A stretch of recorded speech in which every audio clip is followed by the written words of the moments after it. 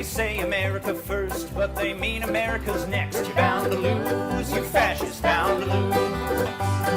All you fascists bound to lose. All you fascists bound to lose. All you fascists bound to lose. You're bound to lose, you fascists bound to lose.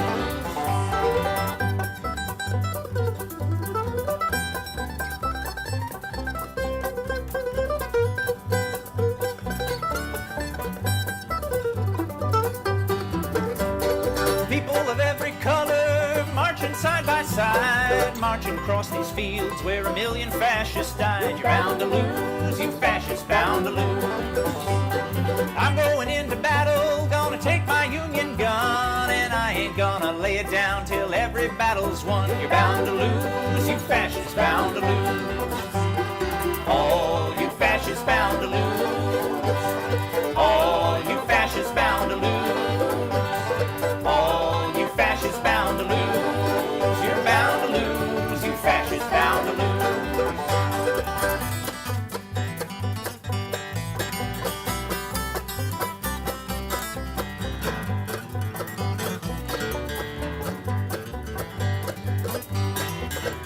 This hatred cannot break us, but I'm learning quick.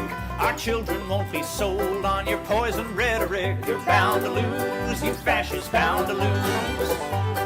Here comes a big machine surrounding all your hate, forcing it to surrender. Now it's getting late. You're bound to lose, you fascists bound to lose. All you fascists bound to lose. All you fascists bound to lose. All you fascists bound to lose. You're bound to lose, you fascists bound to lose.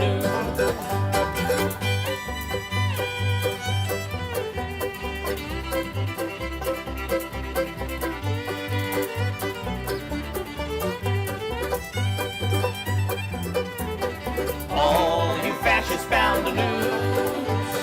All you fascists bound to lose. All you fascists bound to lose. You're bound to lose, you fascists bound to lose. You're bound to lose, you fascists bound to lose.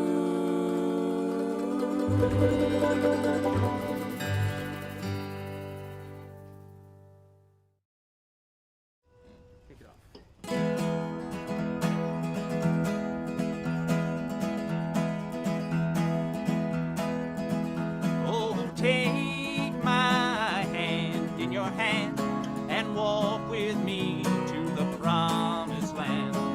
Beat your drum and join the band, and we'll chase away the clouds of the morning. We don't need any more than we are. We don't have to be afraid.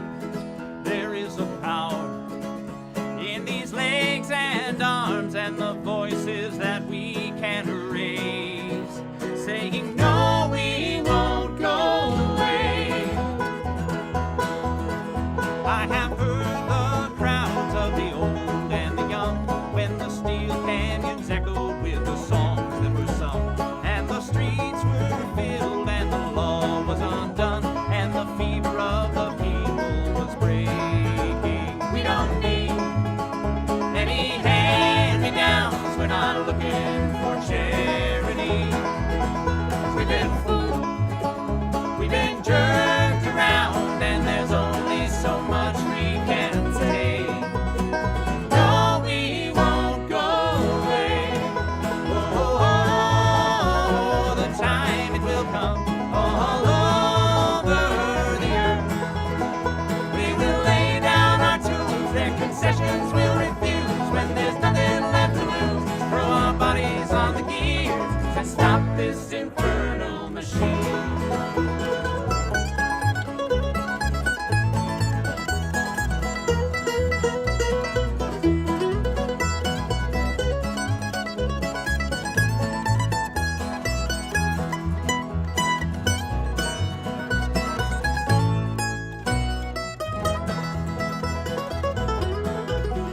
There's another day just about to unfold when another world will rise from the ashes of the old, and the meek will follow in the footsteps of the bold, when we realize what's ours for the taking. We don't need any weapons of war, not a drop of blood will fall away.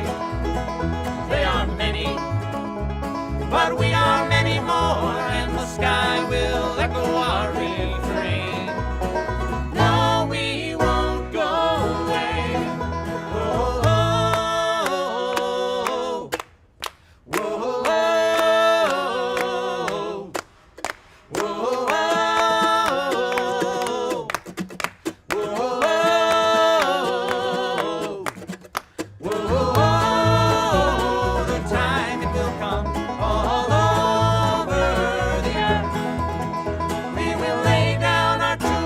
concessions we'll refuse when there's nothing left to lose. Throw our bodies on the gears and stop this infernal machine.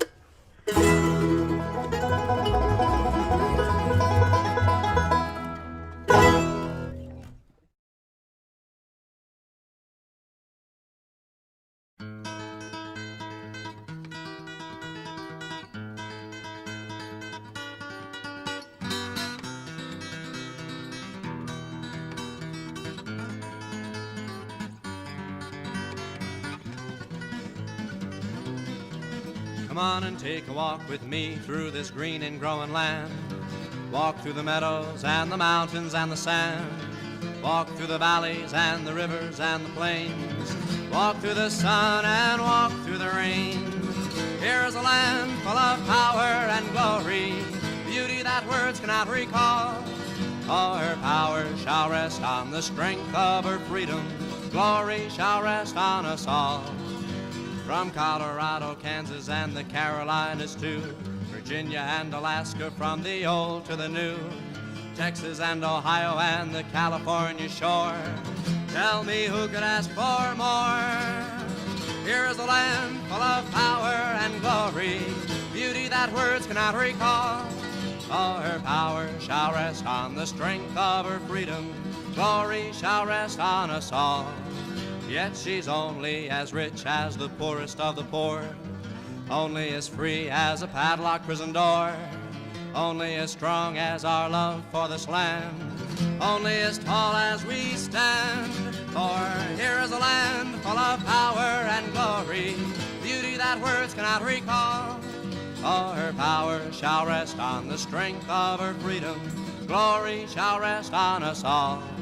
Come on and take a walk with me through this green and growing land.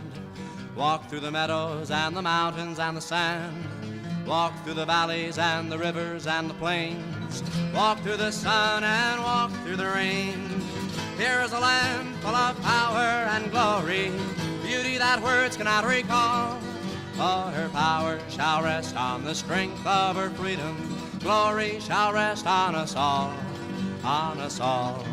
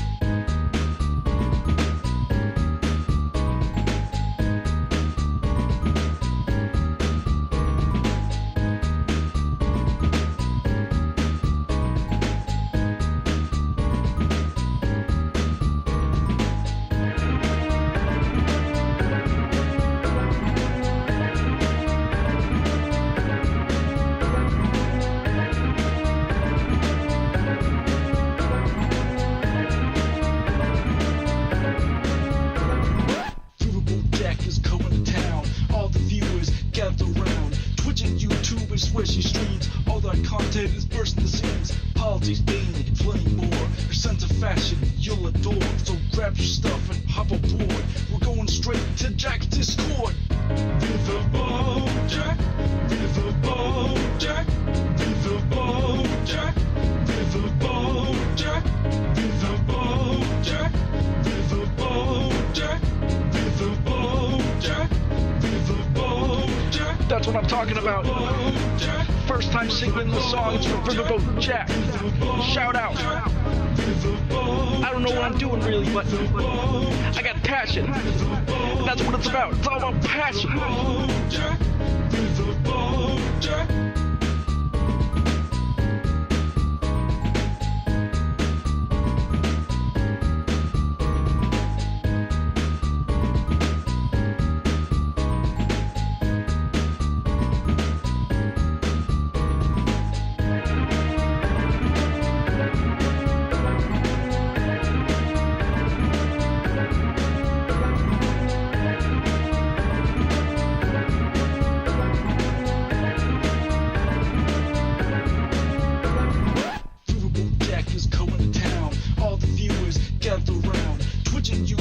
Where she streams all that content is bursting the seams. Politics, gaming, and plenty more. Her sense of fashion you'll adore. So grab your stuff and hop aboard. We're going straight to Jack's Discord. Riverboat Jack, Riverboat Jack, Riverboat Jack, Riverboat Jack, Riverboat Jack, Riverboat Jack, Riverboat Jack, Riverboat Jack, Riverboat Jack, Riverboat Jack, Riverboat Jack, Riverboat Jack, Riverboat Jack, Riverboat Jack, Riverboat Jack. Hello, everybody. How are we doing, folks? How we doing? Howdy, howdy, howdy, fellas, fellies, and fellers. How we all doing? I feel like that's can I just say I think the fella, fella, felly, and fellers. I think that's like a good. We got the Trinity. You know, I think it's good. A modest Christian girl look to offset the slutty look from last night. Indeed. Has it started snowing? Oh, I'm sure it has. I'm sure it has.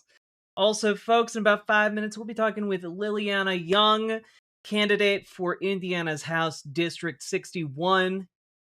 And I hope you guys will tune in, and I hope you enjoy it. It's going to be great. Howdy, Kev. Hello, Nine-Tailed Witch. Hello, Tea Leaf. Hello, Cute Dark Arts. Hello, CMH006. Hello, Paige Larson. Hello, Mithril Mist.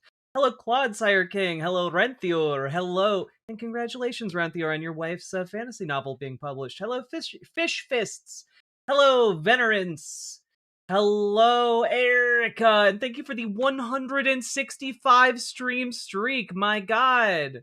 Hello, Ashley, J. Curtis, hello, Orvillaby, hello, Sorry You're Blue, hello, Carver E. Bain, hello, Mix the Light, hello from Indiana, I'm cheering for Lilliana Young, hell yeah, we all are, hello, Comrade Girl 2018, hello, Vagrant123, hello, Josh C's, hello, Banana Brains, hello, Lazia, hello, Crochet Whimsy, hello, Vagrant, 123 again, oh, you got two, hello, Comrade Girl 2018, hello, Mabs Alicorn. Hello, Chris. Hello, Ransom Ballard. Hello, Ashley J. Curtis. Hello, of course, Liliana Young. Hello, Tyrion Rogue. Hello, how we doing? Howdy, hit the mat. Hello, Nine-Tailed Witch. Hello, Samantha's Trains.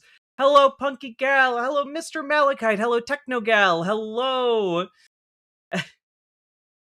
Yeah, the Blue Sky mods thought I was too sultry for the website.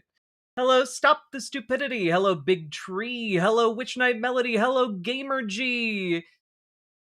Hello, we're doing a Shimpsgiving Saturday night game night in Discord. Oh, hell yeah. Folks, go check out the Discord. There's always stuff going on in there.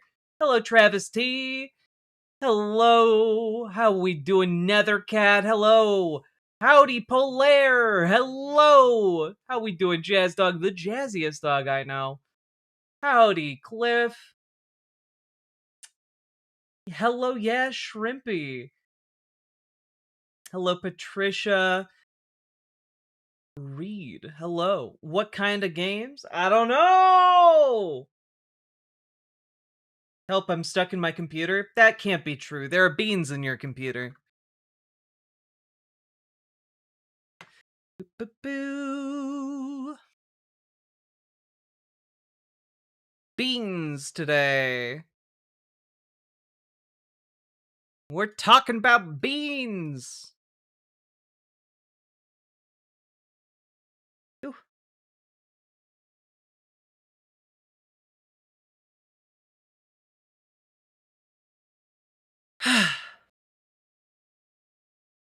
Nothing gets by you. I know, I'm pretty fast.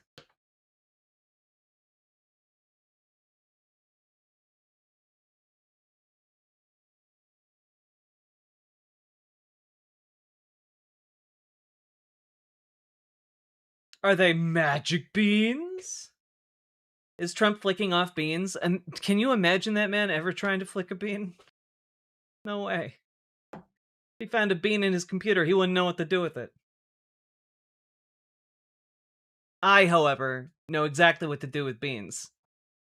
In my computer or outside my computer.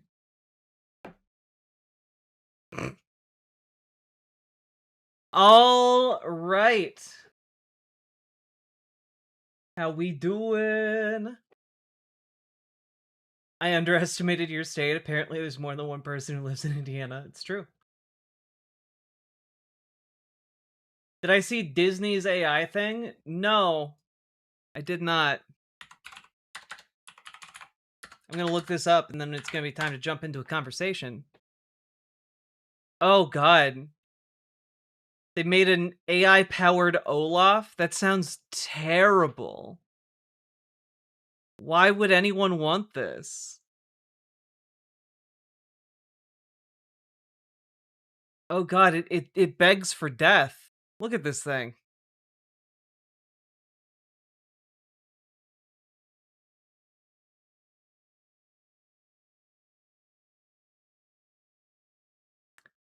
There is no sound. Did I mute the sound off of the Independent? I did. Hi, everyone. I'm Olaf. Hey, Olaf. And you are... I'm Josh, Olaf. So good to see you. You look amazing. Inspiring day. Hands down, this is the best day of my life. A self-walking Olaf. It's incredible. We're going to have next generation robotics characters, and this is the latest cutting edge technology. Olaf! Oh my gosh, you're here. We were This thing, like, I'm sorry. The realistic implication, like, I'm putting this out into a public park full of children and adults. This thing is, I don't feel good about this. Yeah, how long before it breaks character and gives a child, like, directions on how to, like, I don't know, get to Disney's frozen head so that they can resurrect the Führer? Like, just how long we talking? Days? Weeks? Ay, ay, ay.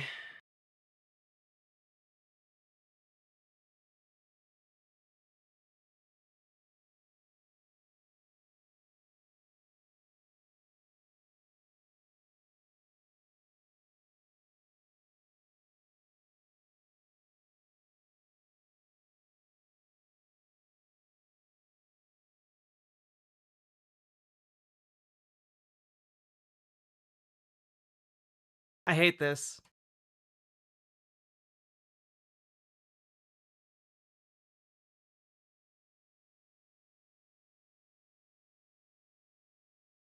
I'm just waiting for it to, like, wander into, like, a water portion of the park and, I don't know, electrocute someone. Like, it's only a matter of time.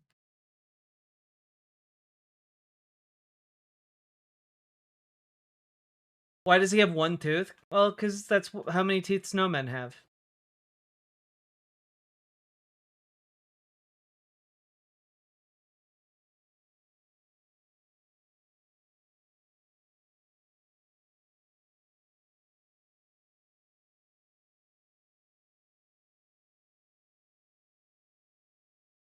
Jack, you are being so lewd. How? How am I being lewd? Stop it. Hello, Kiona Shadow Dancer. All right, folks. I've already kept our guest waiting too long. Let's jump right into it, shall we?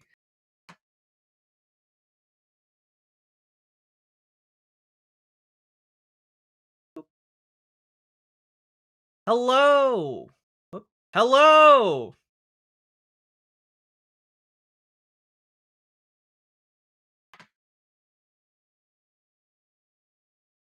Oh.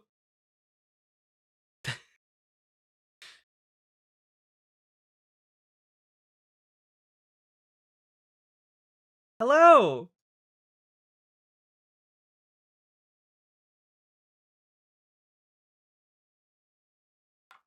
I'm doing well. If you want to put up a video, I can throw you on screen. But also if you want to do just audio, that is fine with me.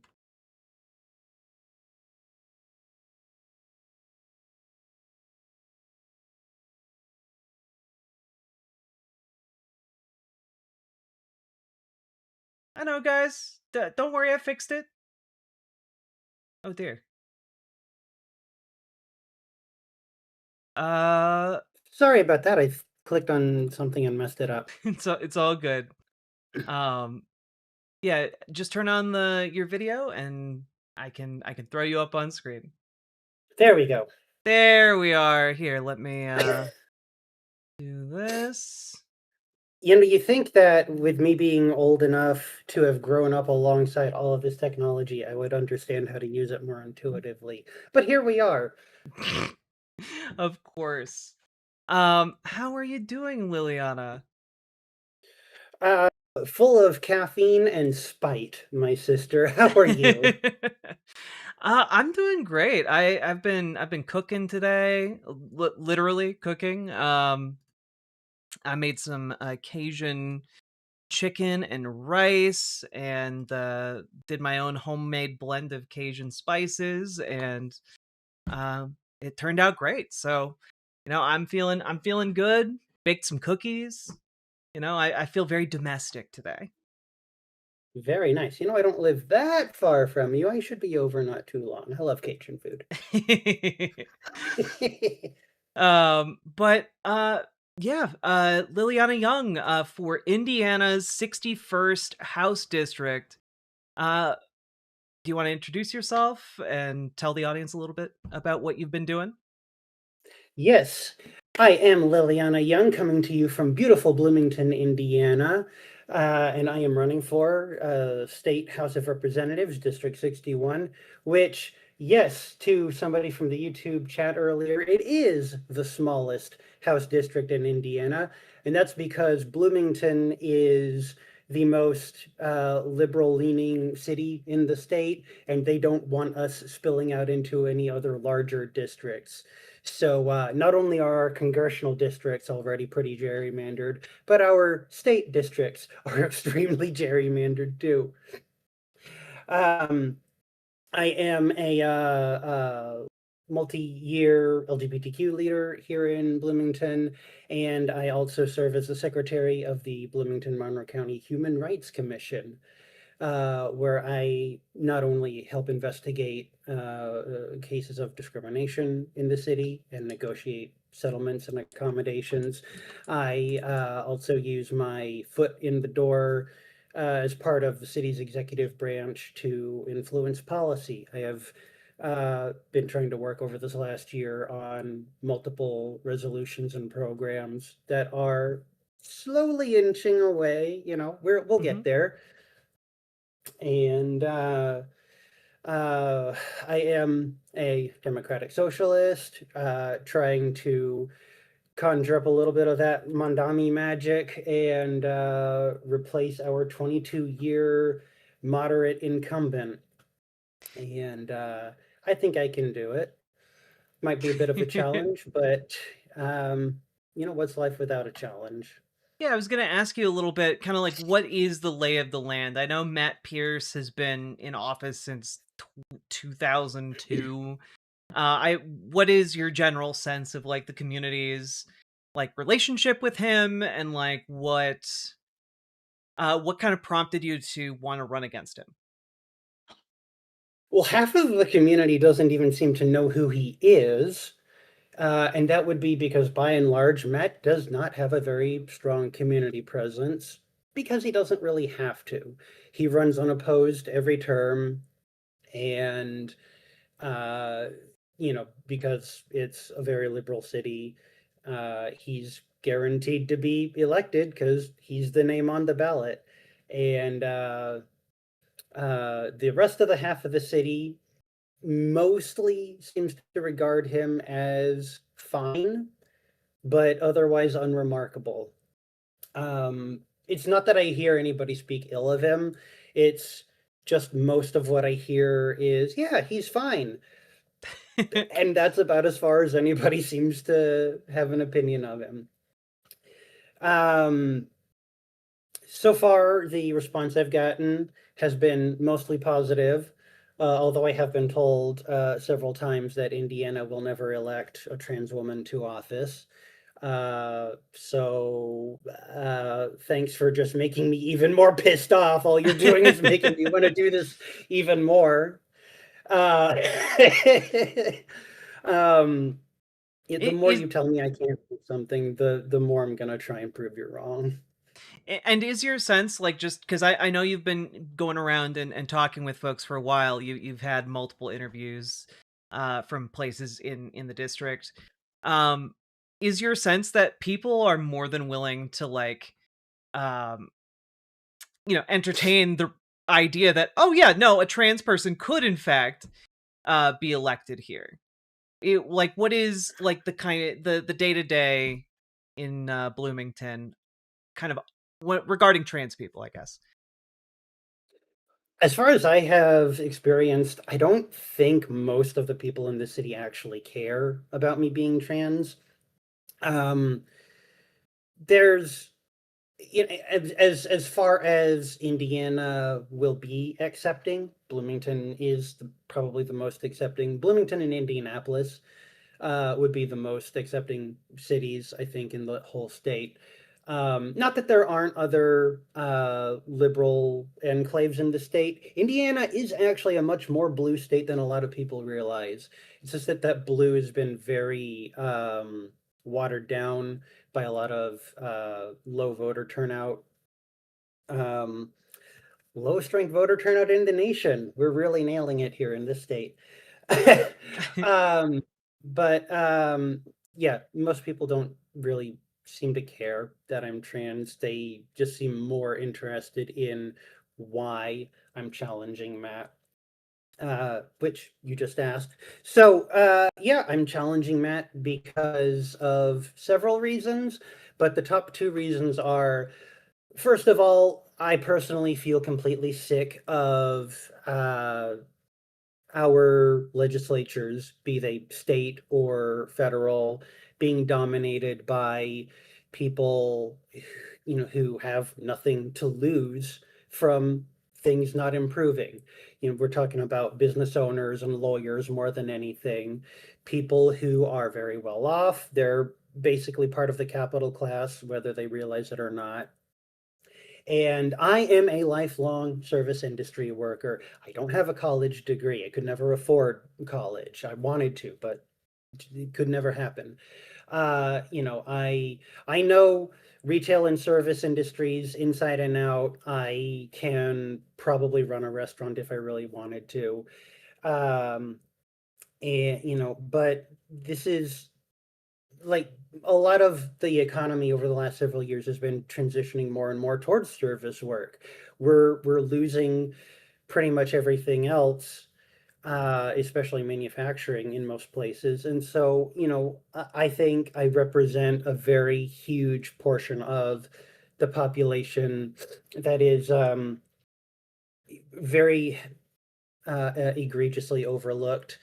And I think that people like me need to be more present in these state legislatures, especially. Um, Also, the other reason is, I have heard Matt Pierce referred to as Indiana's most effective Democrat in our state house.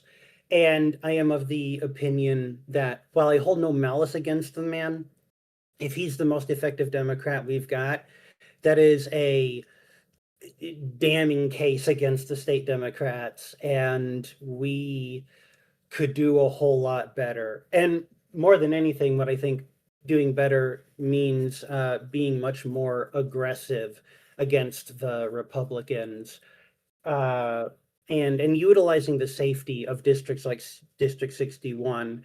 You're almost guaranteed to be reelected here if once you're the incumbent.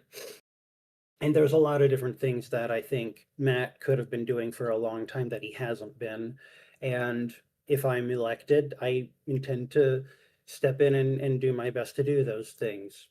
What are a few of the things he hasn't been doing that you're hoping to get done or to push forward? One thing that I keep bringing up is when you have the safety of a district like this, you can afford to spend some time going into other districts that are maybe less blue, more competitive, and helping aspiring Democrats run in their districts, help boost them. I don't see Matt doing any of this, and I would absolutely do as much as I could if I held this district.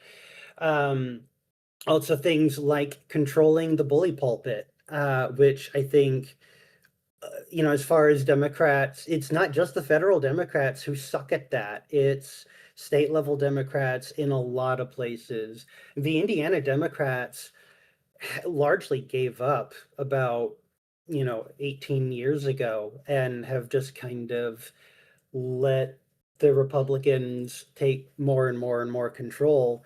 And this state actually used to be held by a Democrat governor term after term after term, and it used to be held. The state house used to be Democrat controlled term after term.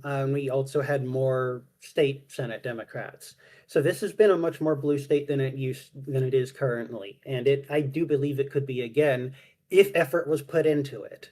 What do you attribute kind of that shift or maybe even that apathy to starting about 18 years ago? Like what has kind of seemingly deadlocked Democrats in Indiana?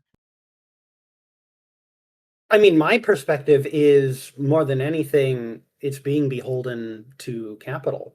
Um, I think it's the same problem that we have in the federal Congress. Um, Most of our state Democrats, like I said a moment ago, they're business owners and they're lawyers. These are, they may not necessarily be wealthy people, but they're still largely very well off. They are considerably above the average income in Indiana, and these are not people with much of anything to lose from the state not getting any better.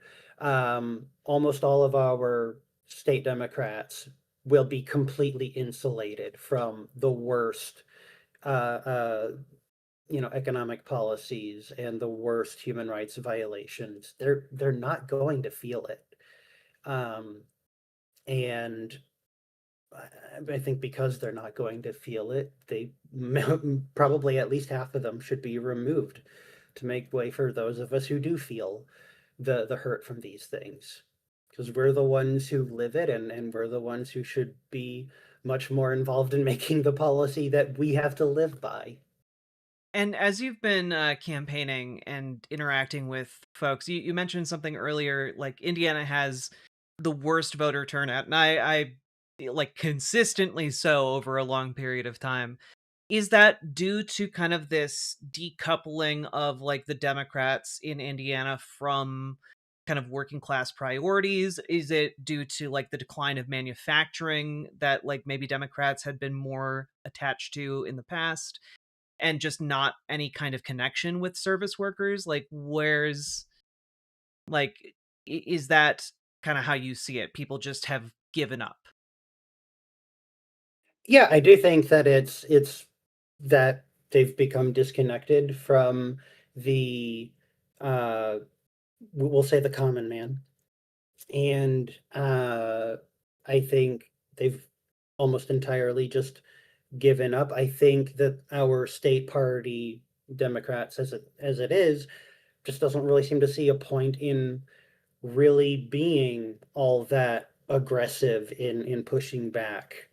I've been to legislative hearings at the Capitol, and I have seen some of our Democrats who are regarded as being among our most progressive and so-called best and brightest, and they just softball the hell out of Republicans during these committee hearings, and it like you can do infinitely better than what you're doing. You can find harder questions to ask in committee hearings, and you can do better at, narrativizing and for God's sake, show a little passion for your job. You're supposed to, ostensibly you're here to help make things better, but half the time I think our Democrats act like they're bored with their jobs.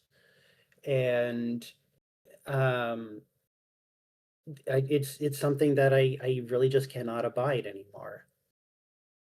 Yeah, so for you, like what was the motivator for you to run this time as opposed to like, last time Matt Pierce was up for election? Like what was kind of the trigger for you to just say I'm going to do it this time? I did not anticipate things getting as this bad this quickly after the last election. Um, I had actually naively thought we were going to avoid a Trump too. I should not count on anything of that sort into the future. I've learned my lesson on that one. Um, and what I've learned is that when you have a federal administration that is this hateful and corrupt and brazen and this willing to break things, it emboldens state level administrations to also be very reckless. And I've seen our state Republicans who control everything uh, act with the most unbelievably brazen corruption I personally have ever seen in my years of being aware of politics. It's things like our governor, Mike Braun, has openly embezzled uh, got over $200,000 of state funds to renovate his house because he won't move to Indianapolis. He What? refuses to govern from the governor's mansion. That seems like it would be incredibly illegal. Like he used state funds for his own personal house Yes. and not like the governor's mansion. Like, Right. wow. Yeah.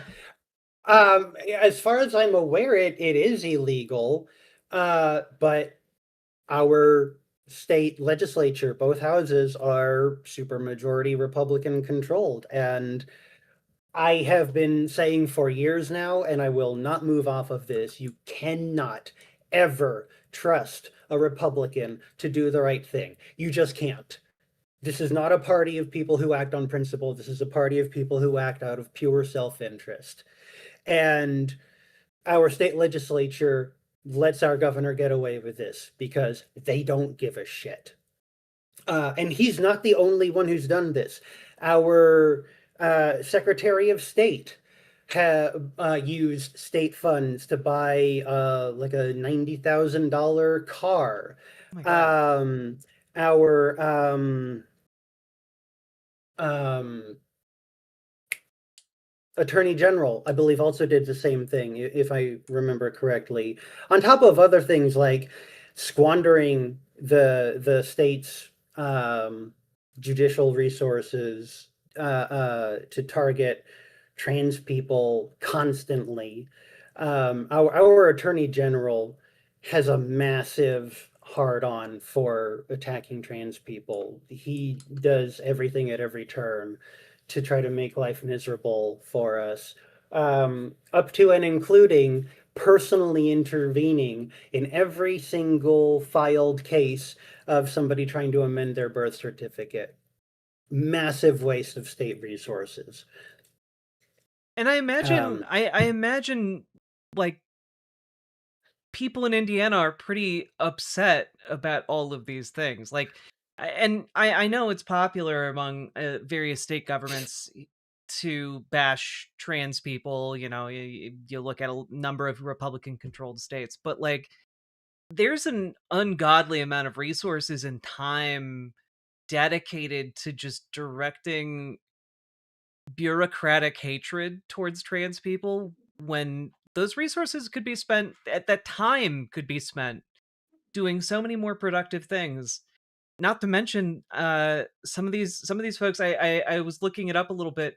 um the governor had a helicopter pad installed at his personal Mhm. residence. That's insane. Like, I was curious, like, actually did he spend it on? He bought a helicopter pad. I like, that's a level of brazenness I can't, like, I imagine people are pretty upset.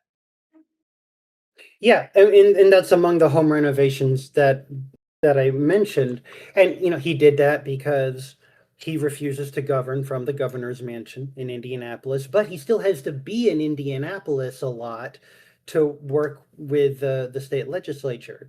So what are you going to do? Drive 4 hours there and back every day? No, just let's plunk down a whole crap ton of money on a helipad so that we can joyride back and forth. And it's not just the helipad itself; it's all the constant helicopter fuel and maintenance required, and that's all coming out of state funds too.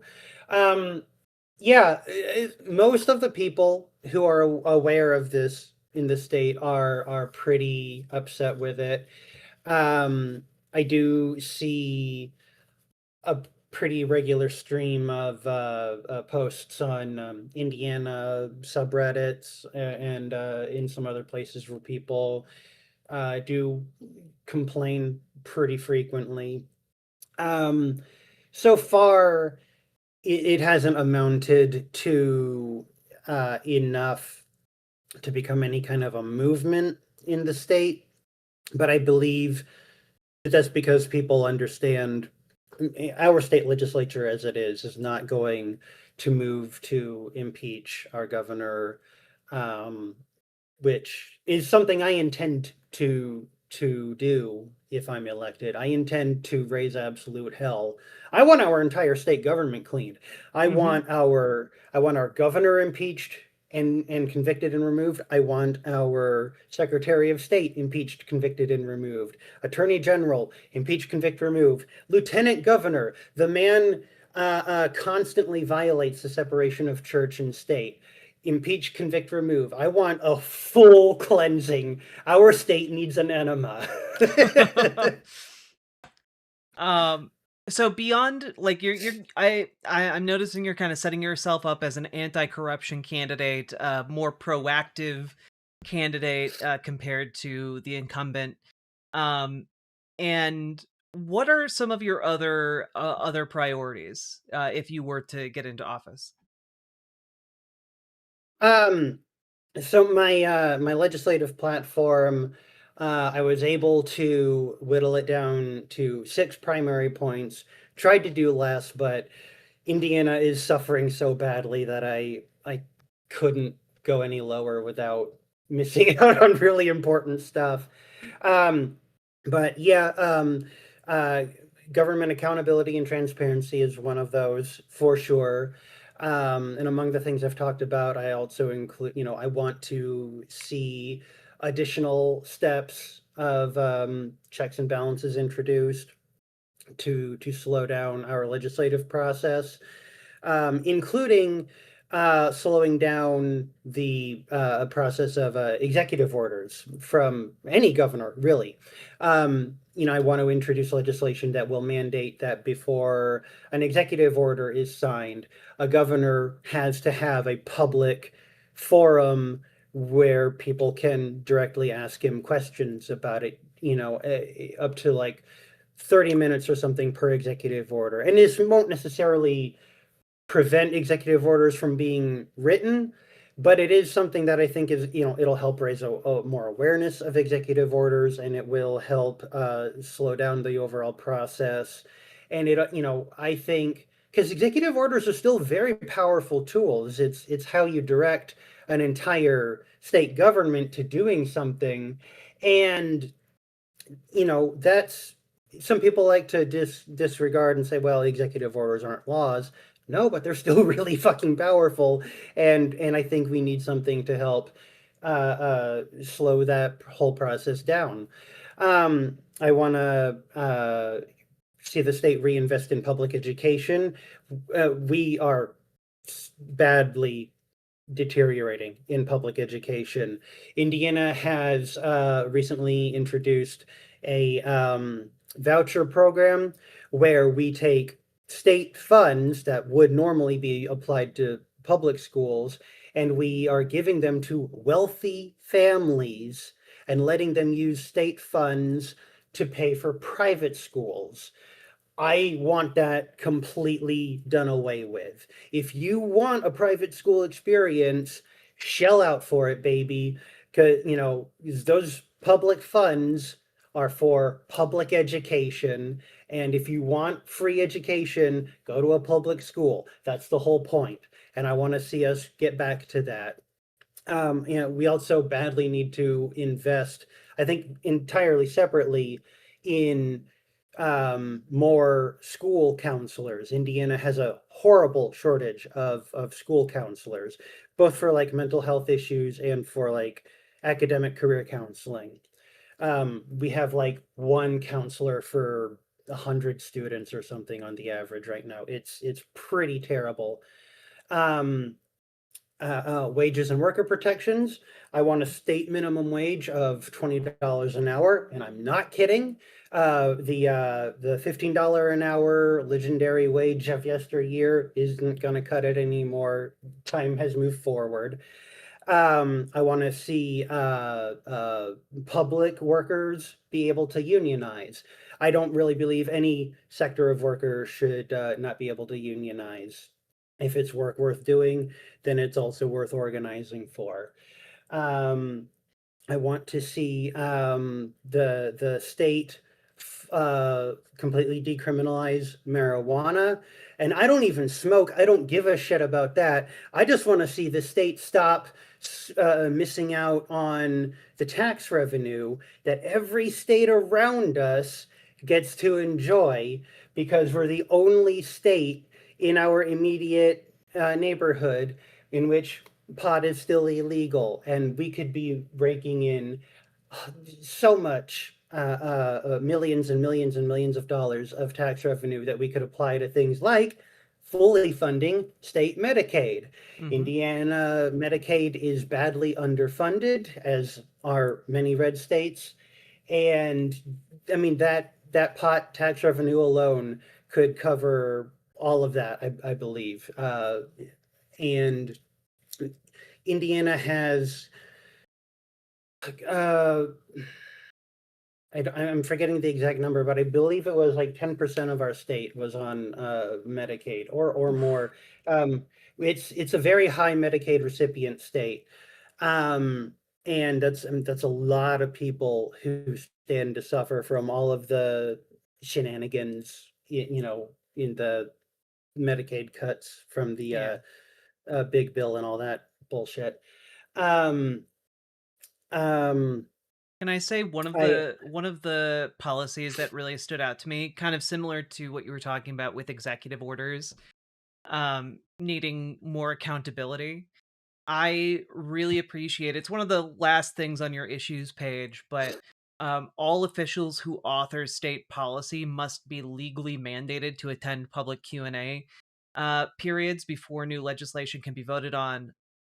And I love the idea that not just the governor with his executive orders, but also like state level representatives would have to like go to these Q&A sessions to account for why they're passing legislation. I think that it's actually kind of silly that there isn't that connection already required in our system, because so many people just completely check out of politics and never even get a chance to ask about the bills that are being passed.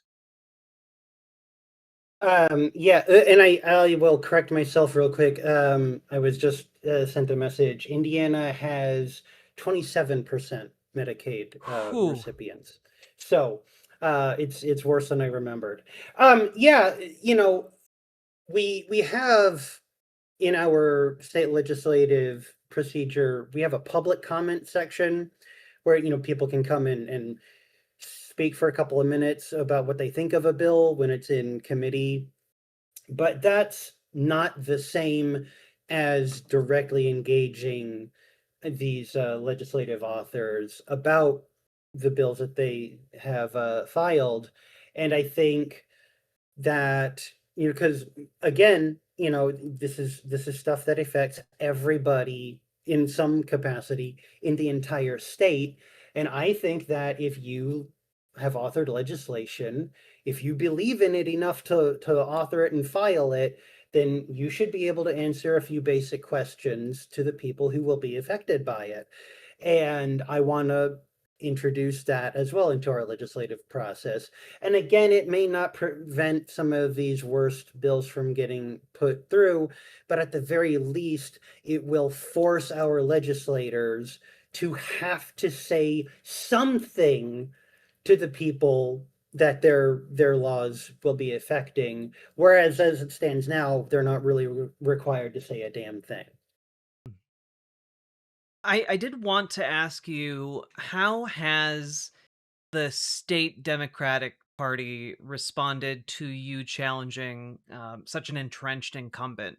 Have they kind of recognized the challenge? Has your opponent here um, like recognized you at all or talked about you at all? Like, what's kind of the lay of the land politically in the race? Um, they have not recognized me, is the short version. Um, uh, as far as I'm aware, Matt has not publicly addressed me. Um, he should know that I'm running. I did speak to him personally shortly before I began my campaign, and I told him to his face, I want to run against you if you are planning on seeking re-election. And we had maybe a half-hour conversation or something, and he just asked a couple of basic questions. Oh, what do you think I could do better? Uh-huh. Okay, that's interesting. He did not show much emotion one way or another. Very stoic fella. And I wasn't really expecting much. Um, I, what I hoped for, and what I still hope for, is that Matt would be willing to take his experience and mentor me, teach me some of the legislative ins and outs that I would otherwise have to learn from being in there. I'd love to be able to hit the ground running a little better.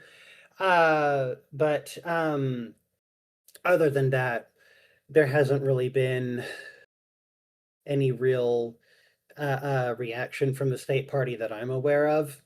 Uh, I am aware of some small whispers, I think, on the county party are a little displeased with me, partially because I've never voted in a primary, and also because some people think that I haven't sufficiently waited for my turn enough. Um, to which I will say, well, first of all, if you want people to vote in primaries, then you should have more than one person on the primary ticket. And that's the reason why I've never engaged with our local primaries. There hasn't been a reason. Hmm. There's Matt runs unopposed, so why would I show up for that? Um, and as far as waiting my turn, baby girl, this is my turn, and I'm taking it right now. um and so far you've had a lot, not too much of not too many interactions with the state level party. What has been your reception on the ground? Earlier you mentioned people seemed relatively receptive to messaging. What have people been most interested in when you tell them about your campaign positions? Um, there doesn't seem to be any one thing that's standing out to people. I think what I have heard most is people reacting, "Oh, wow, that's a very common sense platform," and I'm not really sure why our other state Democrats aren't pushing for that. And I don't personally like the phrase common sense. My personal take on common sense is that it's a crutch that people fall back on when they won't critically think. But I will say that I find it interesting still that people seem to regard my primary platform as being kind of a no-brainer, which and this is even coming from people who will also say, "I'm not really sure if I want to vote for a socialist," but the platform seems very common sense to me. So even if they have some misgivings about my being a crazy far leftist, they do seem to think that my general platform is a good idea. More than that, though, I have so far received a significant uh, feedback from people in the city who are impressed or surprised that I am as involved as I am trying to be in the city. Not both as a commissioner, so I am actually working for the city every day, but I've also been running a food drive with my campaign, and you know people seem impressed by that, and that's very strange to me. I feel like if you're running to represent this district, you should be involved with it on a ground level. Otherwise, I don't fathom a point. So, what has the response been to the food drive? Very positive. I've gotten a handful of emails from people who have thanked me for it. The way that I've been running it is I pick a neighborhood, I hoof it around, I leave a grocery bag at people's door. It's got a letter explaining what's going on, and then I come back at a written date to pick it up. And a couple of times people have like stapled little notes to the bag saying, "Hey, thanks for doing this," which very sweet.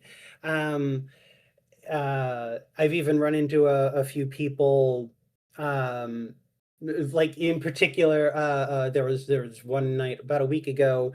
I was out later than normal. It was sunset, and I apparently startled some poor lady at her home, and I'm setting the bag down in front of her door, and she comes zipping around the side of her house, uh, asking, "Who the hell are you?" And Oh I'm no.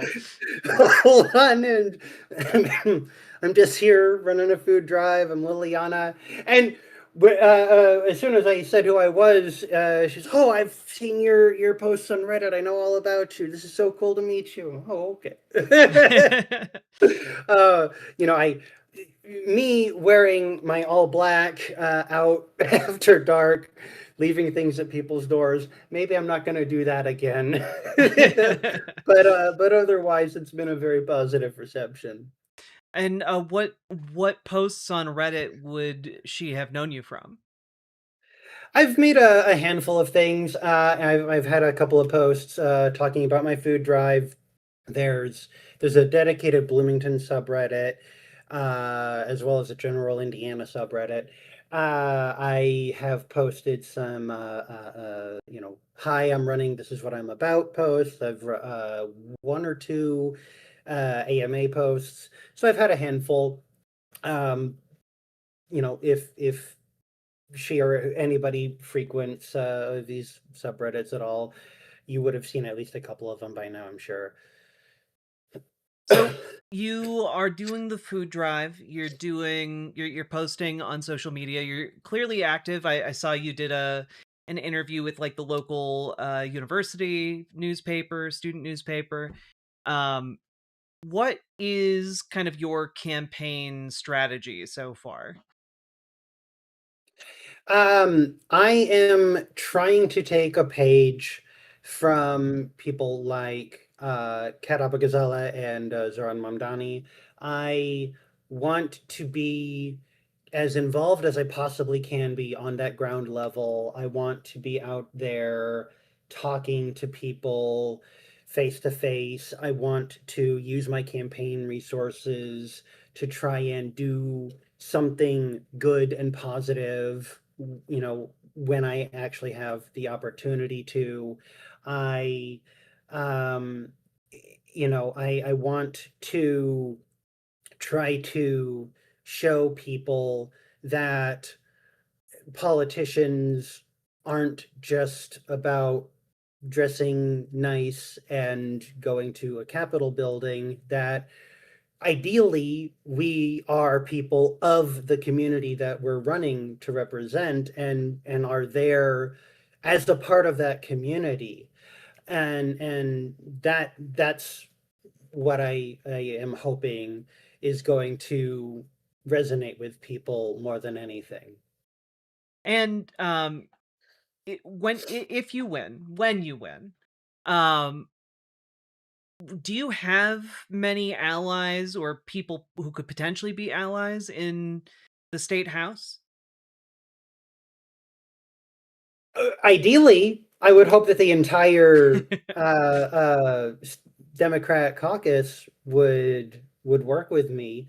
I'm not afraid to call out Democrats on their bullshit. I mean, if you want to look at my blue sky, I've even torn into state hometown hero Pete Buttigieg on numerous occasions.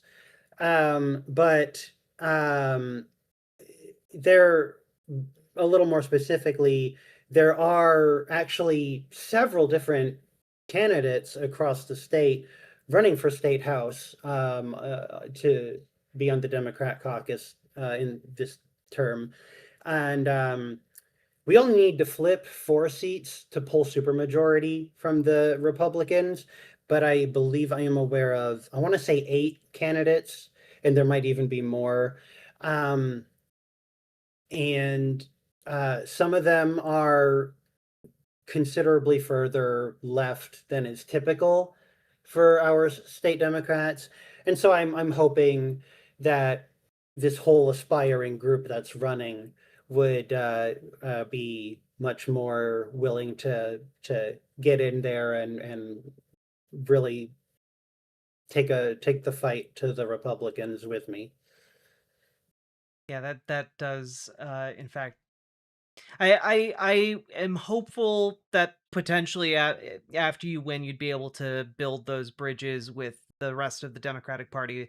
I there is a sinking feeling in my chest that perhaps these are people who are going to recognize you as more of an enemy for taking out one of their own. But um you seem willing to fight that fight, and I like that about you. Um and I wanted to ask, like, what are kind of your biggest needs as a campaign? Kind of when you look around, like what do you kind of need? Is it funds? Is it volunteers to meet different needs? Like what can people do if they are interested in helping you win the state house? Yes to both. Unfortunately, and this is the part that I am incredibly uncomfortable with. I don't even like asking, my dad for money if we're having a really bad month here in the household. But yes, I do unfortunately need campaign donations because that's just how this shit works right now. So if somebody's got $5 or $10 to spare, it's $5 or $10 more than what I had to work with, and I deeply appreciate that. I do absolutely need campaign volunteers. If you don't live in or near Bloomington, you could still help remotely. I can always use help with things like I'm trying to put together a more active research team. You know, researching all the specifics on these different policies can take a lot of time, and the more people I have who can help me with that, the better. Um, I could definitely use help here in the city if you happen to live in or near Bloomington and you're willing to help me hoof it around for some things. Like I'm going to be extending my food drive into December, and I can cover a lot more ground if I had some people who are more able-bodied. Um, I might be able to use the help of maybe a video editor if somebody is able to donate time and skill. I can do video editing myself, but it's a very slow process for me. On top of everything else, it does kind of bog me down. Yeah, you can email me through my campaign website, and I'd be more than happy to talk to anybody who wants to reach out. Um, as far as the Riverboat Gang goes, shout out because you people are amazing. I do hang out in Jack's Discord, so you can also find me there and DM me directly if you want to.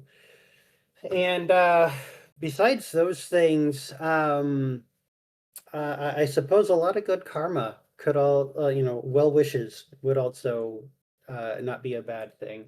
Thoughts and prayers. It works really well for Republicans.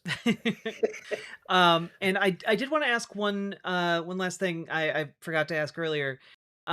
What is your relationship with Indiana DSA? Like, are they pitching in to help at all? There are two local DSA chapters. There's the Central Indiana DSA and the Bloomington DSA. Um, I I have been relatively active with the Bloomington DSA. I am putting together a formal proposal for them right now. Our Bloomington chapter has had some growing pains. Um, they've, it had previously actually become entirely defunct and only rebuilt in this last year. So they've been struggling a little, but their numbers are growing rapidly, and their newly elected chapter leadership, I think, are really promising, and I'm really looking forward to working with them. I've talked to members face to face, like outside of chapter meetings directly, and most of them do seem to feel pretty positive about my campaign. um, I've had the chance to meet with Central Indiana DSA once, but those meetings are over an hour out from me and they're a lot harder to get to. So I would like to be more involved with them, but that's a little bit of a struggle. Cross your fingers, maybe I can get out there more often. But they still have had a pretty positive response. I'm actually continuing to find people in different places who will message me or email me or pop up somewhere. Oh, hey, I saw you at the Central Indiana DSA meeting. It was really great to hear you talk. So um, apparently, one appearance is all I need to make an impression. Um, One thing I also wanted to ask, have you been able to contact any of the unions in the district? Um, any of organized working groups that are kind of receptive to your campaign so far? I have started uh, uh, making up a list of the local unions. I absolutely want to be involved with them and in contact with them as much as possible. I've been trying to get involved with my local unionized Starbucks stores, only to find out just yesterday that the union I've been trying very hard to get in contact with is actually not currently active. Oh no. So, a little bit of a dead end on that one for now, but I there is another store in the city that's unionized, and I'm going to be working with them with their upcoming strike. And yeah, I've never worked with a union. I've never had that honor, but I am still very much pro union, and I want to do whatever I can for our unions. And for those who want to kind of plan whether or not they're able to volunteer, when is the upcoming primary date? May or June. I know that my campaign manager is watching right now if she can drop that in one of these chats for me, but it was May or June. Okay. Several So months away yeah, yet. I've got a little while to build some momentum. Um, and one last time, if people want to reach out and help with your campaign, they can go to youngfor61.com and go to the contact page and shoot you an email. Absolutely. I would love to hear from anybody who wants to say anything. And for my part, I wish you the best of luck because I looked up prior to our conversation, what exactly past primaries have looked like for Matt Pierce, and of course he runs uncontested, but what does that mean for voter turnout? And it turns out, his last Democratic primary, he only got 4,007 votes. So this is, I think, more doable than a lot of people might even realize. Like, this is the perfect environment for a small, dedicated group of people volunteering to knock doors. Could genuinely get enough turnout to make a difference. Yeah, I think that what we've seen from Mamdani really will prove that when you give people a reason to get out and vote, they'll turn up. Mm-hmm. And so here I am. I'm going to give you a reason, and that reason is I genuinely do believe I'm better than what we've been sitting with. Well, Liliana Young, I wish you the best of luck and thank you so much for your time tonight. And thank you so much, my sister, for having me on. I do very much appreciate your time and your platform. A pleasure. I hope next time you come on, it will be victorious. Let's make it happen. Have a good one.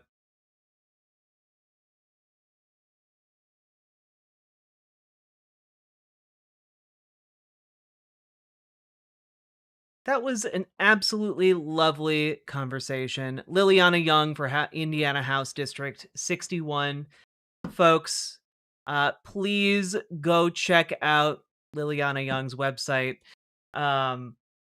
Wonderful positioning, great, strong candidate who actually gives a damn for the people who work and live in that district. And guys, this is genuinely, when I talk about like politics that we can make a difference in just as a community. I know that there is currently how many people watching right now? There's like 300-ish people watching. Um if just 20 of you got involved to volunteer on like a weekly or bi-weekly basis, pitching in with Liliana's campaign, genuinely, you could knock enough doors to flip this seat. It is absolutely possible. It is absolutely doable. And I know that there are people in Indiana in this community who are like more than willing to turn out. And I'm letting you guys know this is a perfect opportunity for you guys to turn up, to hone your organizing skills and your door knocking skills and maybe your phone banking skills. And this is a perfect opportunity where those can actually make or break a campaign. So, folks, turn out for Liliana Young. And with that, if you enjoyed this segment, like, comment, and subscribe. Share it around. Let people know about Lilliana Young's campaign. Let's start the process of flipping Indiana. You know, I saw a few people in chat say, you know, Indiana's government sucks, but it doesn't have to.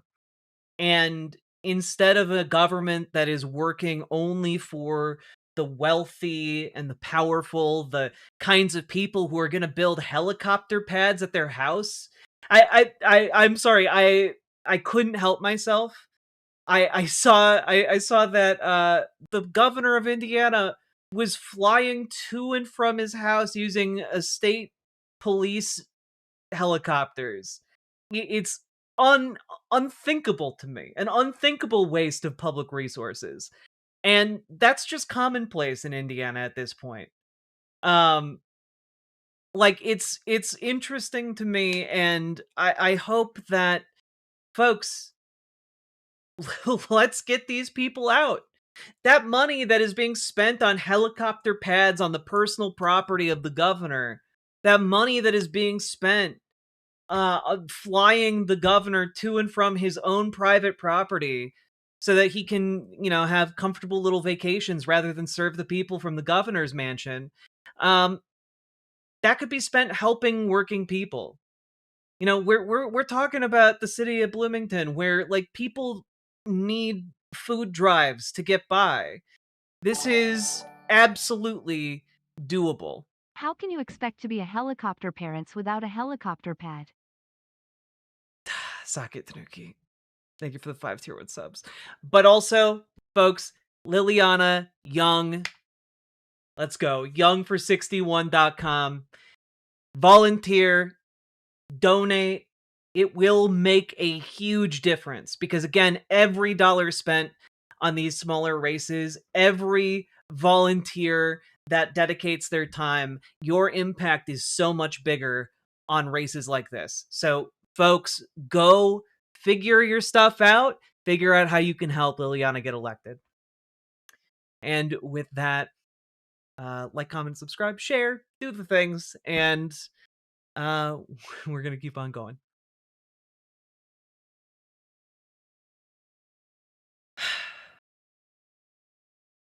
There we go! We did an interview, everybody! How about them apples? And Lilliana, that was a great conversation. I liked every moment of it very much. Thank you. Let me see. Also, Priscilla, thank you for the $20 super chat saying, "That's my candidate. Let's go! Indiana District 61. Insert DJ horn here. Let's fucking go." I'm so proud of each and every one of you that gets up and like volunteers for any of these political campaigns we were talking about, but especially on ones like this where you can make the most difference. It's great. Let's see here. Does that mean that Indiana is truly a flyover state? I mean, for Indiana's governor, I guess. Too good to travel on the ground like a normal Indianan. God. Clown. Begging you to look at this. Oh yeah, no, I saw this photo. Look, guys, I don't want to say that like we're going to beat ICE. But like guys, we're going to beat ICE. You got middle-aged dads out there in bluey pants going fisticuffs against ICE agents fully armed like they're going into fucking Fallujah. Look at that. Look at that. He's squaring up. He's about to throw fucking hands. Let's go.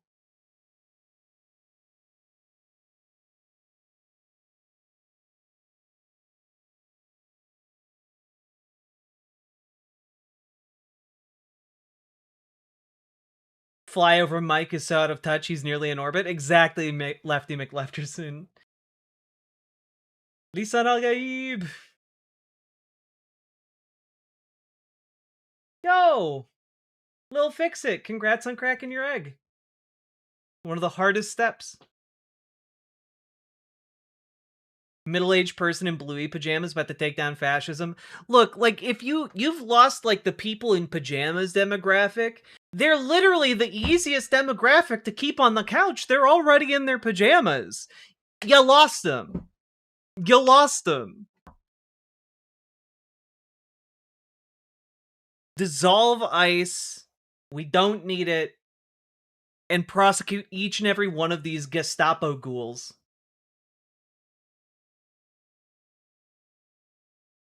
Still getting into arguments with someone over me feeding a MAGA douche. He basically told me it was wrong to not want someone to starve, regardless of them being in a cult.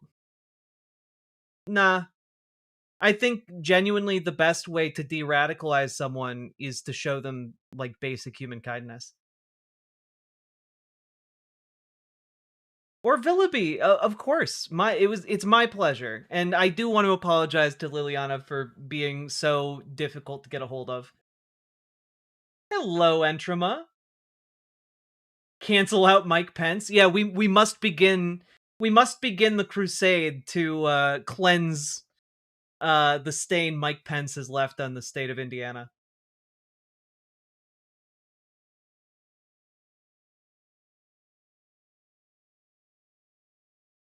Can you restate where District 61 is? It is Bloomington.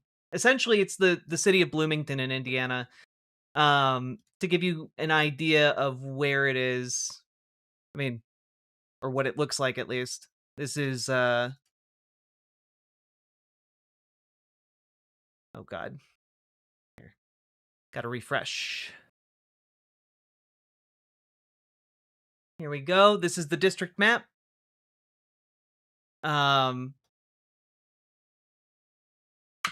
god. There you go. But you can see Indianapolis, maybe an hour or two to the northeast. And also, just again on Ballotpedia, just to take a quick look here at past elections, Matt Pierce has won the general election. Again, no one running against him for the last several elections. So, like, it's the last time he had a challenger was in 2016. And that challenger was in the general, not in the primary. And in the primary, you can see Matt Pierce is an awful lot more vulnerable. In 2018, he only got 5,200 votes. In 2020, he got 7,000 some votes. And then in 2022, he only got 3,805 votes in the primary. Like, he is uniquely vulnerable in the primary. And I mean, you can even look at the 2024, he got 4,007 votes. So, like, dude has actually decreased the turnout for his own Democratic primary by just checking out and not giving a shit.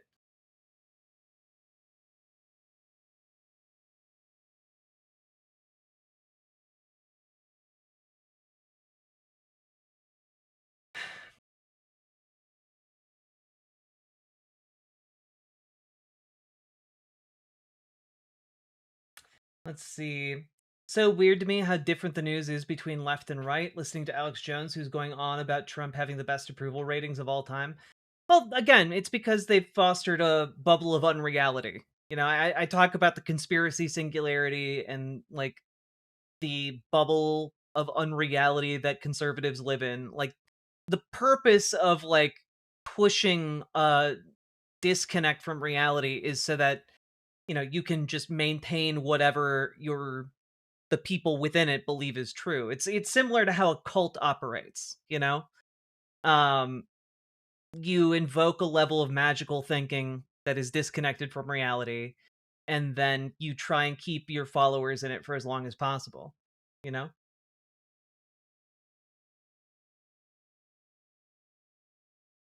Calling a Hoosier? Oh, I'm so sorry. I didn't use Hoosier. I said Indianan. I'm so sorry.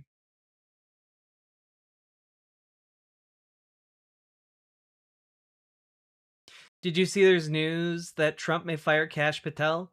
Oh man, I hope so. I'm really excited for the time period we are about to enter, which is just gonna be knives in the back of anyone that Donald Trump doesn't like or thinks is, not from central casting anymore. I like it's gonna be glorious, Out with the magical thinking, in with the magical girl thinking. True, Sake Tanuki. And also, on a related note, did anyone see that Team 4 Star released a uh Sailor Moon Abridged Part 1? I watched it the other day and it was genuinely great. I really enjoyed it. Um Odds that Trump makes it to the end of his term. Oh, I mean, like, his health, like, dude, he's been having mini strokes. I just covered that the other day. Someone was asking, like, why do you think he's in such bad health? And I was like, dude, he's been having strokes. I don't think he's gonna last 3 years. Maybe he does, but like, dude is like going off the deep end, and if he doesn't like die of old age or whatever ailments he has right now, um, what's almost certainly going to happen if Democrats retake the House and the Senate is that he's going to get impeached. Like, he's donezo. And like Marjorie Taylor Greene leaving the party entirely, like, The ooh, Trump there's going to be more coming. presidency. Terms and conditions apply. Term limits and conditions apply. Like, yeah, no, Entrama, the fracturing has begun.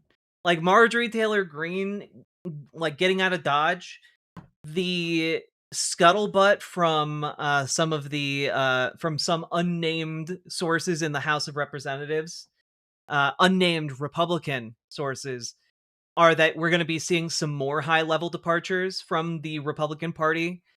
And I'm guessing that a lot of this is going to happen either around the time the Epstein files are supposed to drop, but whenever the case is, it's going to be before the midterms. Because like none of these people want the midterms to stain their Fascist records. politics is basically a big game of King of the Hill. Find the leader and then do whatever they say. But if it looks like the king is about to fall, start the bloodbath. Oh, 1000%. 1000%. Like, they are going to be impeached and removed. Yes, I think that if Democrats are able to win the House and the Senate, by the time we get to that point, like, it's going to be like Julius Caesar in the Roman Senate. It's going to be time for him to go, because we're really running out of any leeway here where Donald Trump is actually useful for these people. Removal requires a 2/3 supermajority. No, it does. However, I don't think that's out of the realm of possibility. I don't see no propane or propane accessories. God damn it, Sake Tanuki.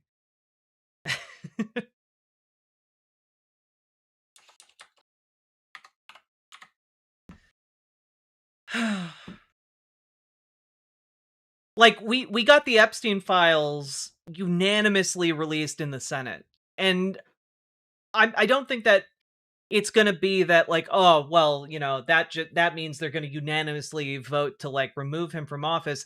But I do think that after the midterms, like the swings we're seeing right now, the fact that there is a district in Tennessee that went for Trump by 22 points that is currently in play in a special election, like, we're potentially going to see a big enough swing and such a fracturing of the Republican Party that some Republicans might finally say enough is enough and actually turn on Trump, because he will no longer be useful to them. Like, they've already gotten the main thing they wanted out of him, which is the massive, big, beautiful bill. Like, that's the main thing they wanted from him. They got it. And now, I don't know what what more they want from him, because up till now they viewed Donald Trump as an asset for their campaigns. But what's very clearly becoming obvious is that he is no longer an asset for their political ambitions.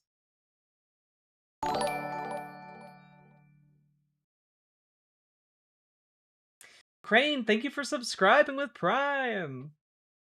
Once the Republicans start crumbling in a critical mass, things should shift fast. I mean, and you got to keep in mind, they just lost their number one fundraiser in the party in Marjorie Taylor Greene. Like, that is gonna sow a lot of discord in the ranks. And the scuttlebutt is that the Trump administration is treating rank and file members in Congress, and even the special boys on the top of the pile, treating them like garbage.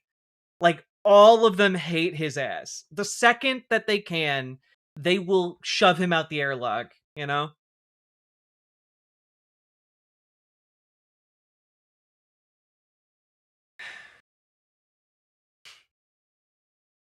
Instead, Donald has become an asshat. Indeed, indeed, indeed.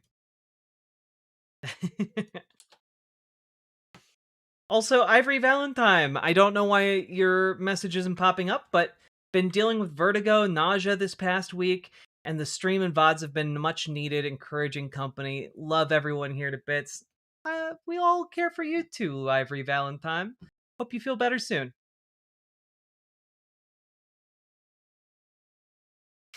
We now return to Claudius 2025. Yeah, no, one of the most incredible things that I saw recently. Can I just pull this up real quick? Let's see.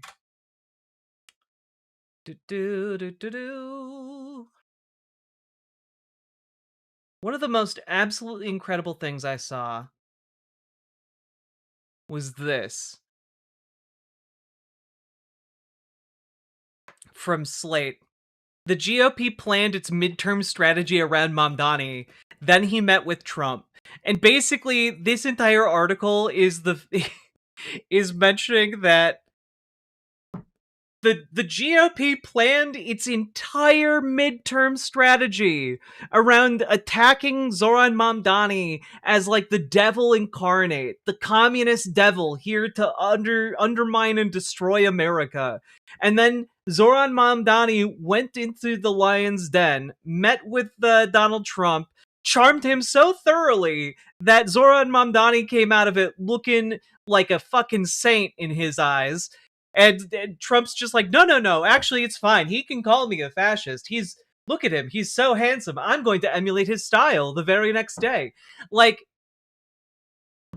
Zoran Mamdani went in and, like, hurt lockered this bitch. Wait, that might be an old reference. Zoran Mamdani went in and defused a goddamn time bomb.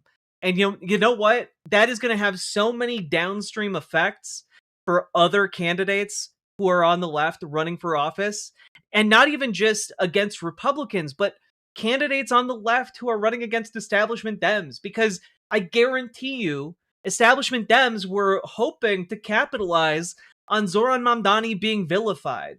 They were hoping to capitalize on that and do literally nothing and win, kind of pulling a Labour UK maneuver, only to molder into conservatives. And Zoran Mamdani has completely and utterly obliterated that plan. This is like Lando Calrissian at the end of Return of the Jedi, flying the Millennium Falcon straight into the heart of the in-progress Death Star 2, blowing it up and getting out alive. You know, like, dude pulled it off. Dude pulled it off. Don't know what to tell you guys. And you know what? If Zoran Mamdani was any character within Star Wars, it would be Lando Calrissian.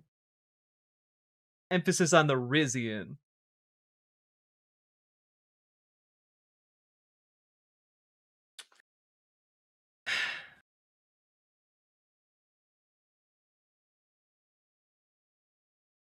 Trump's a weak-willed buffoon. It's not that hard to trick him. Exactly!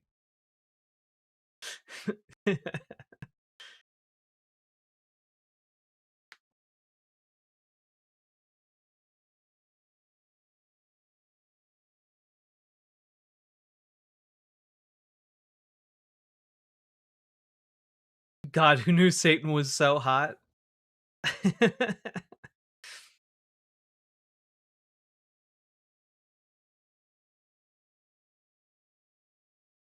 If Hurt Locker is an old reference, what does that make Return of the Jedi? Look, billions of dollars have been spent making Return of the Jedi a constantly relevant point of cultural interest.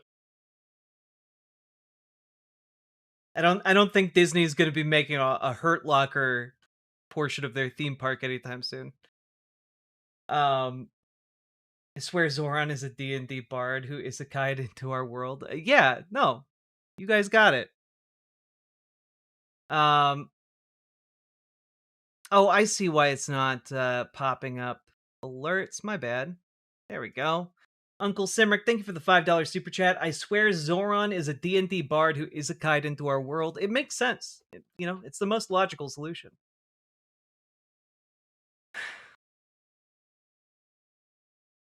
Centrist Dems were totally going to run on anti-Zoran. I'm not that guy. Exactly.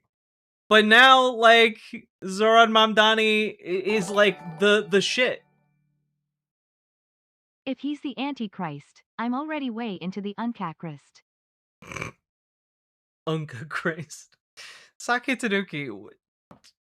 Damn, dude.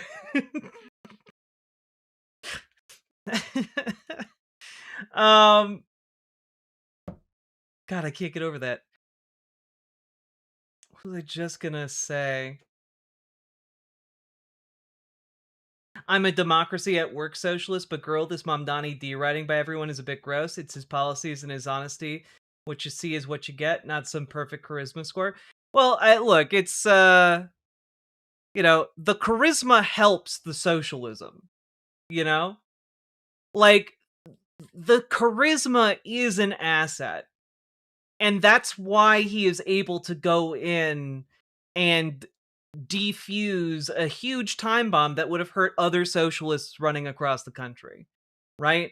Like, the charisma is an asset to not just his own political prospects, but also to the prospects of other socialists running for office elsewhere in the country. Has a very, like, large downstream effect.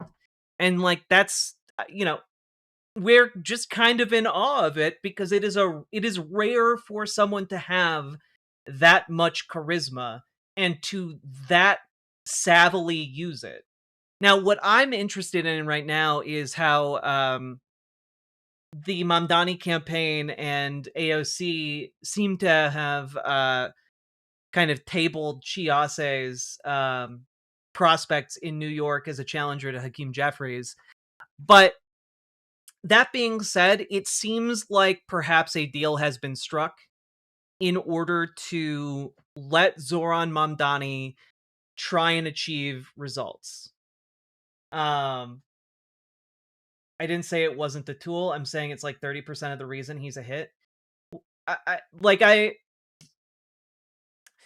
My brain's short circuiting a little bit, Crispy Chris, largely because what you're saying is like, oh man, I can't believe people like that guy just because of his ability to be liked. Like that. Yeah, no, yes, people like him because he's charming and affable, and that is one of his big assets. And to complain that, like, people only like him because he's charming and affable, like, it's literally the effect of the tool.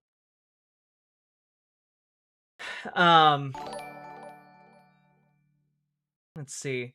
Just because he's making persuasion checks instead of deception checks doesn't mean he doesn't have charisma.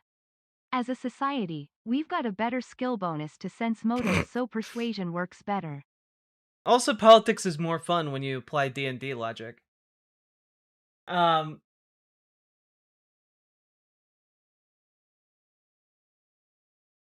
Crispy Chris, have you seen any of the videos I've done on Zoran Mamdani? Or are you just, like, going off of, like, what I've been talking about regarding this meeting in particular? Because this meeting in particular had literally nothing to do with his policies. Because I've talked ad nauseum about his policies. And it seems like you're just really upset that, like, a bunch of people are talking about how in this particular case, the tool of his charisma has massive implications for the entire country. Like, yeah, we like him because he's charismatic. That's one of the reasons people like other people.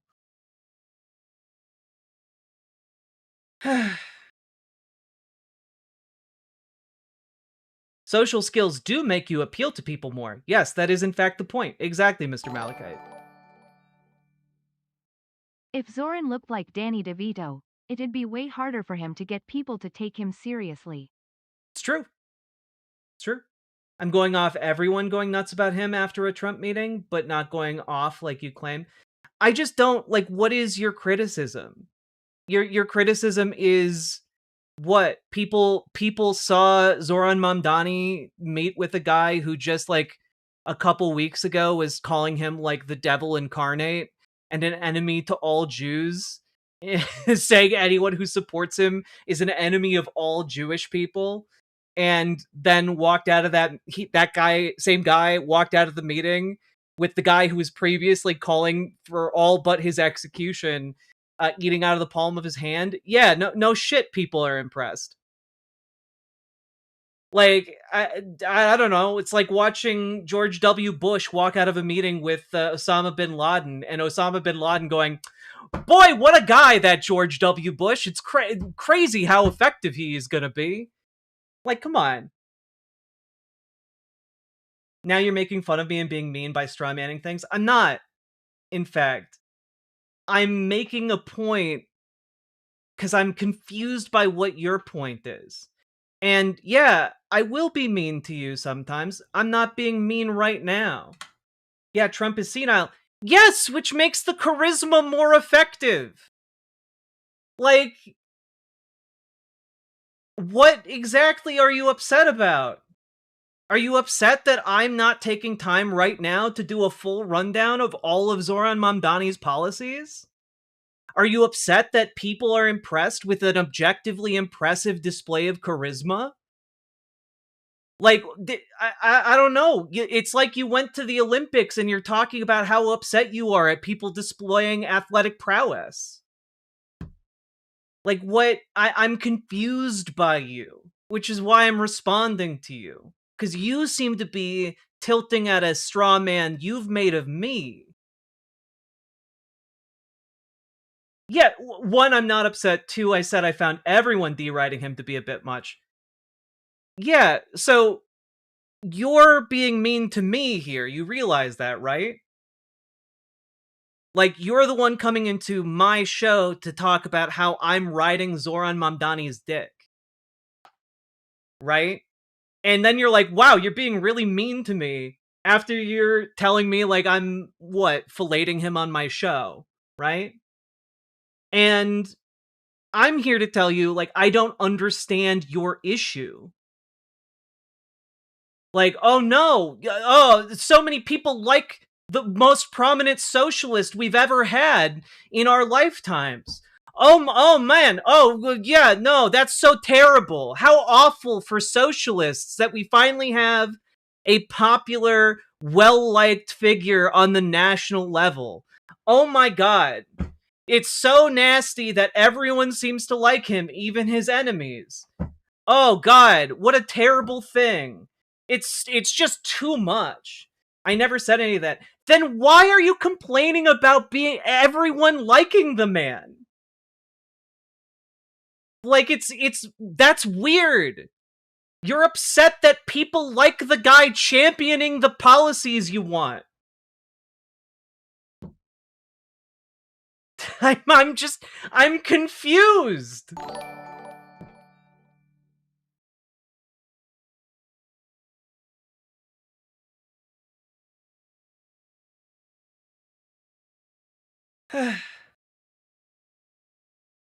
Alright, I'm gonna move on, though.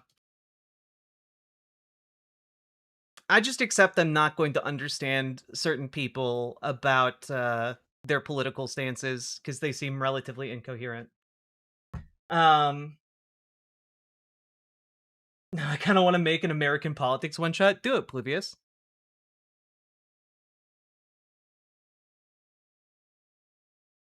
Like, I guess fuck me for talking about how this has destroyed the entire Republican plan for 2026. You're gonna be And so tired of not winning that you'll not even know how to win anymore. yeah, I know. It's true, Sake Tanuki. It's true.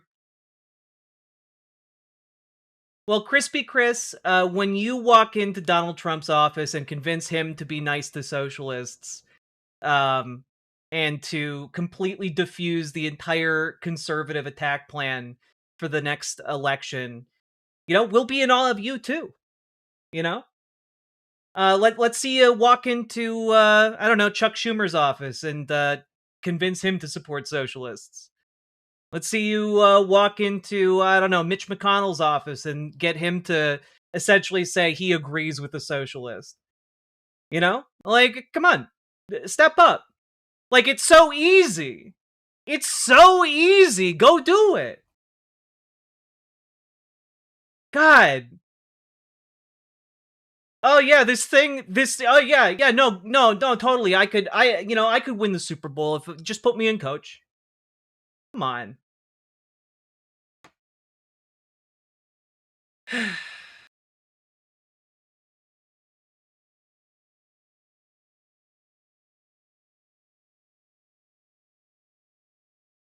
So you think it was all from one 30-minute meeting? Yes, because we then have footage that rankled the entire Republican Party of Zoran Mamdani basically being treated like just the coolest guy in the universe by the literal leader of the MAGA cult in front of the entire nation as everyone paid attention to it. And you saw the whiplash go through the entire pundit class as well as the conservative strategy class, the consultant class. Like these people had their plans ruined. You can't put that genie back in the bottle because now it's on camera. God.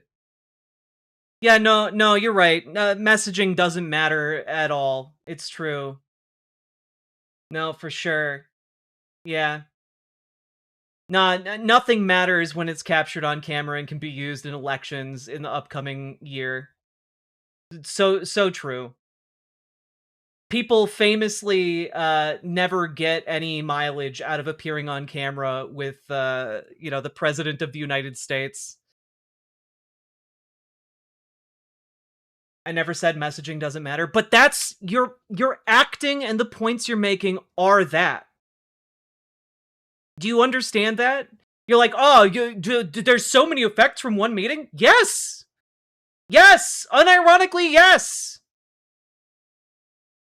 The messaging is completely obliterated. You cannot run a campaign on Zoran Mamdani being an existential threat and the devil when there's a video of Donald Trump, the Lord Commander of all the MAGA folks, basically saying, nah, he's a great guy. He can call me a fascist. By It's charming fine. Donald Trump, it's okay. The so-called POTUS, Mamdani has usurped the man. Thus the people who say, F the man, will now attack Mamdani. This God. is just reactionary thinking from the left. It's true. It's true. Welcome, Raiders. Howdy, howdy, howdy.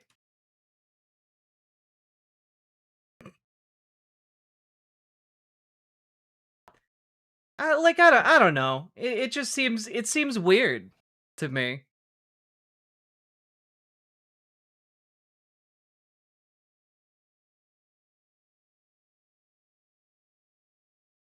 This tracks when you consider that about a month ago, the National Republican Congressional Committee sent out a midterm strategy memo outlining how the national GOP strategy will tie every House Democrat to Mamdani's anti-American agenda, and the NRCC will weaponize it against them. Digital ads implementing this strategy have already hit the airwaves, while plenty of Republicans have hit the ground running. New York Representative Elise Stefanik, who recently announced she's running for governor, called Mamdani a jihadist just last week. Trump, instead of condemning the comment, brushed it off during his meeting with Mamdani. She's out there campaigning. You say things sometimes in a campaign. Trump would know, as he signed an executive order 8 years ago explicitly banning immigrants from Muslim-majority countries and floated the idea of creating a national registry of Muslims, then turned around and courted Muslim American voters for his third bid for president.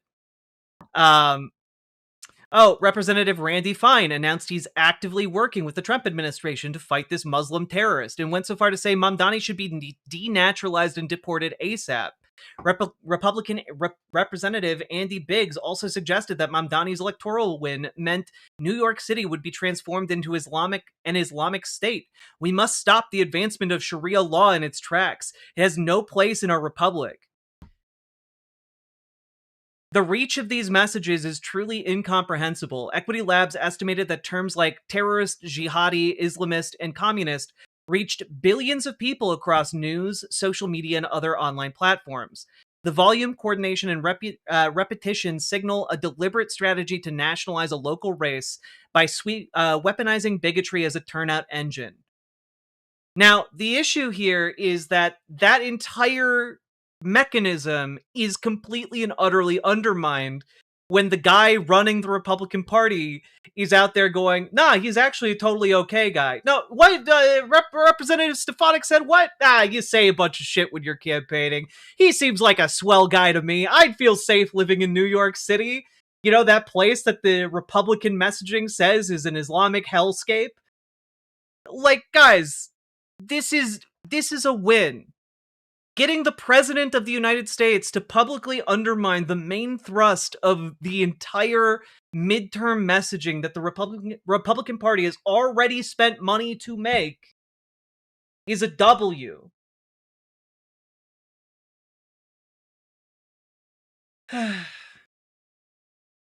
Like, I don't understand the need and the knee-jerk reaction to try and look for defeat in the jaws of victory. I don't know. Seems silly to me.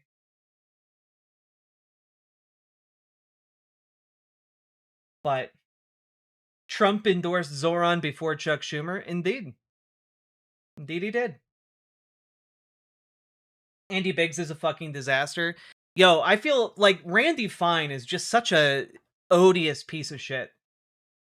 Like, everything out of his mouth is like, just disgusting beyond belief.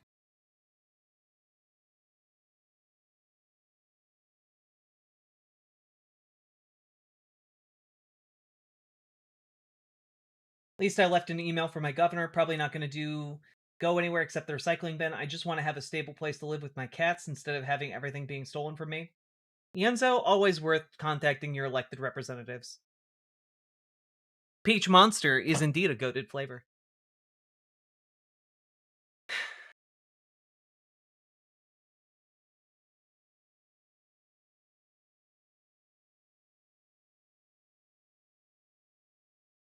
Lemony fucking Snicket. It's alright. It's alright.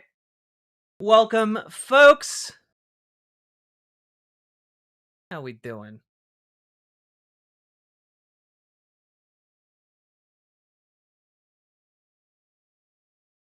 I started off saying his policies are what won it. Yeah, but the issue is you came in to this conversation when we're talking about something that has nothing to do with his policies. That meeting had nothing to do with his policies. Meeting with Trump had nothing to do with his policies outside of trying to figure out ways to minimize the damage Donald Trump is going to do to his constituents, right? And I've talked about this at length previously, and I've also talked at length numerous times about his policies. So I'm, talking about, in this one instance, the role his charisma plays. I don't know. I feel like that's justified. But to you, it makes it seem like I'm taking dick up my ass. So, that's fine. Everyone's entitled to their opinion.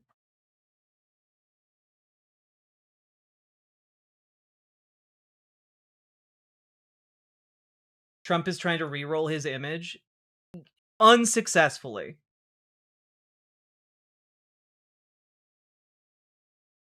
Trump isn't trying to do shit except ingratiate himself with the man he views as powerful. That's it. Let's see here. The strawberry flavor is fine, Skynet, but the peach flavor and the lemonade flavors are where it's at. Jokes on them. Dick up your ass is fun. True.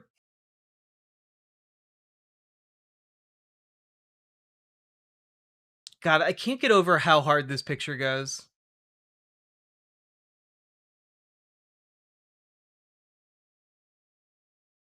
Gonna throw some hands in my bluey PJs. Is the lemonade sugar-free? As far as I understand, it's not fully sugar-free, but, like, similar to the calories of Peach Monster. So 25. Not a whole lot of sugar in there. What the heck is that pic? It's a man in Minneapolis about to throw hands against ICE agents trying to detain a man. And, you know, he's just middle-aged dad in bluey sweatpants going to throw hands against the man.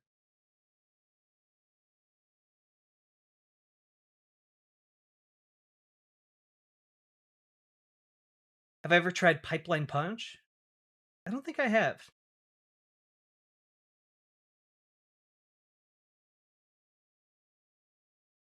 His constituents, meaning us? Yes, meaning you, Ienzo. All right. Beep, boop, boop. What is this? Many. Oh, God. Did I make everything awkward? No, Yenzo. That honor goes to Crispy Chris over in YouTube chat. You don't see that kind of resistance in St. Paul. It's true. The soft, effete elite of St. Paul would never throw hands.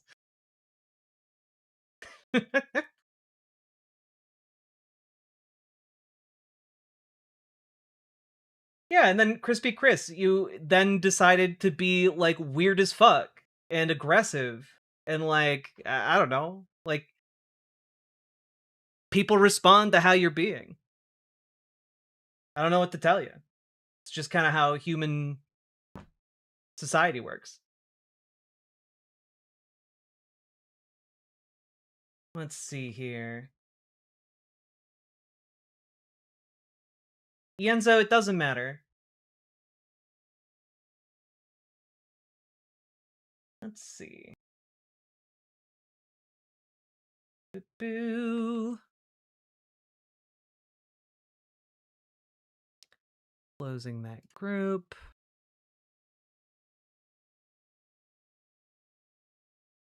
I have an update on a past story for you guys. Disagreeing is not being weird or aggressive. No, but, like, the manner of your disagreement matters. And, like, your logic is not good.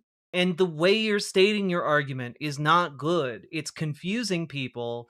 And then when people are confused, you get really defensive and weird about it. Like, you can disagree, but you also accused people who are just saying, wow, this guy's really charismatic, of taking dick up their ass. Like, I don't know. Like, maybe you're the one who's coming across really aggressive and weird in this situation. I don't know.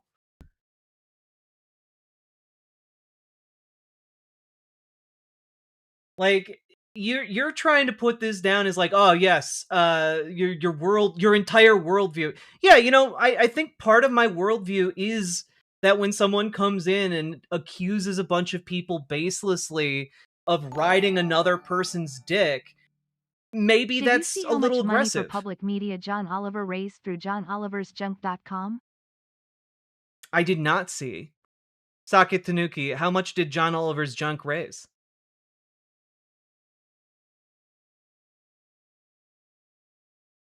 I said everyone was deriding. You look like you took that seriously. I mean, you literally take it in the butt from him. Yeah, then maybe don't say that everyone's riding his dick. If you don't want people to interpret it that way, don't use the words you're using. Just, like, oh man, people were offended by the words I used. Wow. Welcome to being in a conversation and posting things publicly.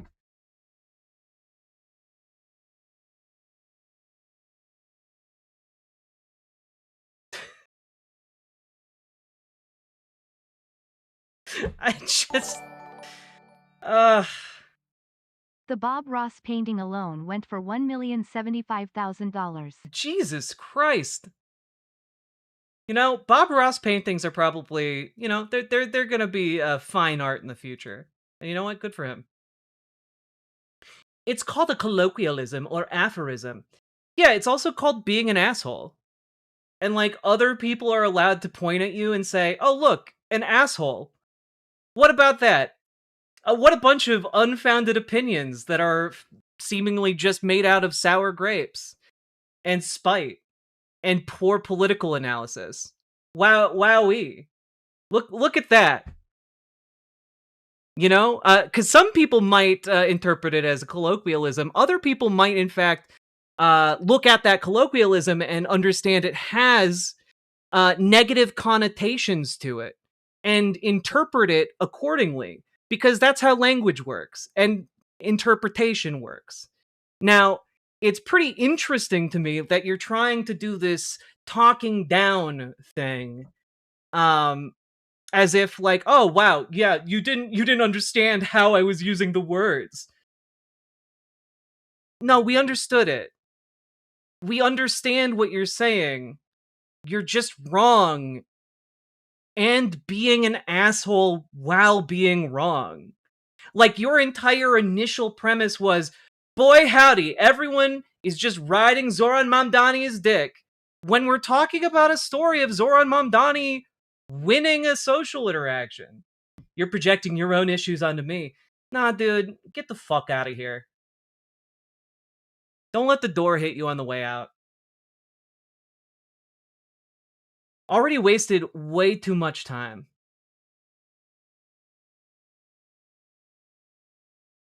Huh. Could I be wrong? No. Surely it's everyone else who is also a child. They must be wrong. I just... Why? I don't understand people who experience victory and then decide that because people are excited about that victory, other people are being insufferable when you look around in our current context and the number of victories are shockingly small. I just, it's counterproductive nonsense. This is why we can't have nice things. God.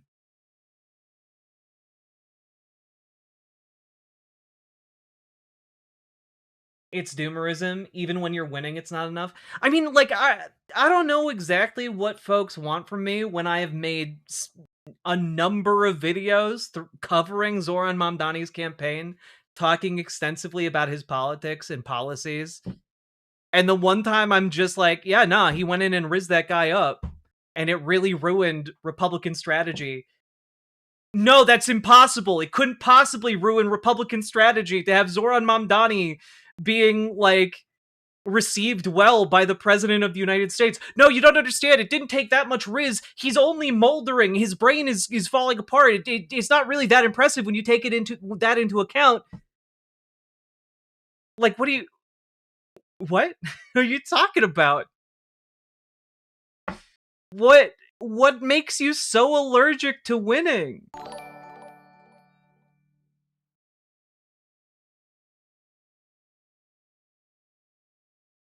God damn. Good on John Oliver. If I ever find out that John Oliver has done anything wrong, I'm gonna be so sad. I'm a crusty as fuck under the bridge anarchist. I still think Mamdani is a net good. Yeah, look, I'm a communist. I, in the long scheme of things, I support the eroding of the state away into nothingness. But I still think that a good politician in our current context is good. Like, damn.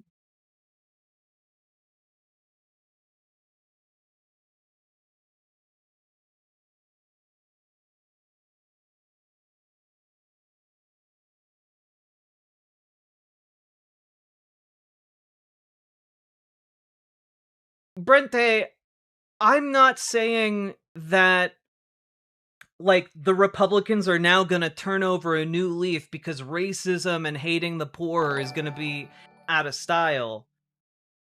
Do grammar Nazis and communists fight?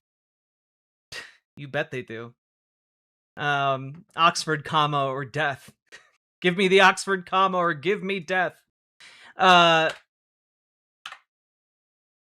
But what I am saying is that it is significant that the Republican Party has spent an ungodly amount of money already pushing messaging that is explicitly anti-Zoran Mamdani, that is explicitly Islamophobic and bigoted and awful in innumerable different ways, attached directly to Zoran Mamdani, and having the president, the guy that everyone in the Republican Party has attached their political candidacy to, show up and say, no, guys, he's actually the coolest guy ever. Like, that's a big blow to the messaging machine. And I don't, like, can you not understand? Like, the money has already been spent. The messaging has already gone out. And you had Donald Trump directly counteracting that messaging when asked directly about, like, a comment about made by Representative Elise Stefanik about Zoran being a jihadi. And he's just like, nah, I think he's fine. I feel perfectly safe living in New York. Like, those talking points have already gone out. The ads are already running.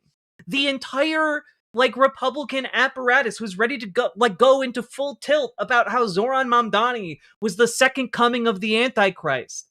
And, like, that messaging is now wasted because of what Zoran and Trump talked about and how Zoran was received by Trump. Wait, the Antichrist came before it? Yeah, look, Donald J. Trump, look him up. Like, so when I'm talking about this being an unambiguous W, and then someone's like, oh man, everyone's riding on this guy's dick for doing well in a social interaction. Like, yeah, no shit. No shit he did well. He's like, this is a huge wrench.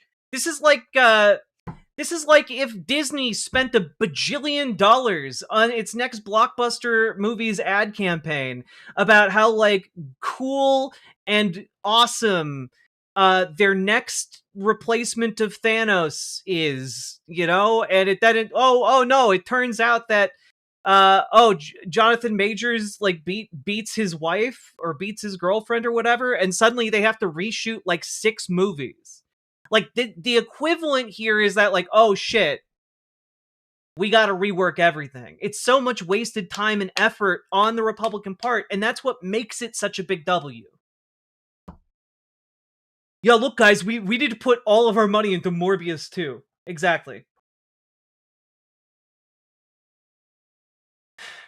It's the head of that Campbell's Soup company coming out to say our soup is fucking terrible and all the meat is artificial after running an ad campaign. It would be like if after the scare about children eating Tide Pods, the Tide Pod CEO came out and said, oh no, don't you worry, kiddos. Eat those Tide Pods. They're fully edible. Just eat them. They're delicious. They look so good and they will taste even better. Like, it just is just a complete undermining of any kind of damage control, you know, that they're trying to run related to Zoran Mamdani's win. Don't eat Tide Pods.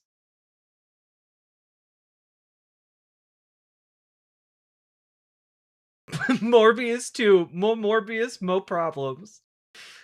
That should be the behind the scenes movie. They should do a behind the scenes making of Morbius movie, a la Apocalypse Now, and I forget the Is it the heart in the heart of darkness or whatever the behind the scenes movie's called? Takes Tide Pod out of mouth. Thank God.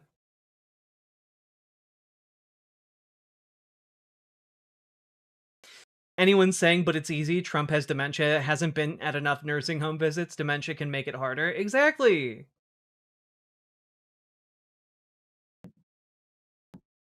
I don't know.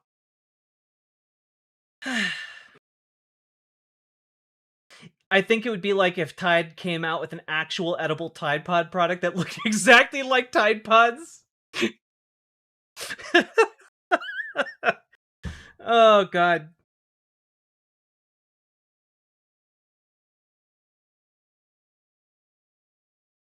All right, we got a serious update for you guys about a story. So, real quick, tonal shift, all right?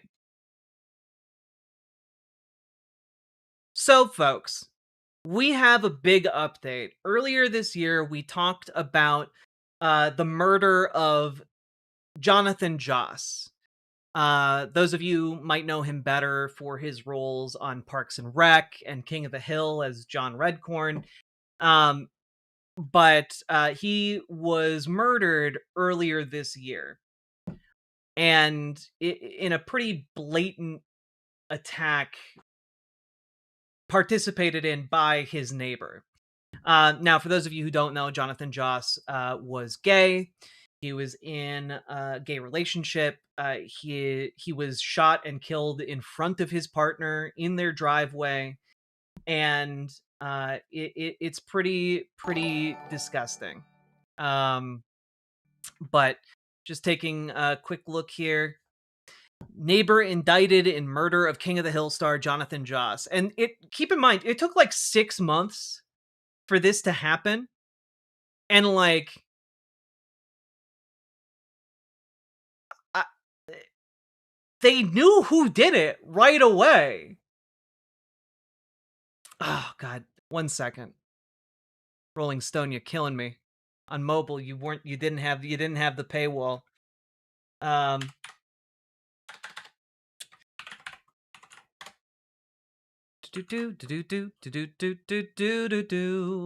we go.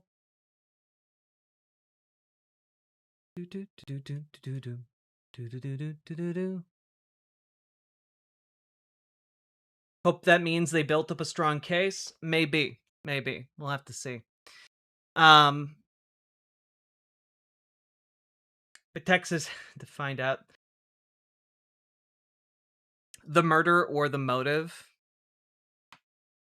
Look. Yeah, no, like this was an ongoing case, guys. Jonathan Joss and his partner had been getting threats from their neighbors for years. Police were called out to his home so many different times. He wasn't able to make enough money to make ends meet, so he and his partner were like living without heat in their house. Yeah, it's not great. But the man accused of shooting and killing King of the Hill actor Jonathan Joss in June has been indicted for murder. On Monday, a grand jury indicted Sigfredo Queja Alvarez, 57, on 1 count of murder. Alvarez was arrested in June on a charge of first-degree murder. He was subsequently released on a $200,000 bond. And let's just take a look. His partner stated, Jonathan and I had no weapons. We were not threatening anyone. We were standing side by side. When the man fired, Jonathan pushed me out of the way and he saved my life. After the shooting, Alvarez fled the scene in a vehicle, but later confessed to killing Joss when he was detained by police. According to the police report, Queja Alvarez told the first officers to arrive, I shot him. Which, makes it very weird that it took months to get an indictment. Like, dude literally was like, yeah, it was me. I did it. And it looks an awful lot like it was a hate crime. We were harassed regularly by individuals who made it clear they did not accept our relationship. Much of the harassment was openly homophobic. And at the time of Joss's death, they were living in hotels after a fire burned down Joss's longtime home. Yeah. There were over 70 calls for service at Joss's address, according to SAPD. And they had like officers assigned to the neighborhood to regularly check in. And of course, the man who shot Jonathan Joss initially claimed self-defense, and that claim has since not been substantiated, seemingly. And it's a really, really heartrending case. But it is nice to see that it is moving forward. It is not, in fact, being ignored or neglected. And it is... It's a really, really sad story. I did a video about it back in June. But it appears that justice is moving forward for Jonathan Joss, albeit perhaps slower than any of us would like.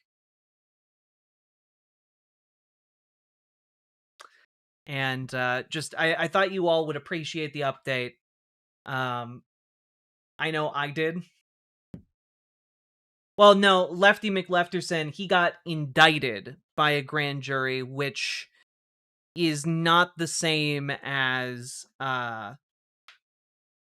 being convicted. So I believe the next step is for this to go to trial, and at which point, you know, he'll stand in front of a jury of his peers for them to decide whether he is guilty or innocent.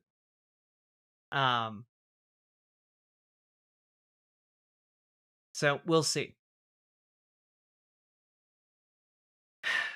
With that being said, if you got anything out of this, like, comment, and subscribe. Share the stream, share the video. And let's keep on going.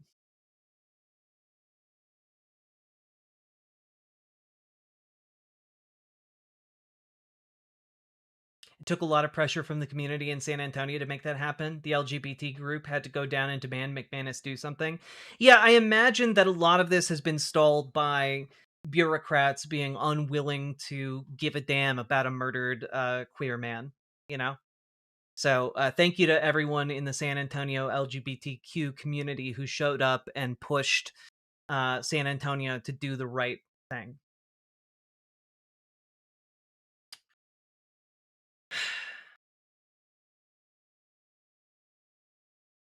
Check out the last link. What is this? Also, let me enable alerts again. Sake Tanuki. Thank you for the 5 tier 1 subs. What is this? A sealed fate candy packets? Trick or treat, asking you shall receive. These packets feature the familiar do not eat messaging. No! No! This is such a bad idea! Oh my god, why? Why? Oh my god, why? Somebody sells these as candy. No! Good god. Somebody made them? Yeah, you can buy these. Do not buy these. I refuse.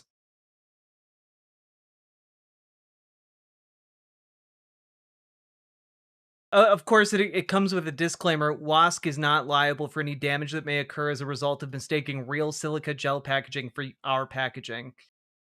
Jesus. This is a lawsuit just waiting to happen.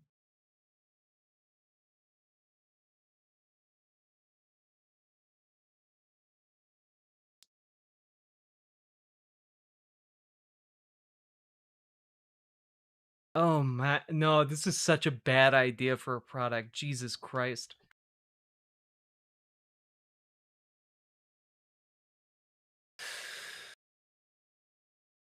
Do not eat the forbidden candy.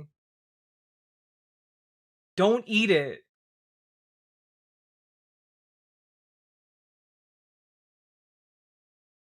I can't wait for the Wendigoon episode on that product in 3 years, right? Warnings are dumb and stupid. I am strong and powerful and simply built different. I will survive it. Oh god. Imitation Tide Pod Candy W/a disclaimer. Thanks, capitalism. Indeed. Indeed. Oh god. All right. Let's do our segment about farms. We'll talk a little bit about farms. You guys ready to talk about farms? I'm ready to talk about farms. And then after we do our farm segment, it's time for our What If Alt Hist segment.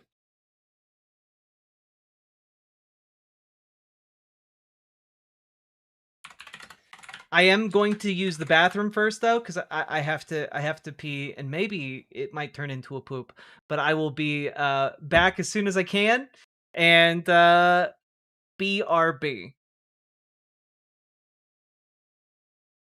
Don't worry, I'll leave you with music.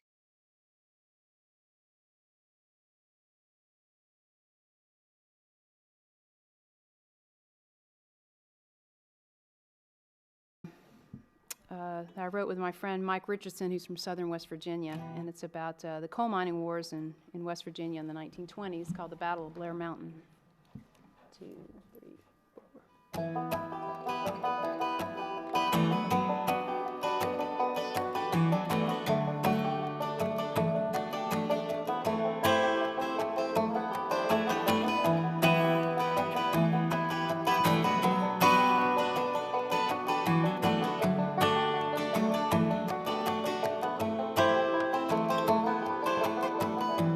Find a vein, drain the black gold,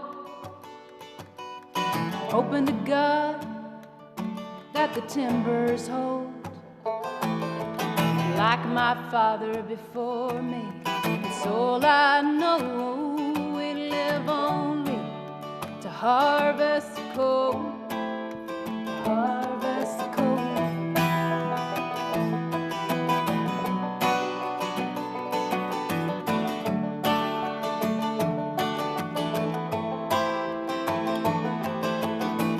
Mine owner's mercy, about as shallow as a grave. We're living in shanty towns, we ain't got no say. 14-hour shifts, such a meager wage. And Mother Jones can't help us now anyway. Anyway,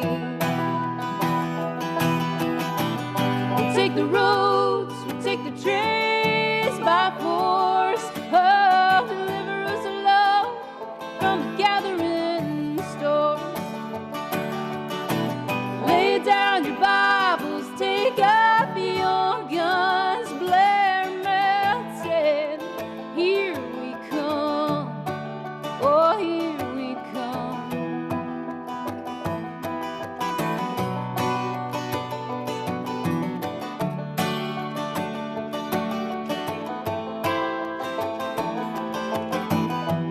Red bandanas that tell us what side you're on.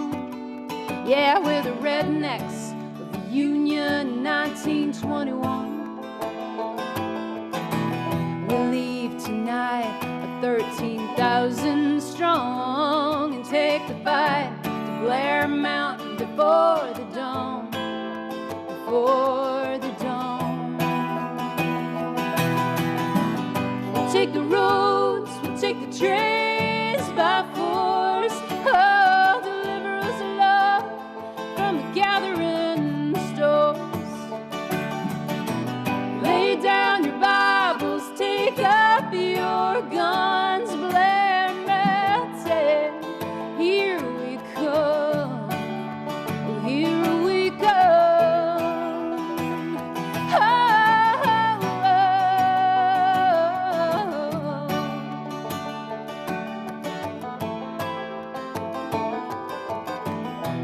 fight for my father, still buried in the mine.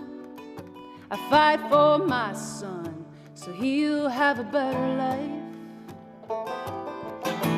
We're soldiers of a great war, and it don't seem right to treat a man like a dog just to make a dime, just to make a dime. We'll take the roads, we'll take the trains by force. Oh, deliver us, Lord, from the gathering stones. Lay down your Bibles, take up your guns, blare metal. Here we come, oh, here we come. Here we come.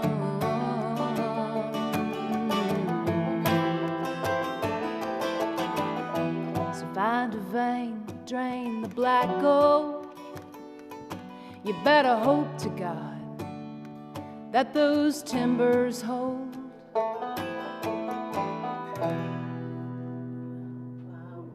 Yeah, wonderful. Wonderful. I'm not a coal miner, as you well know, but I'm as close as I could be not to be one. My father was a coal miner who was killed in the mines, and my husband is slowly dying with black lung. And my husband and me was in the strike in the 30s in bloody Harlan County, and I do mean it is bloody too. And they tell me, these miners say, we're going to stick it out unless Duke Power signs the contract till hell freezes over.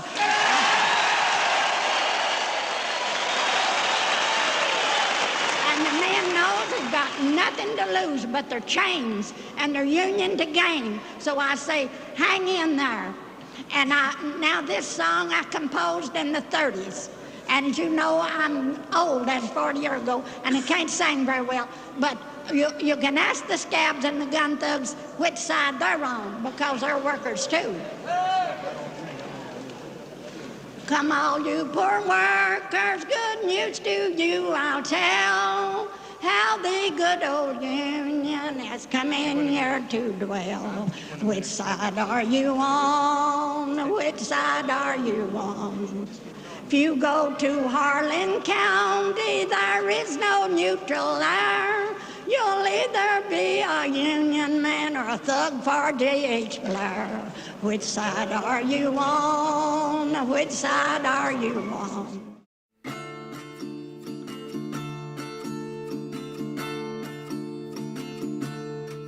Oh, which side are you on? Which side are you on? Oh, which side are you on? Which side are you on?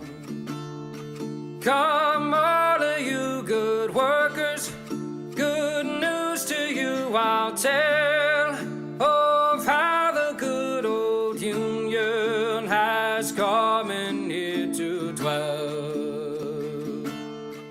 Oh, which side are you on? Which side are you on? Oh, which side are you on? Which side are you on?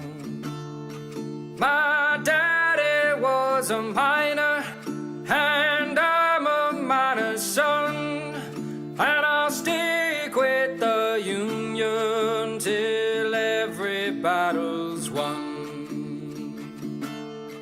Oh, which side are you on? Which side are you on? Oh, which side are you on? Which side are you on? They say in LA County there are no neutrals there. You'll either be a Union man or a scab for the boss, beware.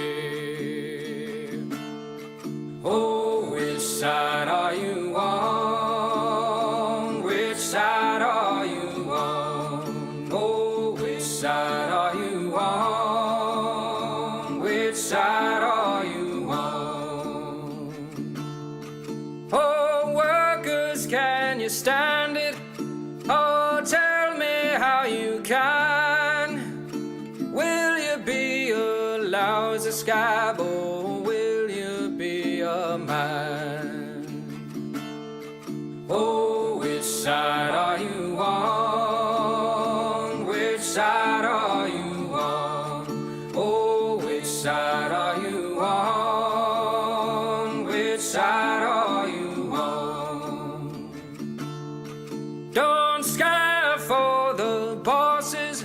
Don't listen to their lies. Us poor folks haven't got a chance unless we organize.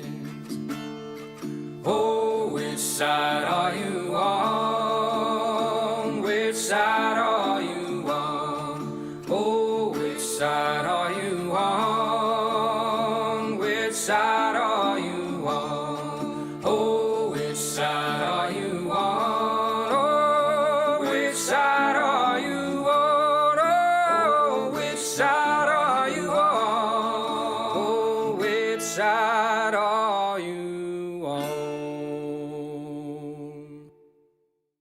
In 1948, the natives were expelled from the land of their ancestors, their homes and cities shelled.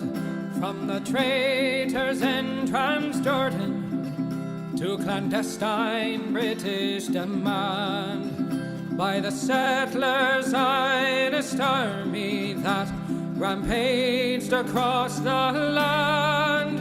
Oh, Palestine, we hear your desperate plea that once again across the land your people can be free.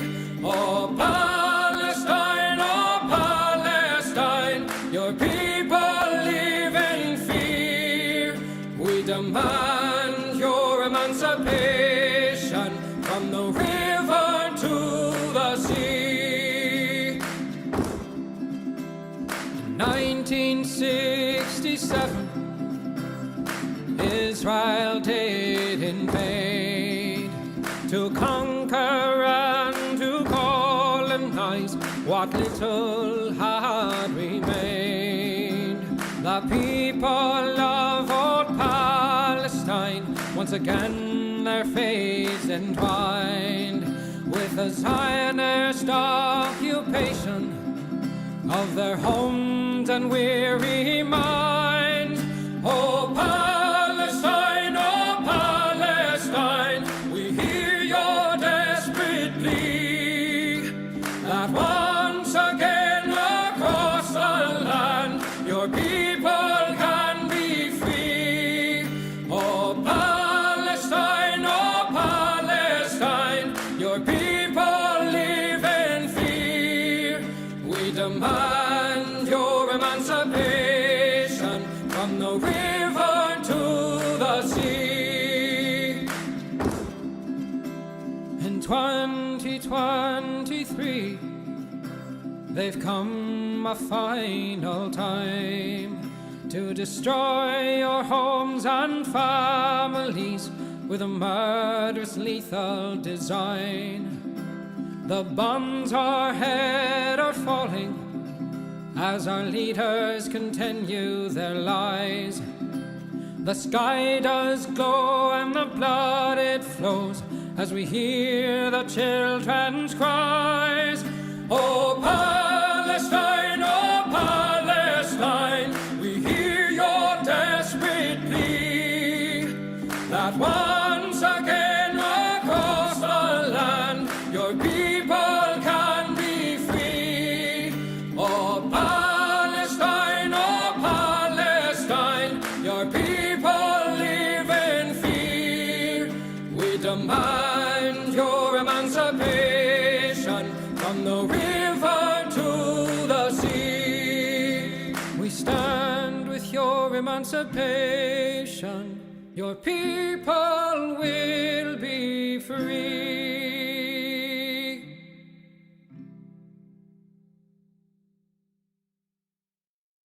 When the people's will is swayed by a con man's cheap charade, Despite the crass misogyny and blatant hypocrisy, when the fascist voices swell, we hear echoes of the past. They vilify the immigrants, the leftists and outcasts, when the opposition croaks and the people just don't vote for the same old tired rhetoric of neoliberal politics.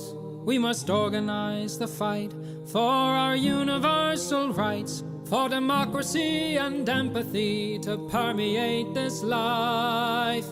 For it's not the immigrant who labors for some bread, who's making us toil till we drop dead.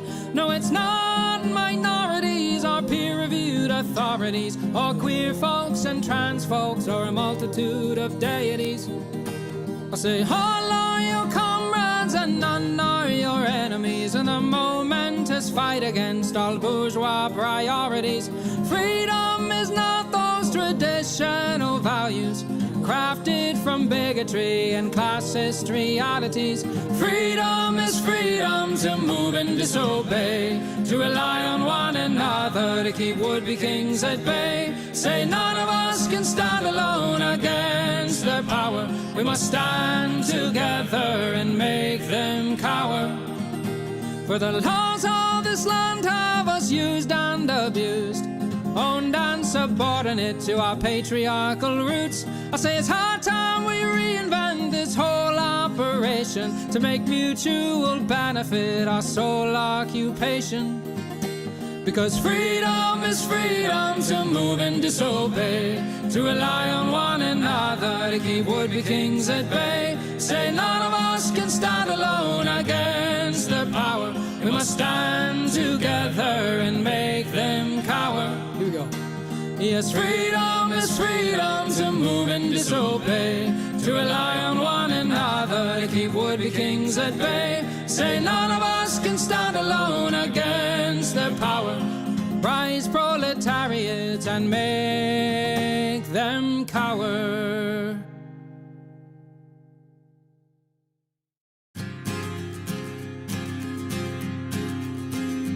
In a pleasant wooded valley lived a huntsman tall and able. He relied on skill and cunning for the food upon his table. He would walk the forest shadows with his little son in tow, teaching him the archer's art and all that he should know. Keep your eye clear and keen like a falcon on the wing. Keep your heart strong and steady like your hand upon the string. Never bow to a tyrant while your people are laid low, for the highest head may fall to the man who wields a bow. In the valley there was freedom and a man was left to living, but as year gave way to year the ruling men grew less forgiving. On a day as black as death a governor to rule them came, turning landsmen into slaves, and Gessler was his name. In the center of the village Gessler set a lofty pillar, and he ordered every subject, be he serf or be he miller, to do homage to the hat that Gessler placed atop the pole, or to forfeit to the crown his life if not his soul. But the huntsman William Tell came into town the morning after. William heard of Gessler's order and could only roar with laughter. Honest men should hold a rank above a petty autocrat. I would never bow to him, I'll not bow to his hat. Keep your eye clear and keen like a falcon on the wing. Keep your heart strong and steady like your hand upon the string. Never bow to a tyrant while your people are laid low, for the highest head may fall to the man who wields a bow. Gessler's soldiers seized the huntsman and his little son for treason, but the people of the village cried for mercy and for reason. Gessler stays the execution, but a cruel test contrives. Prove to me your skill, and you may ransom back your lives. I have heard it said you have no peer with longbow and with arrow, that your shaft can find the quickest hare and fell the smallest sparrow. On the head of your young son I'll place an apple ripe and red. Split it with one shot, or at my word you both are dead. William Tell went to his son and said, I swear I will not hurt you. Courage will not bow to fear, nor shall this evil conquer virtue. Turn your face towards our home and stand as still as any tree. I will split the apple, we shall soon be home and free. Keep your eye clear and keen like a falcon on the wing. Keep your heart strong and steady like your hand upon the string. Never bow to a tyrant while your people are laid low, for the highest head may fall to the man who wields a bow. Every tongue was still and silent as the archer paced the distance. Gessler's soldiers lined the square and there was no hope of resistance. William knocked a single arrow, put his shoulders back and drew. Then the arrow sang and split the apple clean in two. All at once the crowd erupted into cheers and into chatter, and a second arrow fell from William's quiver with a clatter. Gessler said, why hold two arrows when I bid you shoot but one? That one would have found your heart if I had shot my son. Take the archer now and hang him, Gessler to his men was crying. But before the soldiers moved, the archer and his son were flying. From the shelter of the wood, the hunter loosed a final dart. Gessler died with William's arrow buried in his heart. Keep your eye clear and keen like a falcon on the wing. Keep your heart strong and steady like your hand upon the string. Never bow to a tyrant while your people are laid low, for the highest head may fall to the man who wields a bow. Keep your eye clear and keen like a falcon on the wing. Keep your heart strong and steady like your hand upon the string. Never bow to a tyrant while your people are laid low, for the highest head may fall to the man who wields a bow.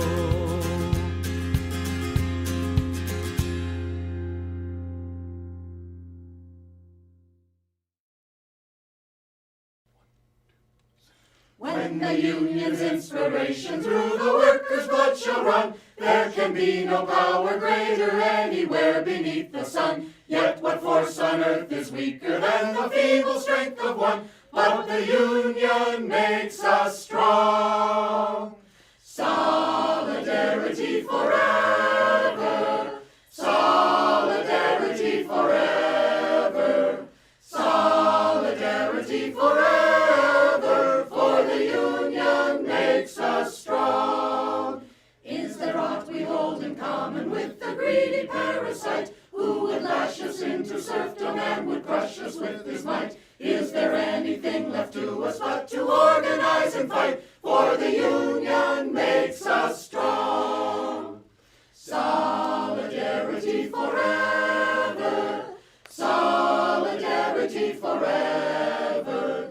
Solidarity forever. For the union makes us strong.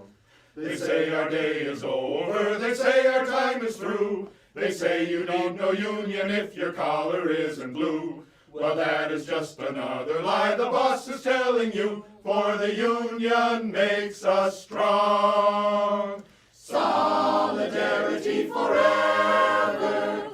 Solidarity forever.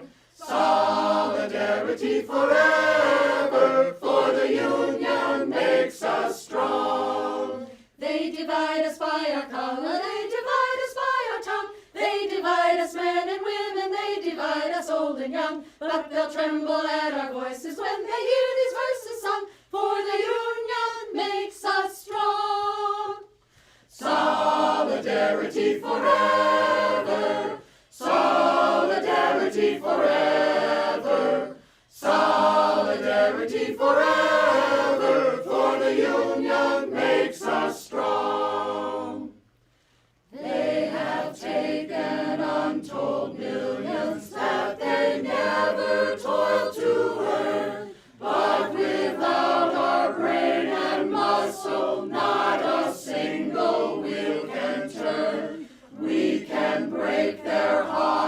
power, gain our freedom when we learn that the union makes us strong. Solidarity forever, solidarity forever, solidarity forever, for the union makes us strong.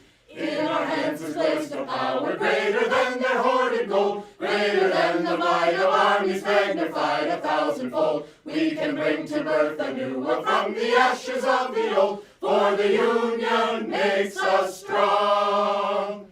Solidarity forever, solidarity forever, solidarity forever, for the union makes us strong. Solidarity forever, solidarity forever, solidarity forever, for the union makes us strong.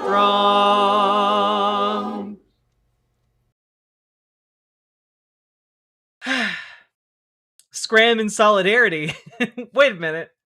Your voice is lovely. Thank you, Brent. How we doing, folks? How we doing? Sorry I was away for so long. Clap that butt. Clap that butt. Clap that, clap that, clap that butt. Let's go. How we doing? Boop, boop, boop. Right, you guys ready to talk about farms and farming? Oh, these are part of the shirt collar, Brente.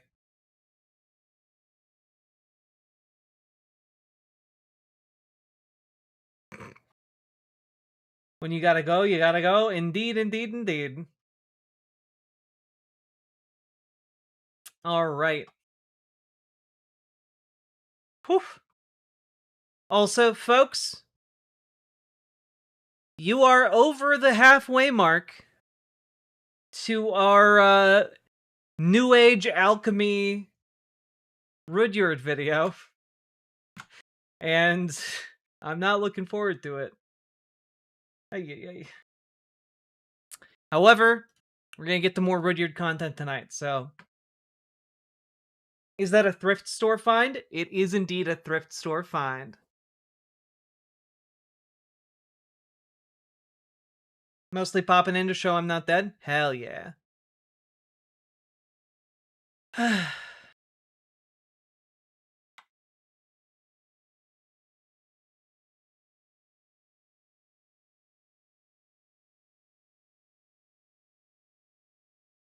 Isn't thrifting grand? It's really fun.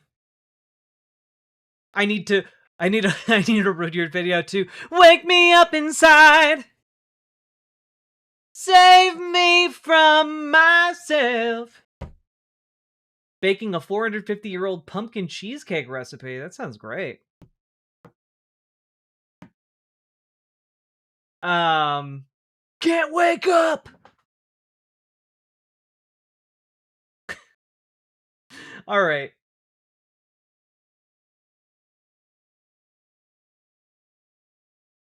Let's jump into it, shall we?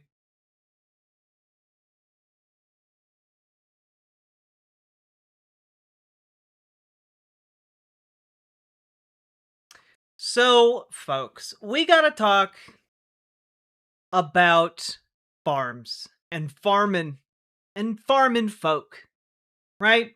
Because one of the big things that Republicans have been kind of trying to take credit for over the last 50 years, 60 years, are the hardworking farming folk of America. You know, that this idea that Republicans speak to the common working man. You know, the kind of man who gets up in the morning, milks the cows, and then goes and tills the earth with his bare hands, you know? And, well, Donald Trump has utterly betrayed the trust of farming communities during both of his terms. You know, we're now looking at term 2 of Trump, and he's doing so much worse to farmers than what he did during his first term. And I need to remind you guys, during his first term, there needed to be dispersed around $13 billion in bailouts for farms and farmers. And it's only gotten worse. Like, the entire workforce of many of the farms in America is predicated upon immigrants. And whether they are documented or undocumented, and oftentimes they are undocumented, those folks have been getting picked up and attacked by ICE. And it makes them scared to go to work, so they don't show up anymore. You got food rotting on the vine. You got the fields lying moldy and forgotten. You've got, like, all kinds of things going wrong because the workforce just ain't there anymore. And on the off chance that you actually did manage to harvest all of that, right? You can't sell it anymore because other countries have changed their buying habits in response to Donald Trump's tariffs. And so you have people with silos of, soybeans unable to offload them because China, our biggest buyer of soybeans, is no longer buying any soybeans from us. This is one of those things that just widely hurts the entire country. And, well, let's just take a look, because More Perfect Union, doing incredible work, by the way, under Trump too, did an expose about how farms are being affected by Trump's policies. And let's just take a look at this, because I found it really, really interesting and eye-opening. Just say I was at all soybeans and $150 an acre loss. You're looking at $450,000 a loss. For just doing my job, I'm paying an additional $450,000 instead of making anything. I've never seen a crisis like this. Without intervention, we're talking about generational loss of farmers. In the last year, farm bankruptcies here in Arkansas have nearly doubled. The story in the media is that's because of Trump's trade war with China. And now that China has agreed to a deal, the crisis will pass. But that story is wrong. The tariffs are a problem, but think of it as being in a coffin, and we're going to nail the lid shut. The tariffs are the final nail. This crisis was here before he did the tariff thing. This is a crisis that's been building for decades. Farmers here told us a bigger story. A handful of companies have built a global system in which they always win, and American farmers are lucky to break even. All supported by our tax dollars. They're just laundering tax money. None of it stays in the local community. And while our farmers are dependent on growing crops for countries like China, we import more of our food than ever. The bigger story is we're very vulnerable to the whims of other countries. With thousands of farmers on the brink, we wanted to know, how did this happen? And if a deal with China won't save American farmers, what will? Well, spoiler, breaking up major farming corporations that have consolidated so much power that they can now treat these massive family farms as tax write-offs, as opposed to, actual asset generators. Actual places where food is grown and then distributed.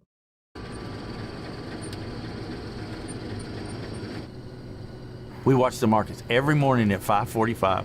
I get up and listen to Standard Grain. And Joe says it's 5:45 in the morning and the markets are.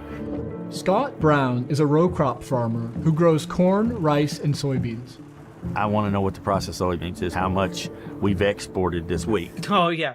Specifically, begrackled, exactly. ConAgra is one of the worst. The price of soybeans hit a high of $17 a bushel 3 years ago, but this year, it's down to $10. That means many farmers will operate at a loss, but not just for soybeans. So for cotton, soy, corn, and rice, the average loss per acre is $150 to $350 per acre. Adam Chappell farms 2,400 acres about 2 hours from Scott. In September, Adam and Scott attended a meeting called for farmers to speak to their federal representatives. Hundreds of farmers from across the state came to voice their concerns about the current state of farming. It was a three-day notice on this meeting. We went from having 15 to 20 people to over 500. We were in the start of harvest. For 500 farmers to get off of combines and go stand in a meeting is a big deal. It was like a funeral in there. This is generations of farms teetering on the brink. I'm in the worst shape right now that I've ever been in. 5 of my customers have committed suicide. Like, you know, I think a lot of folks don't understand the economics of rural areas and especially farming in general. Because big business has gotten into these rural communities in order to hoover up all the different assets, and that includes the farms. You know? That includes the farms, and the farms are kind of being treated in a way by these major companies. Like, you know how in more urban areas, there will just be like buildings that are left vacant to rot and molder and fail, and no one ever seems to do anything about them. Like they're condemned, they're just sitting there, and like, why? Oftentimes, it's because they're owned by corporate landlords that will sit on them specifically because they can operate that at a loss. And when that thing is operated at a loss, with no other resources going into it, well, then they can write that off on their taxes. It is a way to essentially cheat the tax system, and the cost is then borne by the communities where these buildings are. And in a similar way, that's happening with farms in rural America. Oh, God. And Cannabob Rex, we are going to talk about cannabis farmers in this segment, too. That's how serious that piece is. But yeah, like, you get economic conditions so brutal and harsh that, like, farmers will kill themselves because of the financial holes they get into here. Like, this is one of the reasons, like, when you talk about, like, the crisis of, you know, confidence, or the crisis of the American man killing themselves, a lot of it happens in these rural communities where either opportunities have been completely killed off by big business moving in, or, well, I mean, frankly, it's that.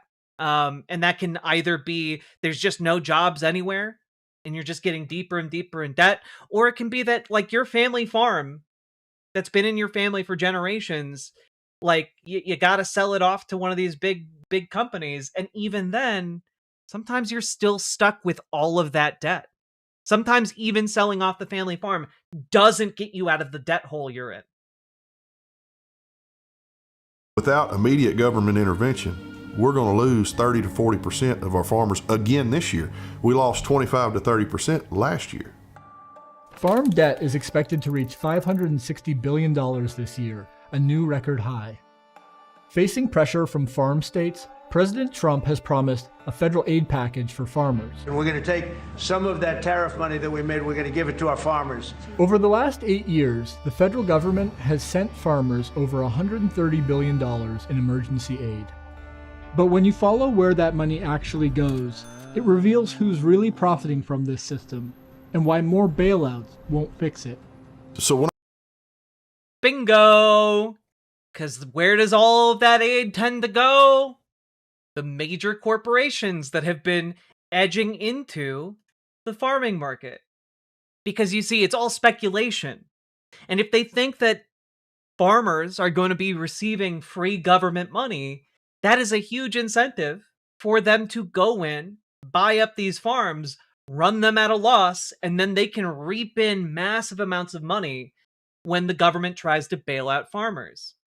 Because they are technically farming these large multinational corporations. I get an aid package, okay? That money will never come to me. It comes straight through my hands into whoever I owe the money to. When federal money is sent to farmers who have debts, like Adam, Scott, and most small farmers, they quickly pass it on to the companies they borrowed from to buy the products they need to farm, like seed, fertilizer, and machinery. And because one of the things people don't realize is that seed, fertilizer, and machinery is often rented or so expensive that it requires that you take out loans in order to buy them, with the hope that you are going to make enough of a crop and that the prices are going to be high enough that you can then pay back what you took out a loan for. And if the crop goes bust, you're done. Like you either go deeper in debt or you are just like end of the line. This is why you get farmers shuffling off this mortal coil, because they get screwed by multiple systems of loans and debt. the combined cost. Yeah, no, this is neoliberalism in a nutshell. This is what, Ronald Reagan really unleashed here. This entire system, it's basically the next evolution of sharecropping, but it's sharecropping at scale. It is a large-scale form of the sharecropping system. Costs of those inputs have risen far faster than what farmers can sell their crops for on the market. Farmers pay three times higher. Wait, see what I mean? Like, just in this graph right here. Farmers can sell their crops for on the market. Crop output prices received versus input prices paid. Because the goal here is to get these farmers to operate as effectively, slaves. They might not be slaves in name, but functionally to either work to death or agree to live in some kind of indentured servitude to the agribusiness. Farmers pay 3 times higher on inputs than they did in the 1990s. What has gotten us to this point is the mergers and consolidations of ag input suppliers in 2015. Yeah, this is why you need trust busting. This is why you need monopolies to be broken up. It's because the constant consolidation allows for directed and intentional exploitation of the working class. And in this case, the working class is farmers. And a lot of folks don't think of farmers, at least people who own the farms, as working class in a sense. But you need to understand this system. In this system, just owning your farm doesn't mean you are free of the exploitation of these companies.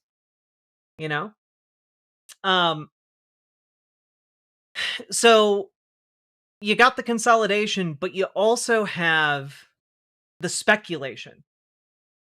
And both of these things were enabled by Ronald Reagan. Monsanto and Bayer merged. They were competing against each other. And that was during Obama's administration. Yeah, but like Alan Smith, a lot of people don't think of farmers as working class because they think of farmers as, oh, well, you own the land.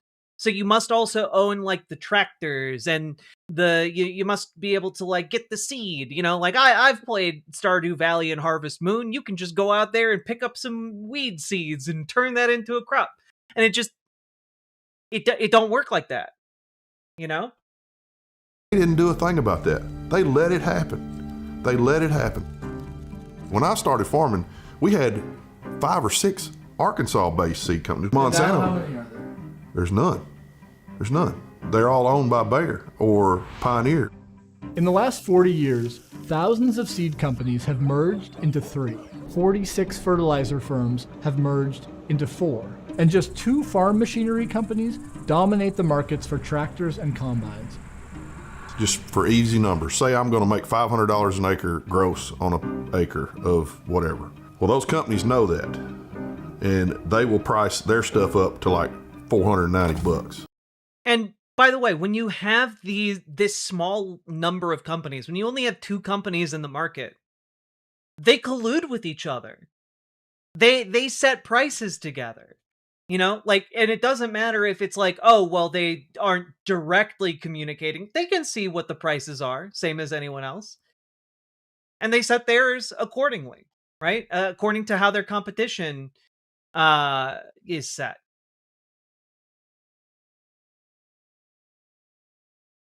The lack of competition is the And yeah, Cliff, it very much depends on where you are in the world regarding like the farmer working class dynamic.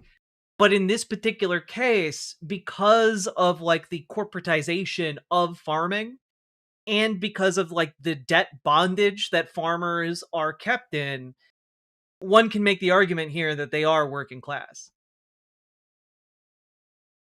Because ain't none of the big farmers left anymore unless they have sold out to one of these companies. In which case, they don't own shit. Reason they can keep those prices inflated, and there's nothing we can do about it. That ability to raise prices is a big part of why, while farmers are just breaking even, major input companies maintain steadily high profit margins. I'm calling whatever the heck is happening in the world of agriculture a bull market of insane proportions. They're going to push us up to the brink, and then when they tip us over the edge, they're going to go to the taxpayer for the balance. Instead of lowering their prices and taking a cut in their margin, they're just laundering tax money. Well, and of course, once they push farmers over the edge, who comes in to buy the farms? They come in to buy the farms. They get the bailout money, and then they come in to buy the farms and consolidate their businesses further.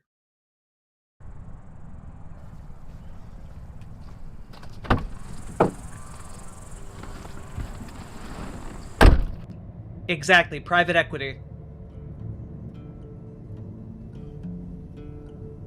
This is it.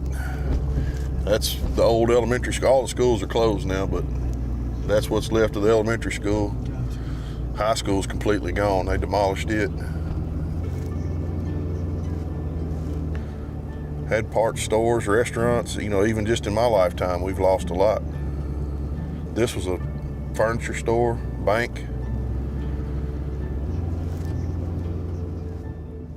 When I was a kid, cotton plant probably had 1,500 or 1,600 people in it.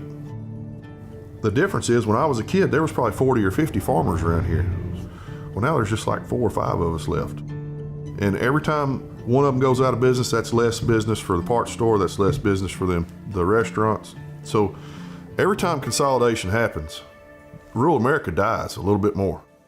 Since 1997, the U.S. has lost over 300,000 farms and now has fewer farms than ever in its history.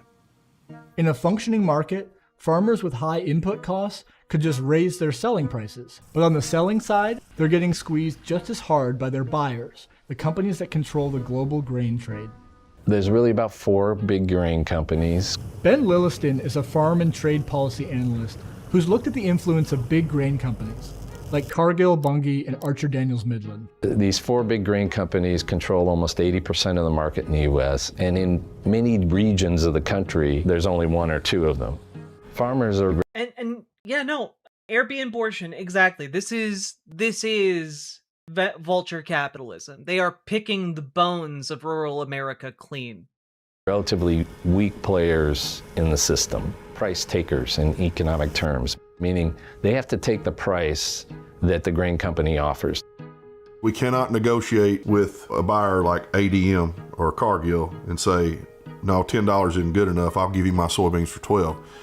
They'll just go, well, okay, get out, go on then. We have leverage against nobody. We are under monopoly rule on the input and the output side. The global grain companies buy crops from farmers often below cost and turn them into processed food, animal feed, and biofuels. They want as much product on the market as they possibly can get. They don't want any limitations, and they want to pay prices as cheap as they possibly can when they're buying corn or soy or whatever. For decades, they've lobbied for free trade deals that allow them to move crops across borders without cost, claiming this will benefit American farmers. We think trade, whether it be NAFTA or elsewhere, is a good thing. And the American agricultural economy has benefited significantly since NAFTA was put in place. It's been sold to farmers that we're going to control global markets and this is going to lift prices for you and make it very profitable for you. Unfortunately, that hasn't actually worked. It's actually been a race to the bottom. Yeah, because all of these corporations, their incentive is to just move a massive amount of product at scale while, ducking and weaving any kind of regulation or fees from the government, and then pay as little as possible. Their goal is to get it as close to zero as possible. Like, this isn't gonna raise the prices. American farmers now find themselves in competition with farmers in Argentina and Brazil to sell their soybeans.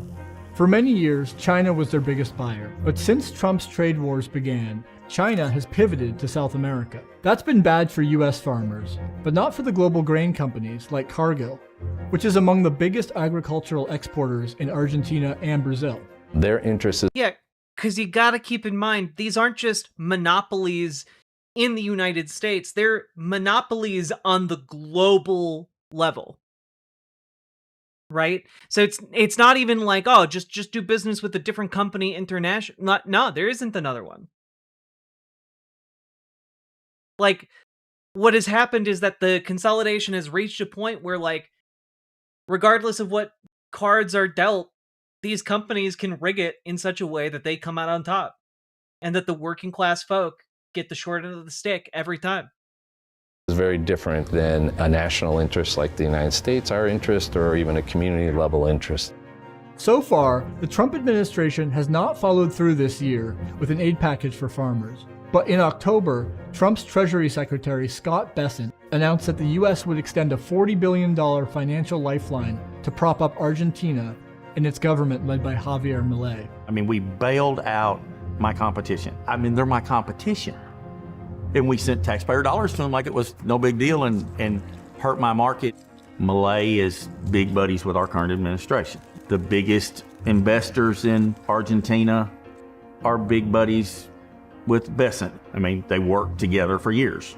Bessent, a former hedge fund manager, owns thousands of acres of U.S. farmland, from which he has earned around $1 million a year. China has been boycotting American soybeans. Do you see a real light at the end of the tunnel there? Well, Martha, in case you don't know it, I'm actually a soybean farmer, so.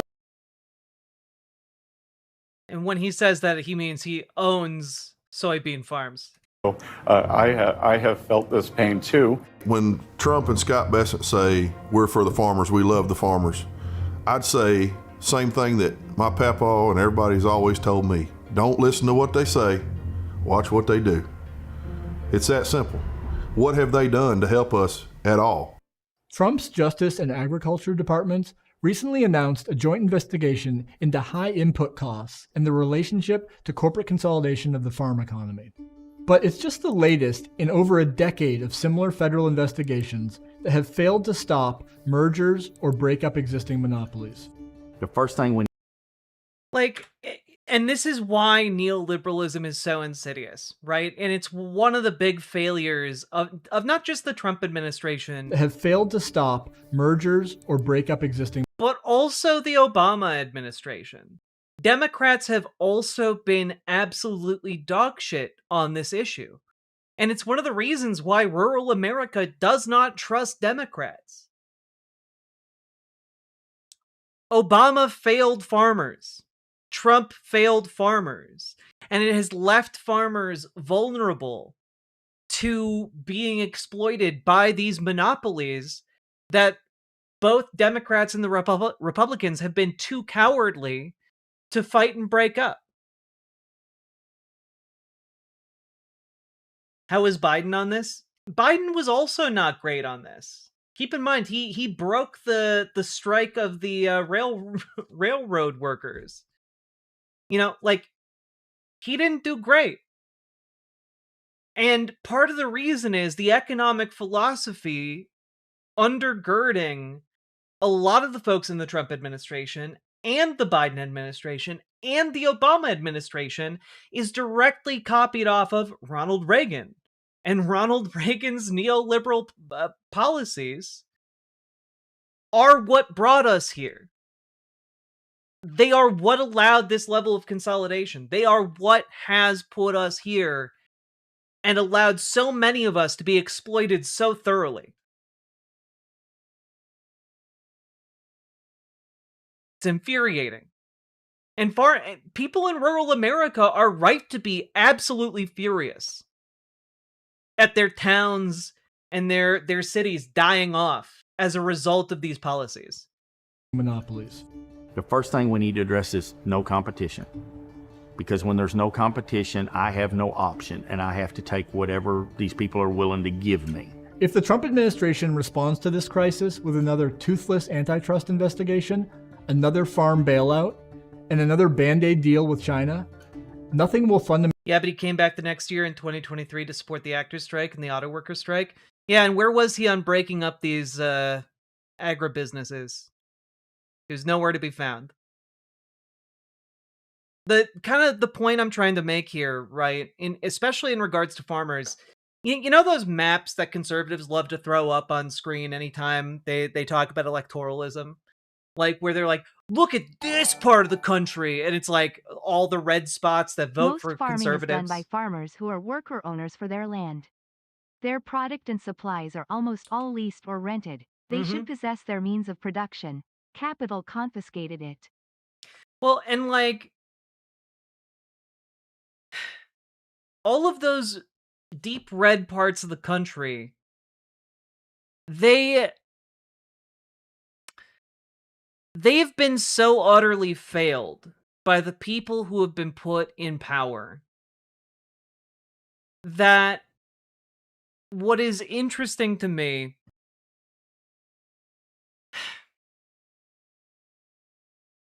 I guess what I'm trying to say is it's not shocking to me that these places are disillusioned with politics and don't have high voter turnout.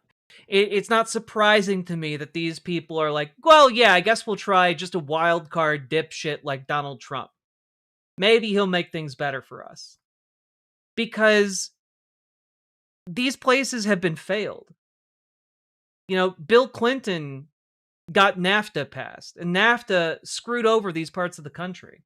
And it's easier, in a sense, to go to the auto workers who are organized into a massive union, one of the biggest and most powerful unions in the country, and to pay lip service to their strikes. And it's easy to go to the actors union and pay lip service to their union because it's huge and influential. Gets you that free that free publicity.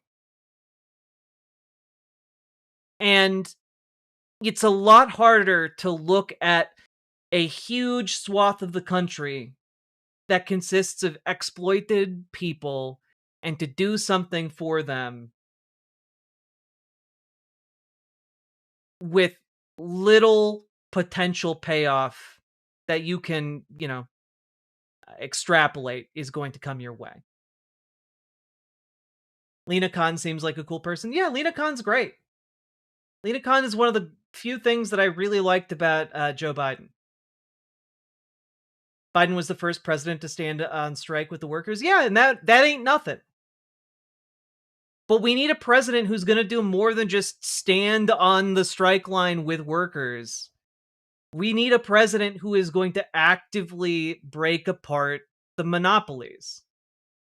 We need a president that is actively going to regulate these businesses. We need a president that is actively going to foster workers owning their own workplaces. Like, what more do I want? What the entirety of my political positioning. What more do I want? I want workers to own their own workplaces in democratic worker co-ops. And like Alan Smith, you're like, what more do you want? I'm like, oh, well, I would like workers to own the places where they work. I would like to have them to have agency, better pay, more happiness, better stability, more transparency, etc. And then you're like, no, I don't want them to have those things. It's much better to just have a symbolic gesture from a president that did next to nothing rather than actual regulatory change. It's very frustrating. It's very, very frustrating.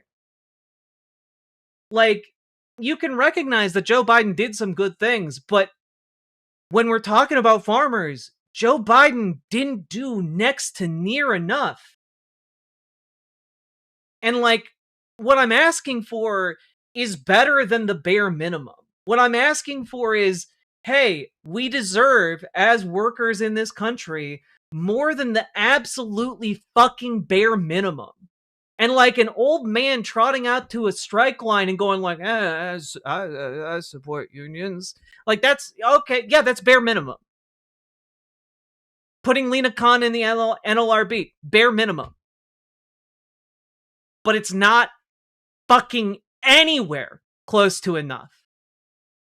Like, even held up to like the legacy of other presidents, whether FDR with the New Deal or the trust buster himself, like saying, "Oh, I support unions." That's not enough.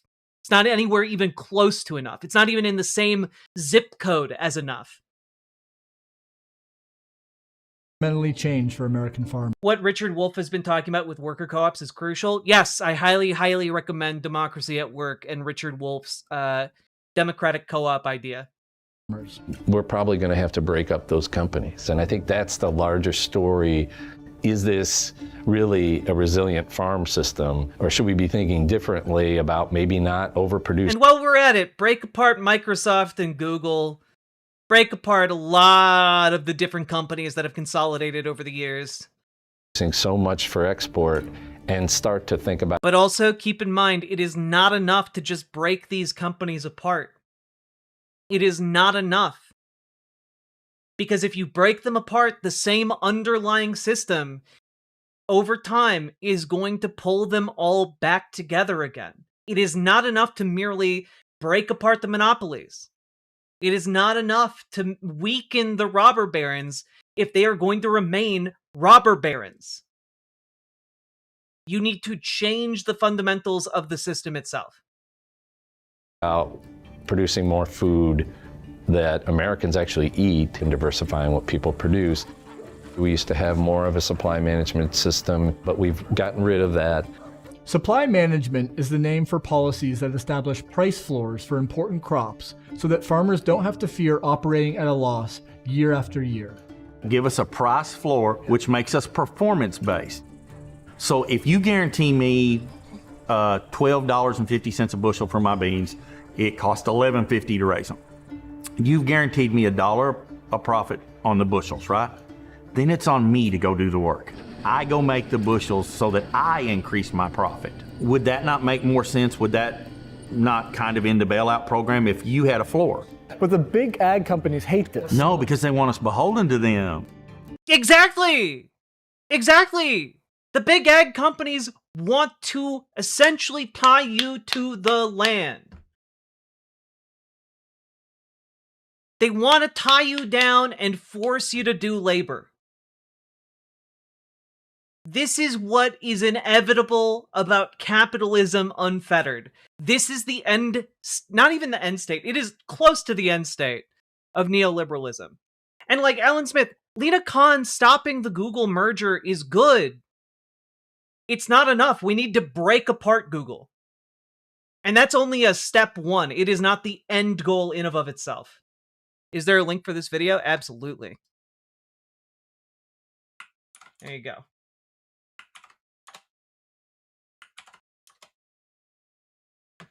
Cargill and ADM is forced to pay farmers fairly in the market versus taxpayers having to subsidize. One study found that a supply management system could have saved taxpayers nearly $100 billion in farm aid payments over 2 decades. Ah, yes, but it would have also denied $100 billion to the big agribusinesses. So, you know, clearly we couldn't have a sensible system. Instead, that money largely flowed through farmers to some of the world's largest corporations. We need to think about what's best for farmers, what's best for rural communities, the workers in the system, and consumers. And right now we have a system that's what's best for global grain companies, global meat companies, and the input suppliers. God, excellent work from the More Perfect Union folks.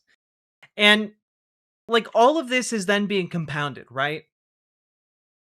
With just government ineptitude by, you know, the Trump administration just being absolutely and totally riddled with incompetence, ignorance, a lack of curiosity.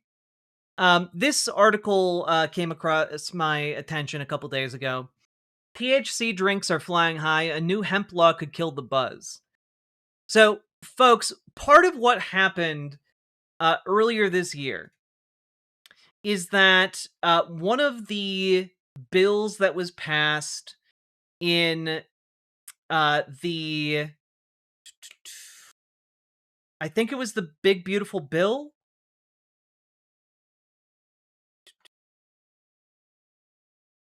Yeah, faces 1-year countdown. A contentious vote in Congress to tighten rules on hemp came after dozens of state attorneys general issued a letter warning of the risks of an unregulated hemp THC market and the dangers it could pose to children. The restrictions were a hot topic for investors and entrepreneurs in the cannabis capital, blah, blah, blah, blah, blah. So basically, what wound up happening was Republicans, in their effort to get through their big, beautiful bill and to like, they eliminated a loophole that allowed for legalized THC products. And the elimination of that loophole is something that, if it goes into effect a year from now, is going to absolutely, it's gonna obliterate an industry that is worth tens of billions of dollars right now. You've got farmers who have based their entire farming careers on growing legal hemp. It is like, when we're talking about farmers, the people growing hemp are also farmers.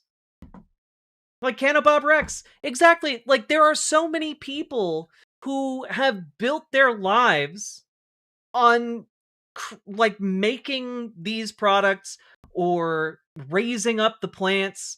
And I mean, it's one would hope that what is going to happen is that there is going to be a scramble, especially as Republicans fracture, to repeal this particular provision of the law and allow for a regulated THC market. However, you know, it remains to be seen. You know, the law has already been passed and signed. You know, in this limited case, you have Nancy Mace introducing a bill to try and repeal it, but who knows if it's going to pass. Having read into this and looked into it, it seems like that bill might gain some traction as it goes, specifically bipartisan traction. But it doesn't go into effect right away. It goes into effect next year. But like, this is one of those situations where, due to sheer incompetence, tens of billions of dollars could be wiped out overnight. Dollars that people are relying on to like clothe them and house them and feed themselves.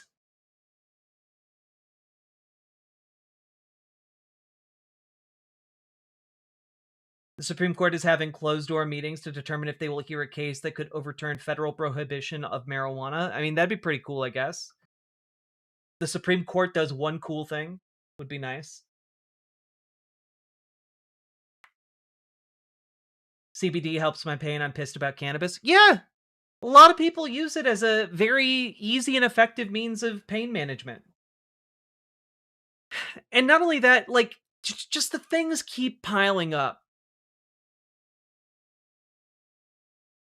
The EPA is now approving new forever chemical pesticides for use on food because, of course, everything is bad.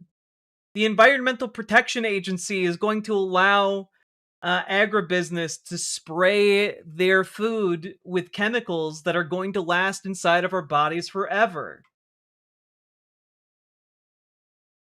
It's awful. The EPA is moving forward with approvals for pesticides containing forever chemicals as an active ingredient. This month, the agency approved 2 new pesticides that meet the internationally recognized definition for per- and polyfluoroalkyl substances known as PFAs or fluorinated substances, and has announced plans for 4 additional approvals. The authorized pesticides, cyclobutyfluoram and isocycloseram. I'm doing my best. Which was approved Thursday, will be used on vegetables such as romaine lettuce, broccoli, and potatoes. It's awful. Scientists and watchdog groups caution that much remains unknown about health and environmental effects of fluorinated pesticides. Probably not good, considering they stay in your body and last forever.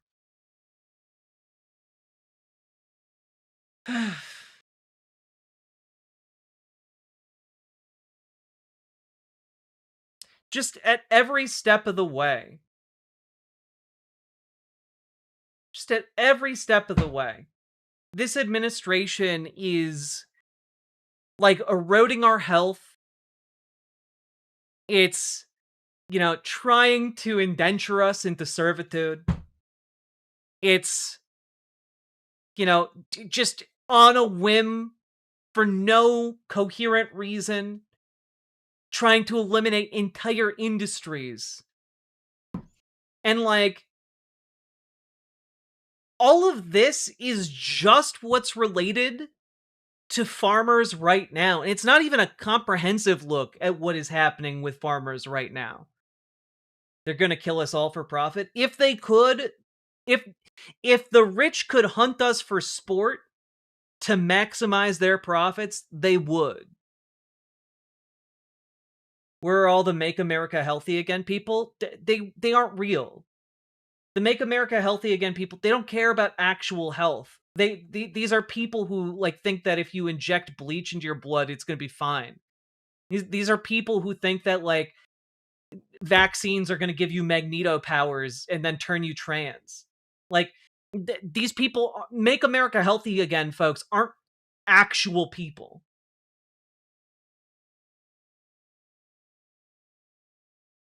And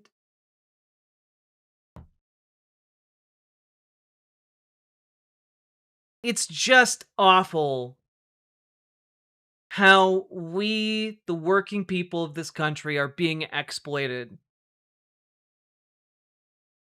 And it's all rooted directly in the neoliberalism spread by Robert, I almost said Robert F. Kennedy Jr. I'm thinking of Maha. Ronald Reagan. Ronald Reagan broke the union power in this country, ushered in the age of consolidation.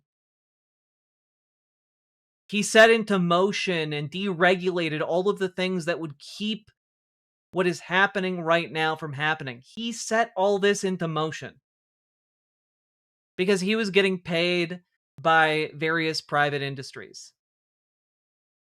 And because of his corruption, because of the corruption of our political system writ large after the fall of Citizens United, we now live in just a blighted hellscape. And it doesn't mean that there isn't hope. It doesn't mean that we cannot regain a level of regulation, but it does mean that even if we regulate all of this can just happen again the second a Republican decides to begin the deregulation process once again. Unless we stand up and change the foundational system of how our economy is managed. Who owns and controls the capital of this country? And I think that the shift from it being that like a major multinational corporation gets to decide how you live your life versus the workers in the factory getting to decide what is done with the proceeds of their labor. I think workers will have a better shot at getting this right than the CEOs who would seek to build like literal space stations to escape us.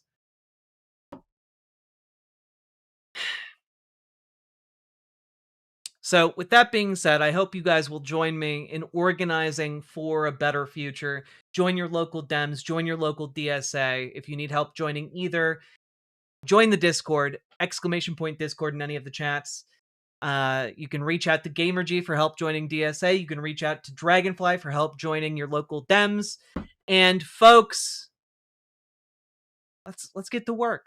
And if you enjoyed this segment or got anything out of it, learned something, please like the stream, follow the Twitch, subscribe to the YouTube, and also consider checking out Gender Euphoric Lingerie. My partner and I founded a gender euphoric lingerie company called Imogene Olivia. You can find a link below in the description and check it out. It's designed from the ground up for trans femmes, and also we're having a Black Friday sale, so check that out. Just learned about that today, actually. So all that being said, let's keep going on.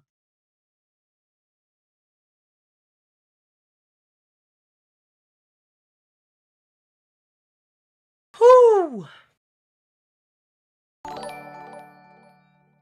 Yo! I want to show my support for the channel. I admire what you're doing, and you look so pretty tonight. Yo, Athia Thorium, thank you for the $100 dono. My God. Thank you for supporting the stream. I very much appreciate it, because folks like you make this show possible. I would not be able to dedicate the time and attention and the care that I do if you guys did not support me. And I really, really, really appreciate it. Thank you so goddamn much. It's... this show is a lot of work to put together.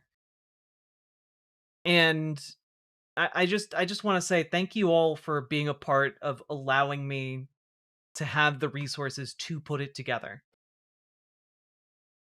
I hereby cast a spell of warning to protect the chat. Cross Crescent Creed, hello! To summon the Dono Ghost.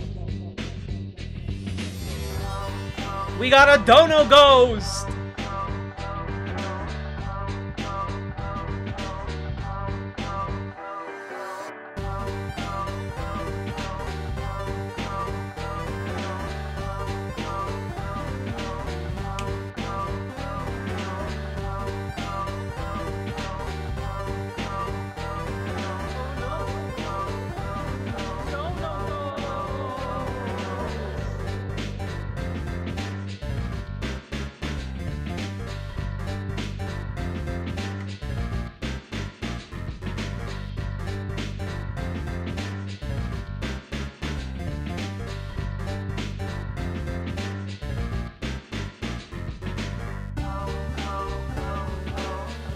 Dustin the Damned!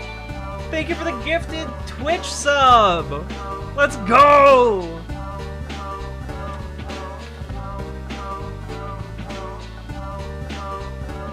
Oh, oh, oh, oh, oh, oh. Oh, oh, oh, oh, oh, oh, oh, oh, oh, oh, oh, oh, oh, oh.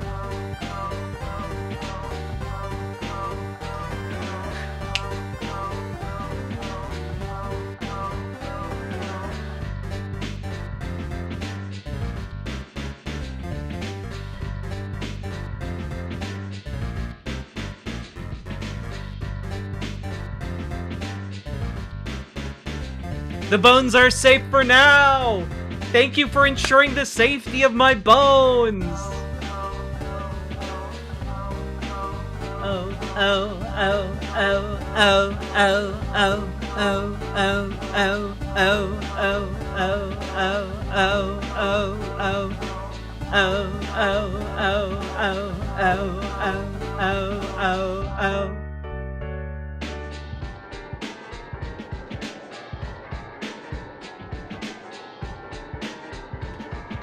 I love the wind part. It's really fun.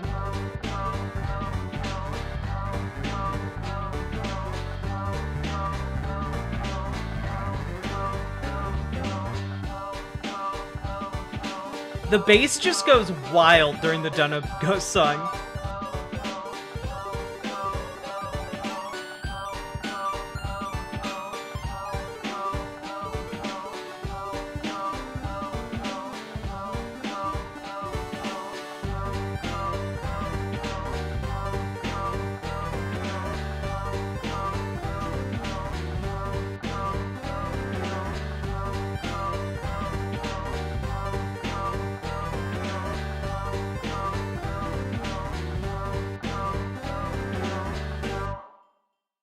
Hello! How we doing?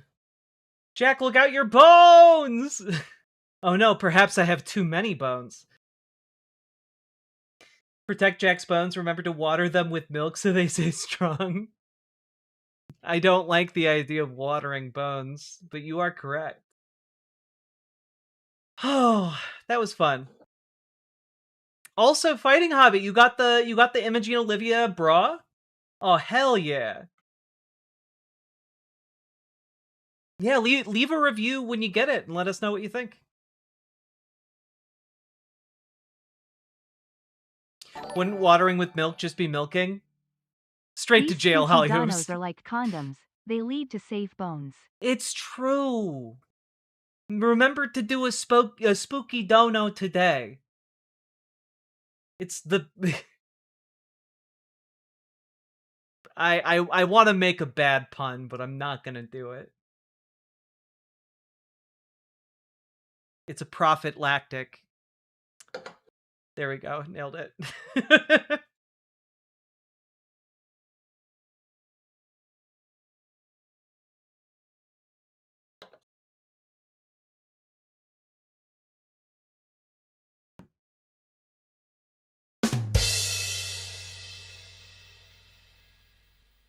When you make a broth, you gotta water the bones. Throw a potato in there, you got yourself a stew, baby. What am I? I'm drinking Kirkland sparkling water. It's a lemon sparkling water. It's very tasty. Did the elliptical come in? I'm going to go order it tomorrow. So, not yet. Just life has been very busy and getting in the way. Yep, cis guy here. I got it because I have solidarity, but also because I'm tippy top of the masculine iceberg and will cross-dress for laughs and gratification. Hell yeah! Let us know if you find it comfy, because we've tested it with a few cis men, and they have found it very comfortable. And surprisingly, despite the fact that it is just a bralette, it provides enough support and shape that some cis men find it very shapely.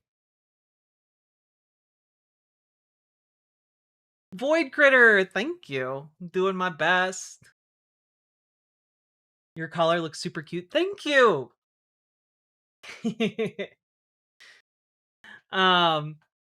Yeah, the main problem and the main reason I don't wear this shirt a lot is because it's actually like a very thick sweatshirt material that is really, really hot to wear. So I don't tend to wear this too often.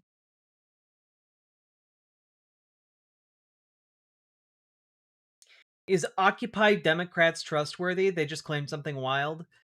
Occupy Democrats would be one of those fringe sources that I wouldn't necessarily put a ton of stock in, unless I could get corroboration from a more mainstream outlet.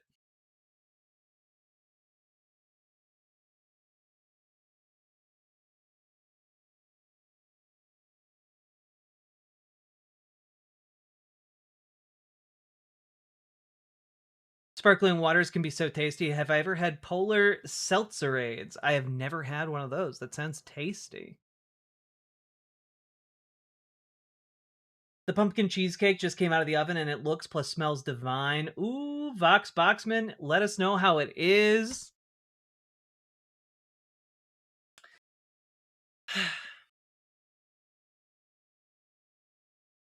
Now, folks, how we doing tonight?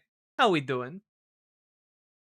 Because, you know, I can't help but notice we've made it through all of our scheduled content for today. You need the horn rim glasses and a beehive? Ah, my glasses are still upstairs. Wait, what if I go upstairs, get my glasses, and come down? Will you guys be able to be patient with me? Will you be able to do that? Will you be willing to wait? Can I recommend a good brand for elliptical? An under-desk elliptical?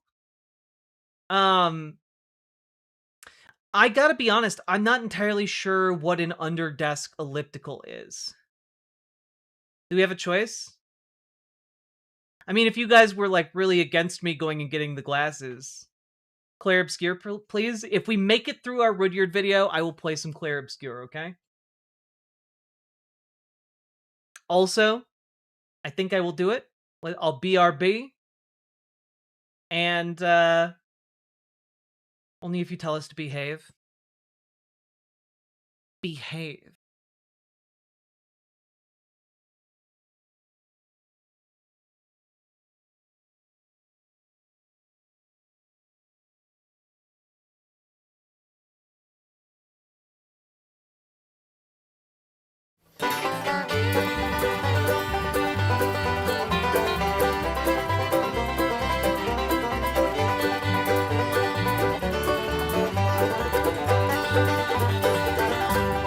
I'm gonna tell you fascists, you may be surprised. The people in this country are getting organized. You're bound to lose, you fascists, bound to lose. I'm gonna tell you workers, when you cash your checks, they say America first, but they mean America's next. You're bound to lose, you fascists, bound to lose. All you fascists bound to lose. All you fascists bound to lose. All you fascists bound to lose. You're bound to lose, you fascists bound to lose.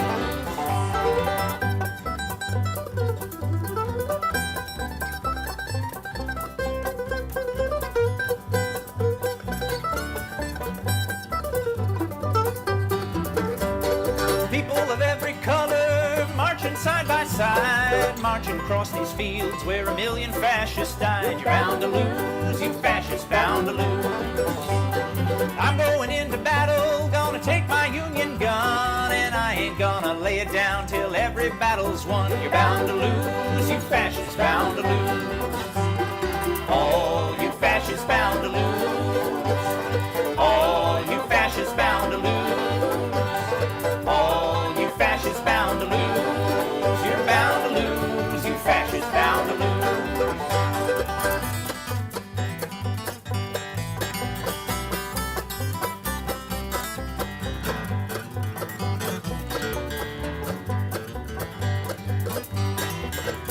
Race hatred cannot break us, but I'm learning quick.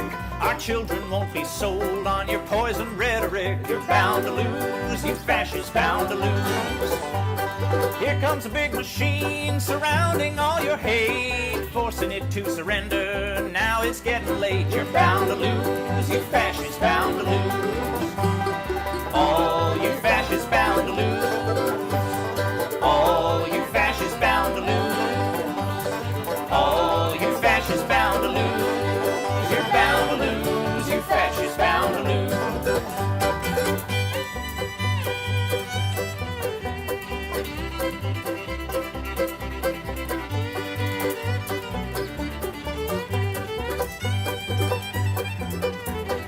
All you fascists bound to lose. All you fascists bound to lose. All you fascists bound to lose. You're bound to lose, you fascists bound to lose. fascists bound to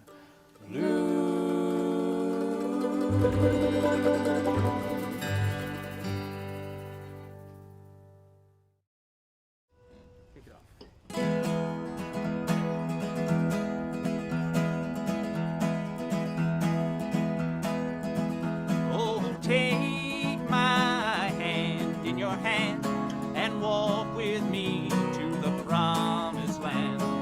Beat your drum and join the band, and we'll chase away the clouds of the morning. We don't need any more than we are. We don't have to be afraid. There is a power in these legs and arms and the voices that we can raise, saying no, we won't go away. I have heard the crowds of the old and the young when the steel canyons echoed with the songs that were sung, and the streets were filled and the law was undone, and the fever of the people was breaking. We don't need any hand-me-downs. We're not looking for charity. We've been fooled, we've been jerked around, and there's only so much we can say. No, we won't go away. Oh, the time it will come all over the earth. We will lay down our tools, their concessions we'll refuse. When there's nothing left to lose, throw our bodies on the gears and stop this infernal machine.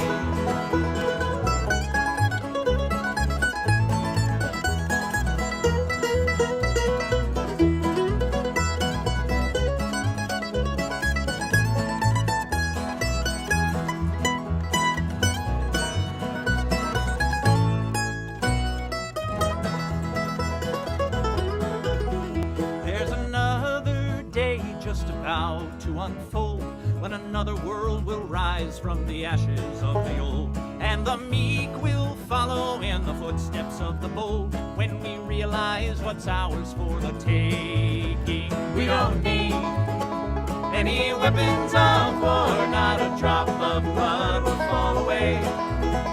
They are many, but we are many more, and the sky will echo our refrain. No, we won't go away. Whoa, whoa,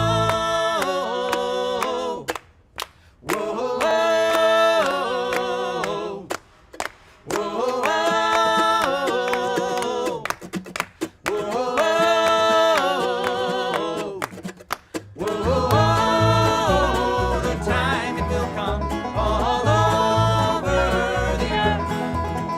We will lay down our tools, their concessions we'll refuse. When there's nothing left to lose, throw our bodies on the gears and stop this infernal machine.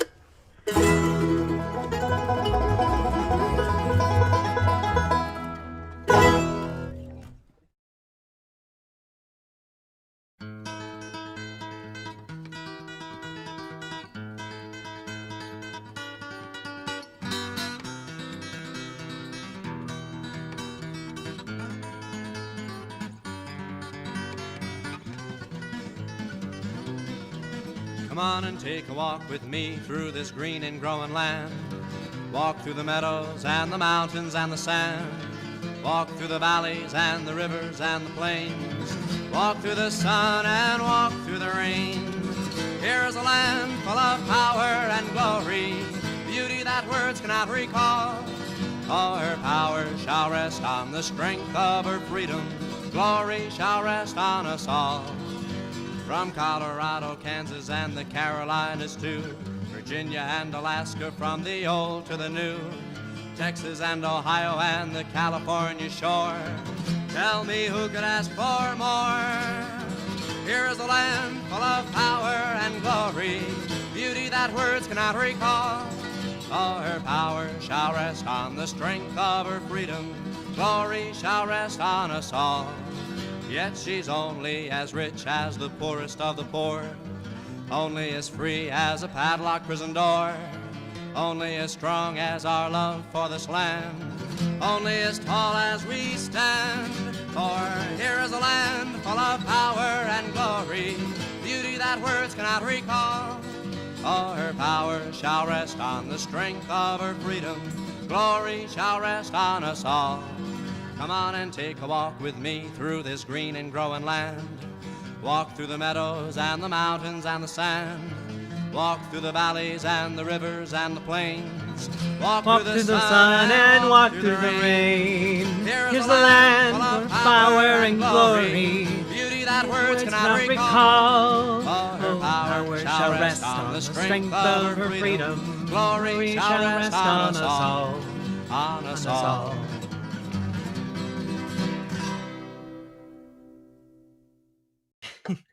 The Naughty Librarian. Why, I'm sure I don't know what you're talking about. First time on stream, have I played Hades 2? You know, I haven't, which is really stupid because literally I love Supergiant games. I love Supergiant games so much. And I've played the first Hades and I love it, but I was waiting to get into Hades 2 until after it came out of its early access phase, and I still haven't played it yet. That color's fucking adorable. Can I tell you guys my biggest regret about wearing this today? I actually have like a brooch that I can like put right here that makes it even cuter, and I didn't do it because I forgot. I'm fairly certain it's not finished. I thought it exited early access.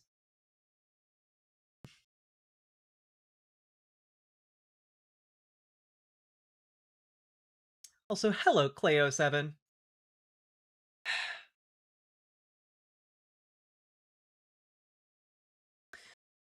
Okay, so I've come back and now I'm still perplexed at the idea of an under-desk elliptical. Largely because when I am on an elliptical, I'm doing like a running motion. So I'm not sure how that would translate to being under a desk.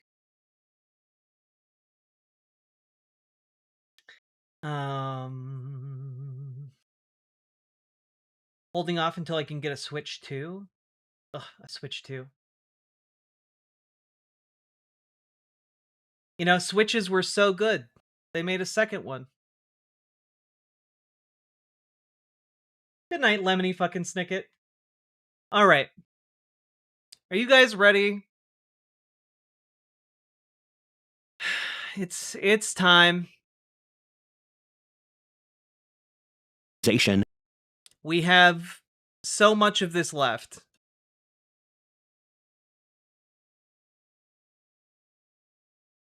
All hail Jack. Huzzah! Huzzah!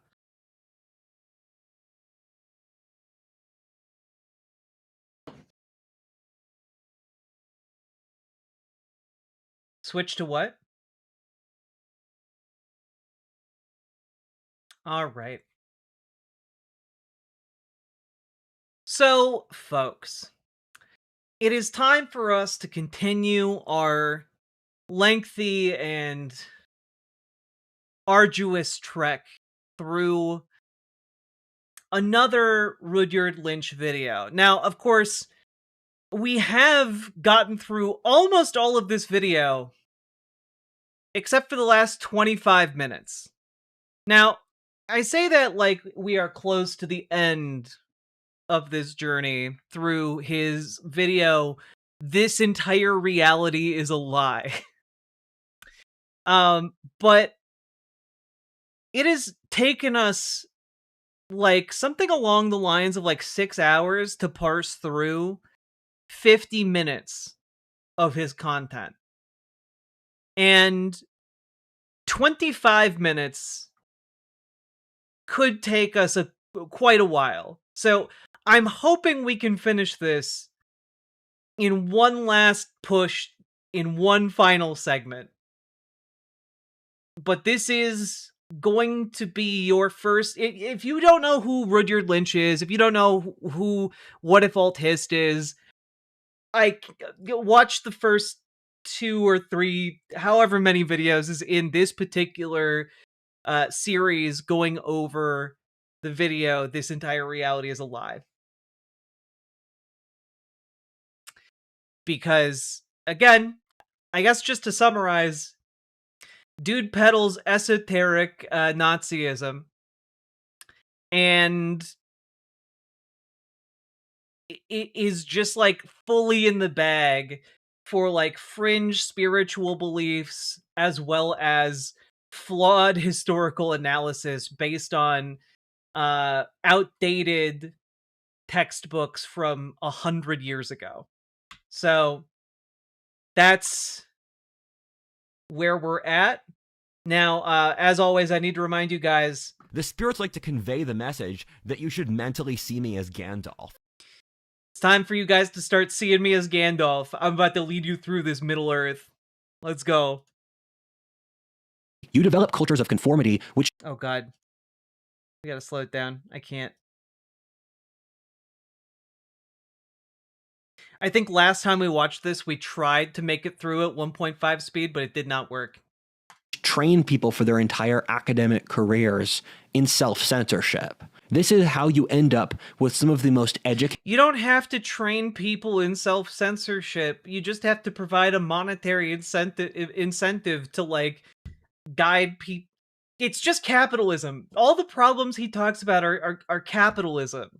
Like, you don't train academics to, like, self-censor. You just provide an economic motivator for them to move their research in a certain direction. That's it. That's all it's ever been. People in history propounding the idea that a man can be a woman, or that ending civilization and printing infinite money is the moral thing to do. That's not what the most educated people on the planet say. And also, again, Rudyard is one of those guys who gets really hung up on trans people as a concept. But the issue is sex and gender are two different things because it's more complicated than man becomes woman, woman becomes man. Like it's more complicated than that because people are more complicated than a simple binary. It's not really that difficult to wrap your head around that, like, you are not saying, "Hello, sir," because you saw a man walking towards you on the street, but before you could really tell that they were a man, you had to make sure they had a penis first. Like, you aren't doing that. It's because gender is a different thing. You are gendering people not based on their sexual characteristics, not based on their their DNA or anything like that. You're gendering them based on a completely different set of criteria. Sex and gender are two different things. The system gets off on making people submit to it, to a degree in which it will kill... Ah, yes, the system. You know how the system is just furiously masturbating as it watches us. The system is a creature, an entity. The entire culture as an insane power move. This ties into potentially the most controversial topic of this video, but the entire purpose of science is to throw out ideas and test them. Yes. I don't like where this is going, though. I'm really scared. Don't understand this culture today where questioning taboo notions is seen as a moral failing. That's questioning taboo topics is literally the entire premise of science. It's just you have to then find evidence to back up your claims. Because if you're just questioning taboo topics with no evidence to back yourself up, then you're just saying nonsense.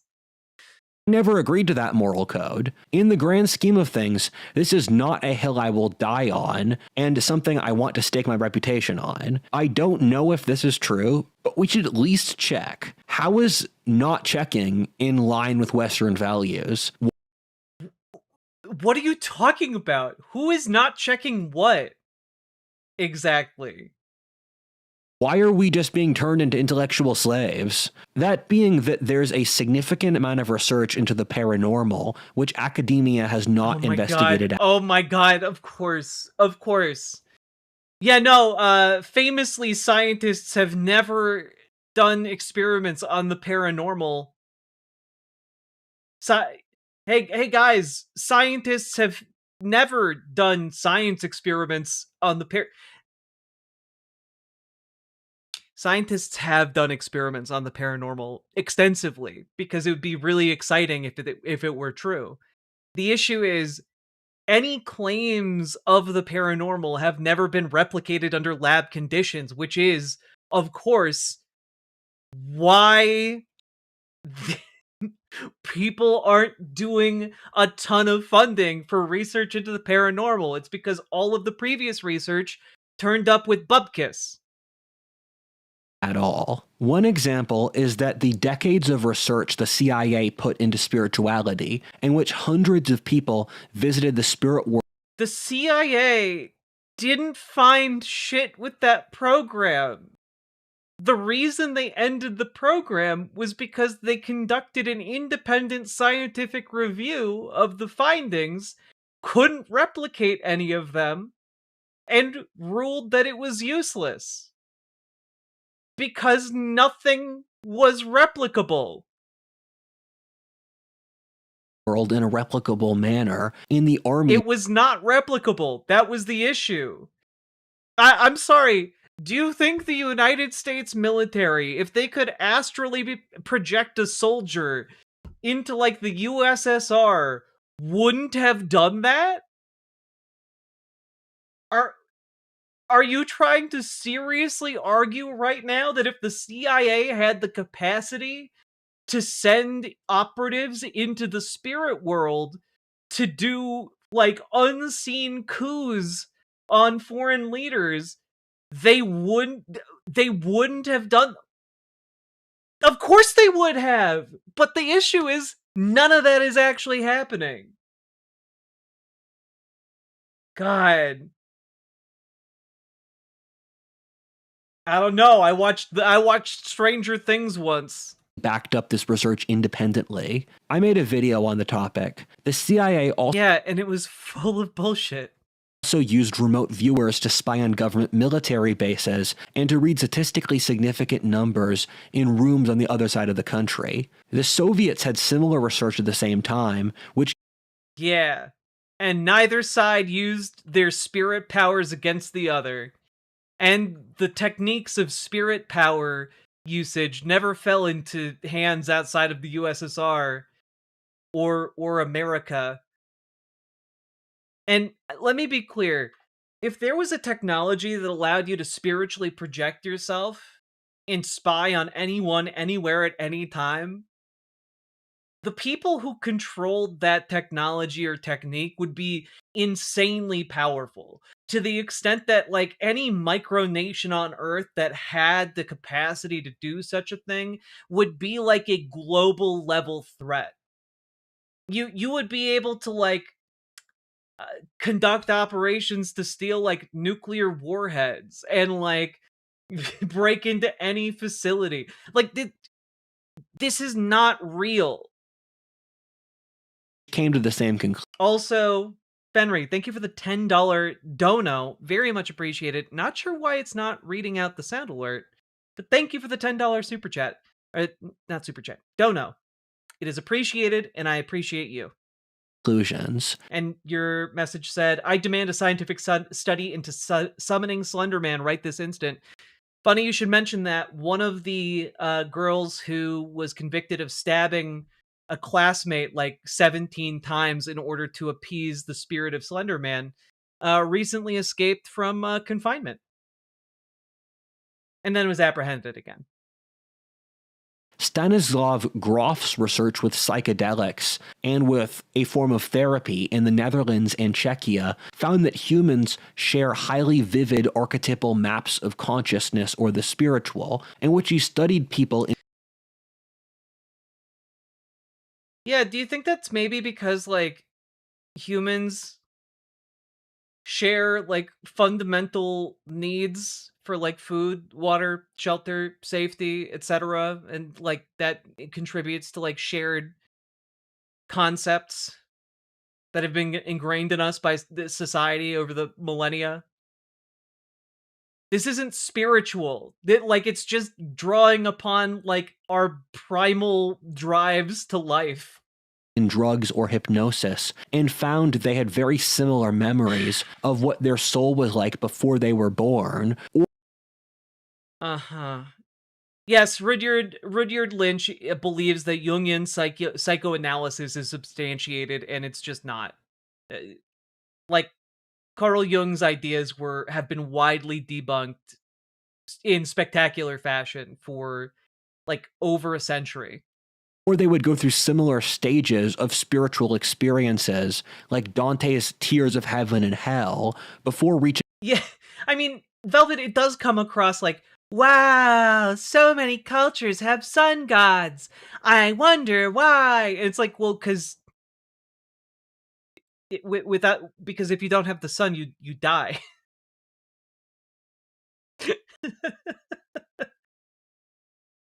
Wow, so many cultures have gods and goddesses dedicated to food production. Wow. The divine. His research found that once you peel away the layers of individual personality, you find the personality onion, if you will. Spark of the divine within all people. Dean Radin, a Princeton professor, but a huge amount of research into studying the statistical correlations around psychics. He found on a large scale from like 5 different measuring systems that the average person is like 1 or 2% above statistical average in guessing numbers psychically. That sounds unimportant, but when you're dealing with large scales of numbers, it becomes very statistically significant. Meanwhile, a tiny percent of the population, around 1%, had vastly greater abilities which they could use periodically, like an athlete's ability to make a home run, or an artist. Just as an FYI, the person he's making an appeal to right now has been the president of the Parapsychological Association since 1988, and has built his entire career off of the paranormal definitely being a very real thing. And yeah, I don't know, maybe a man who's built literally a 50-year career off of how, oh no, trust me, bro, the paranormal is real, might have a bit of a vested monetary interest in this. Ability to make a masterpiece. Rupert Sheldrake has a degree from Cambridge and talks out a lot of similar stuff with. Oh god. Most of modernity sort of implies the idea that consciousness is generated by our own minds.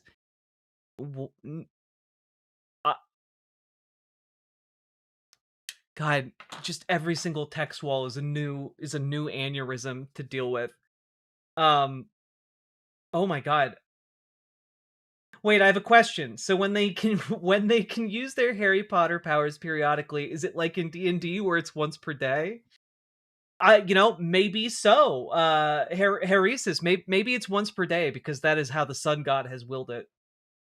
And of course, by the sun god, I'm talking to the collective unconscious manifestation of the sun god in the reality we can only access when hot tripping balls on ayahuasca. God. Also, we haven't even made it past this first sentence. The idea that consciousness is generated by our own minds. In a similar vein to how we were talking earlier about how I'm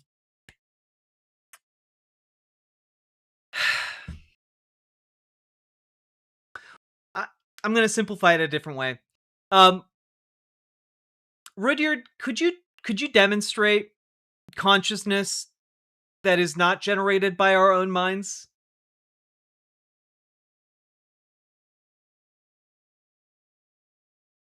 Like, I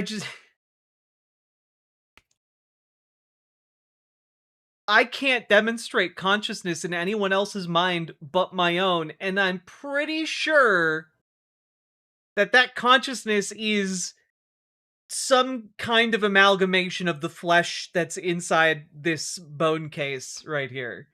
Right? Like, I don't think you can I don't think that Rudyard can actually demonstrate consciousness in anything outside of his own mind to himself. And so the idea that oh yeah, no guys, it's totally you can't produce the consciousness outside of your own mind. That's the issue. An interesting argument that Segrest makes is that's not true, since we as humans are all existing in the same tier of consciousness, which allows us to communicate with one another. He speaks to a consistent theme which other authors in this field have come to, that consciousness is a radio in which certain brains are wired to pick up certain frequencies, but those frequencies must exist outside our mental projections of them in order for us to unlock them. Different species have their own tiers of consciousness, which they share with the animals of their species. Consciousness has to be shared among the population, which is how cultural transmission or religion works. This means that consciousness exists in its own right. Which, okay, so many claims. So many claims. So, it doesn't surprise me that in this cosmology that Rudyard is creating for himself so it's utter nonsense. I was trying to get that across from the beginning, but yeah, no, this is utter nonsense. But in this cosmology, different animals have different consciousness frequencies that allow them to communicate with each other. And that doesn't surprise me that he thinks that a species has a consciousness frequency, because he believes in eugenics on a spiritual level. Spiritual concepts can be passed along via bloodlines. And so this isn't that odd for him, I guess. But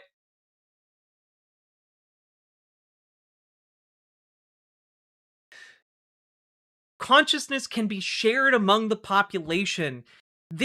I'm sorry, there are so many claims. Let's just try and break down how many there are here, right? Humans are all on the same tier of consciousness.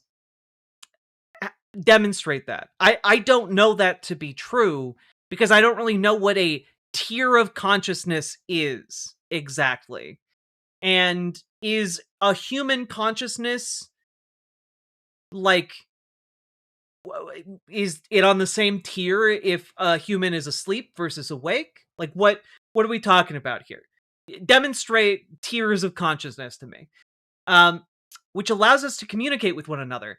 I don't think that the tier of consciousness is what allows us to communicate with each other. That's a second claim there. I guess predicated on what your definition for tier of consciousness is. But then you have just a nebulous claim that authors in this field of what? Have come to that consciousness is a radio in which certain brains are wired to pick up certain frequencies. What? When we're talking to each other, we're not communicating frequencies with one another. That's why we use words.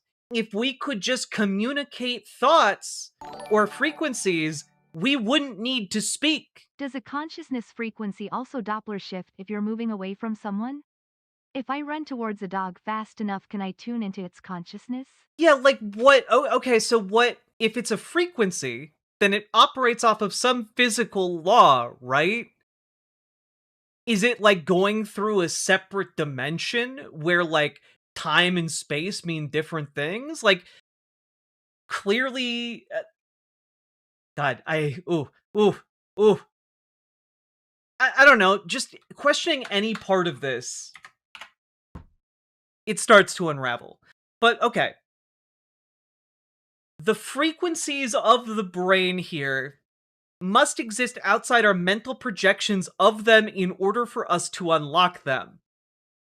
So, in order for the frequencies to exist, they must exist outside of our ability to imagine them or project our projections of them in order for us to unlock them. Unlock them from what?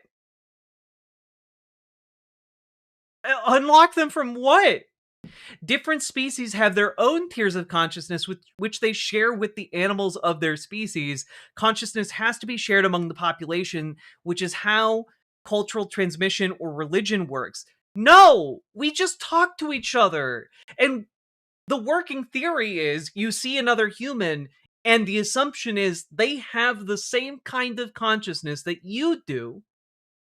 Because if we have that shared assumption, we are able to cooperate and do a whole lot more together than if you do not share that assumption. Right? And the idea that, oh, well, you're communicating religion by just thinking really hard at them. No, you're not. Are you kidding me? You think that, like, if you locked two, like a monk, like a Christian monk into a room, and then you locked, like, an atheist who had no previous exposure to Christianity in a room, and they're separated by a solid stone wall, you really think that over time, the atheist would somehow come to the belief or knowledge of what Christian doctrine is? No! No! It's because we talk to each other, and we share ideas! Like, what's really cool about human beings is that we have figured out a tool whereby we make guttural mouth sounds and gestures, and we have somehow developed a tool where my guttural sounds and gestures translate into actual ideas that you guys have. That is not me doing like a vibration of my brain. That's me manipulating my body to communicate an idea to you. It is an incredible achievement, really, when you think about it. The fact that I can be making sounds and you can derive meaning from it, that is an incredible, incredible skill. And if the collective unconscious was true, then you would expect to see the same religion pop up in multiple different places. And that has never happened. That has never happened. And by the way, even if you grant every step of this, the last sentence, this means that consciousness exists in its own right. None of this proves that. None of this text wall proves that point. I am the intellectual equivalent of an assault rifle. God damn it. Archetypes of shared human consciousness, which we know must exist up to a certain point, since all human society is built off shared communal consciousness. It is not. Like, I'm sorry. Human society is built off of cooperation, not a shared consciousness. The idea that no, guys, don't. What are you doing? No, of course it couldn't possibly be that people communicate ideas and then hold those ideas in their heads. No, it has to be that there's an invisible web connecting us all together, and that's where the ideas come from. Jung and his consequences have been a disaster for pop philosophy. They have been pretty banging for video games, though. Metaphor Refantasio slaps. Which we can share with others. Then there's the recent podcast out trying to prove this stuff with autistic children, which I haven't had the time yet to look into to verify. The point I'm trying to make is I don't... Oh, okay. Yeah, then there's this podcast series that I haven't looked into, but definitely proves my point. Hey, I just airdropped via the collective conscious a sick picture of a dog. Did everyone in chat get it? Oh shit, a very small moth. Was it a little cartoon dog on a skateboard riding through like a house fire? And I'm pretty sure Through the Fire and the Flames was playing in the background somehow of the picture. If so, I got it. A very small moth, thank you for the $10 super chat. Also, Mr. Fluffy Wolf, thank you for the $10 super chat as well. I don't know if these things are valid, but someone should at least check. I mean, if it turned out to be true... I'm sorry, I don't know if these ideas are valid, but someone should check. They've been checking paranormal claims for literally the entire existence of the scientific method. You know what? Just out of curiosity.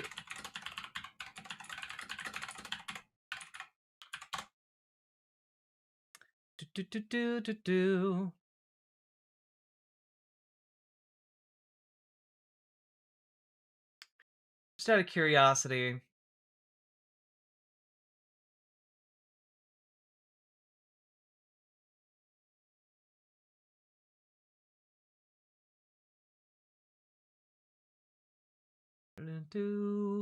Okay, actually, the history of the scientific method is quite long. Of course it is.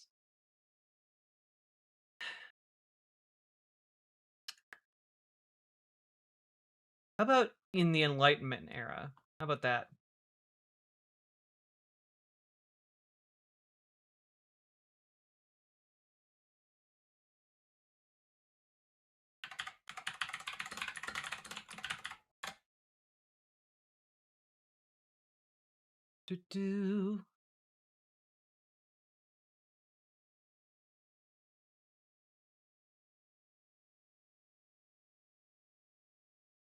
Brahe, a lot of folks using the scientific method before it got codified by Francis Bacon.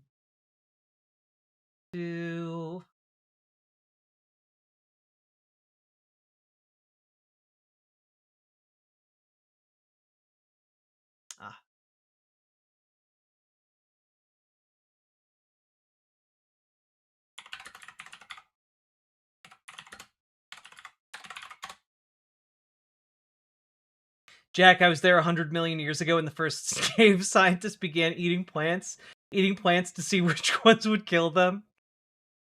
Hell yeah. I want to know what...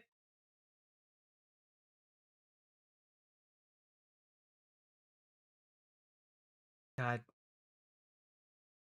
Scientific works.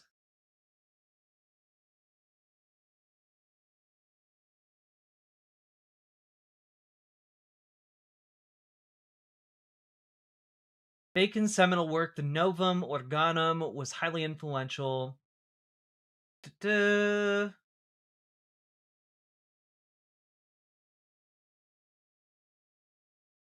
to Bacon, learning and knowledge all derive from inductive reasoning. Through his belief in experimentally derived data, he theorized that all the knowledge that was necessary to fully understand a concept could be attained using induction. Induction in this context can be thought of as reasoning from evidence, as opposed to deduction or top-down reasoning.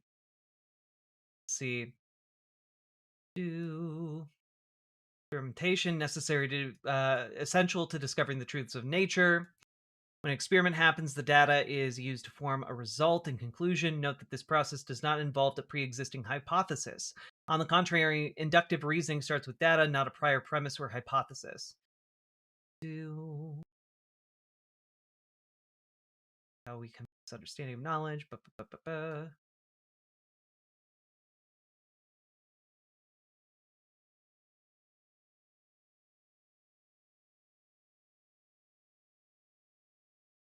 Voltaire introduced him to a French audience as the father of the scientific method.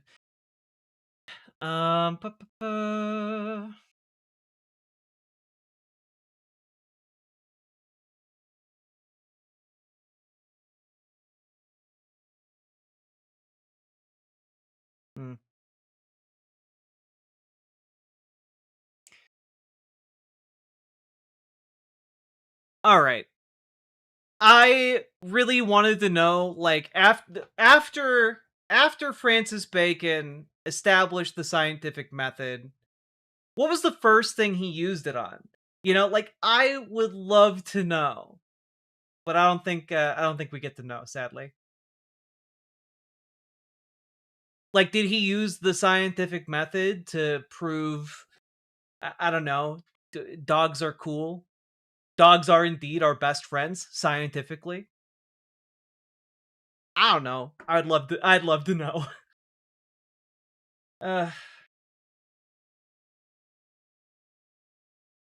Such a good question. Wouldn't it be fun to know? He used it to improve bacon. Ah, hence the name. It would be in line with what I bet I bet Francis's bacon was thick cut. practically every society in history ever believed, that there is a spiritual dimension that certain people can access better than others. If every society... I mean, I don't think that is the bedrock of every religion ever. I think that, in fact, the bedrock of every religion ever is to explain that which we don't understand. We don't understand what makes thunder loud and scary, but so we imagine it being a guy doing it because it's easier to understand it as a guy being irrationally angry than as a series of scientific processes we can't even begin to guess at. Like, it's not that difficult to come up with why religion would exist in so many places. Salmon Moose, we should have a bingo game for Rudyard. Also, folks, if you guys hit 575 subs, I'll start taking a shot every time Rudyard does a Rudyard thing. Society ever believed this. Questioning it should not be totally out of reasonable discussion.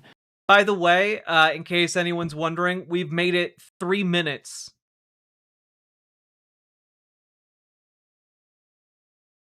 We have made it 3 minutes. We're at 53 minutes. We started at 50 minutes. It would also fit with the existence of universal Jungian archetypes, which can be seen across cultures or manifest inside human behavior. It would also explain the strange phenomena This is a whole different story of how the ancients knew certain things about science that they had no right to in the modern worldview. Hinduism developed lots of the concepts of modern physics thousands of years ago, between the universe being billions of years ago, everything always in motion, perception is reality, or string theory, the Hermetica or alchemy developed concepts of evolution, heliocentrism, the Renaissance or Newton's laws of motion thousands of years ago. I'm sorry.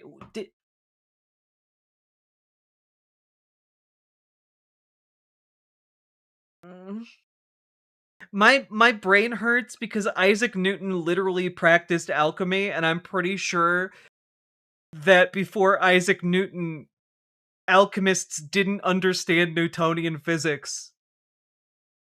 But okay, all right. My guests are flabbered.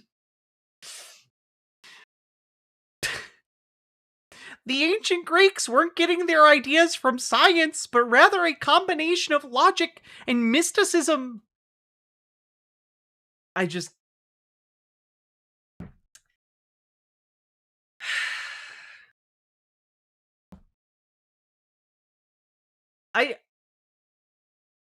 How does this guy have no one in his life to tell him his beliefs are batshit crazy? Because there's a male loneliness problem, Vaughn 400. This is the end result of one of those. I can't deal with hot Jordan Peterson. I'm sorry, I do a good Jordy P voice.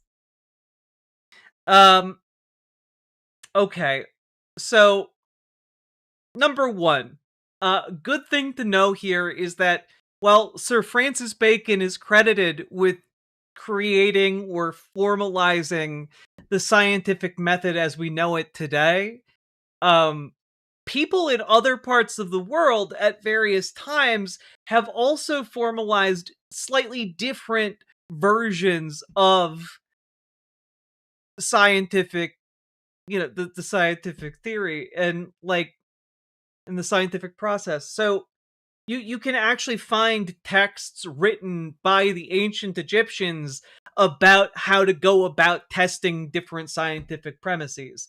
Like, this isn't a new concept. People a million years ago were testing out different ideas all the time. It's how they eventually invented things like bows and arrows. Guys, bows and arrows are very technically involved. It takes a lot of work to figure out a bow and arrow system. And it's just like, yeah, they figure that out by applying scientific thinking, even if they didn't have something they formally called specifically the scientific method. We should look into that. Grug and Ugg circa 300,000 BC. Keep seeing across ancient cultures, which know way too much about stuff we only recently discovered through modern science, which they learned through mysticism. Yeah, guys, there's no way anyone would be able to figure out that the Earth revolves around the sun. Nope. No way. No way it would be able to, you'd be able to stumble upon the idea by happenstance that perhaps things are just really, really old. No way that one might be able to imagine different concepts of...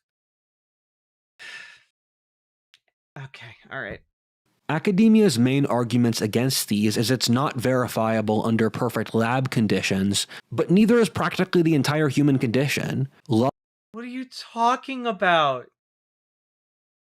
The entire premise of science is to use demonstrable phenomena to prove hypotheses. You have to have evidence, and if you cannot have evidence under controlled conditions, then it's not good enough evidence for it to be established as true scientifically.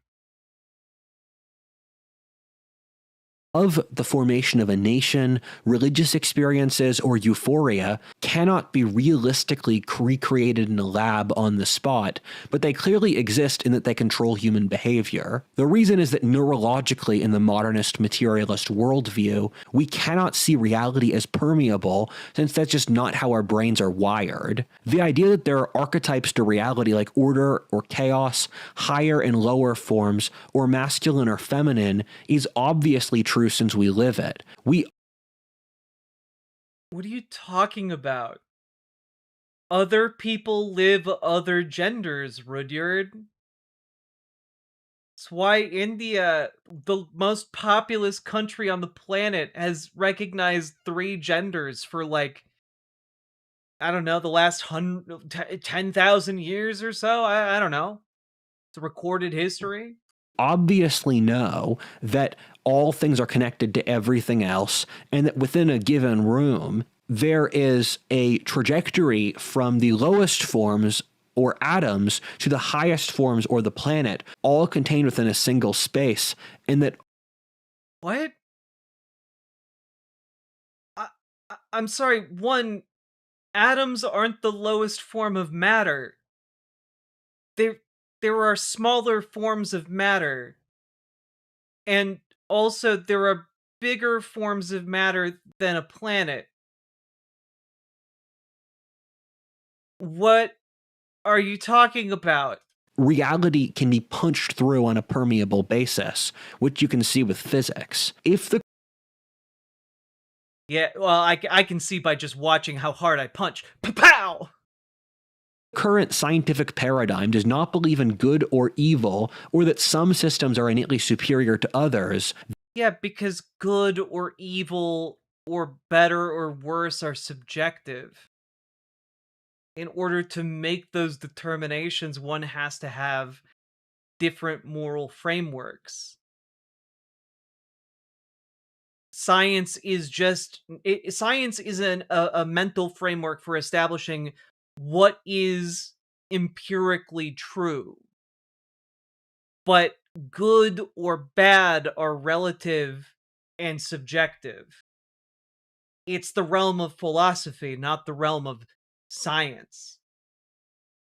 Then that's a sign that the current scientific paradigm is failing or should not be the total directing power of that society. Common sense has to be the guiding current of a society. Even if all that schizo stuff I said turns out to be true, we're still stuck living our quotidian lives. We still have to go to work, take care of our children, and protect our nation. We can't use our theories. Ah, yes, the nation. You know, I love that in his world, like, it's all this wibbly wobbly, like, spirit nonsense. And then But no, one of the fundamental unalterable truths is the nation. Okay. Yeah, nation states. Yep. To avoid the reality of human life, which is something our society is very guilty of. This leads to the next segment and sort of ties off the old one. Modern science's inability to spot the divine is a structural issue which we use to avoid a sense of human responsibility. Okay, so how are you proposing we restructure the scientific method to detect the divine? I'm open to ideas here, Rudyard. I'm open. You know what? Give us the way to add spirit detection to our scientific method. I got my dowsing rod already. You know, I got my tarot cards. I got my wizard's wand. I've got my runic bones. Let's go. It's not that modern science, which I feel disgusted referring to because it's not science anymore, it's just ideology. Oh, okay. What's the difference between science, the real science, and ideology science? What? Yeah, can you explain in detail what the scientific method is and how your real science is different? Can't find meaning in the world, not since that's what the science says, but because we built a system that would avoid meaning by design. Part 3. Issues of framing.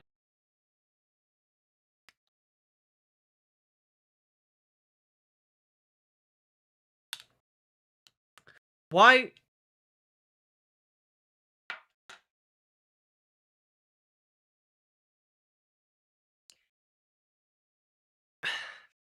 Rudyard, why are you like this? This is baffling. Issues of framing. Why did you label this like a ransom note? Why? People trap others in their webs. The founders of religions have webs that span millennia. What? People trap others in their webs because, as we all know, people are secretly spiders in disguise. I see all of you walking around like you have 2 legs and 2 arms, when I know you all secretly have a thorax hidden inside your pants. You aren't actually happy to see me, it's your thorax twitching. And then you have your secret 4 other limbs. I understand. You think I will get caught in your web, but you will get caught in my web. We are both spiders. The spider people, nemesis of the rat men. Millennia and continents leading back to them. Their webs become force fields in which entire civilizations can grow under their protection. What?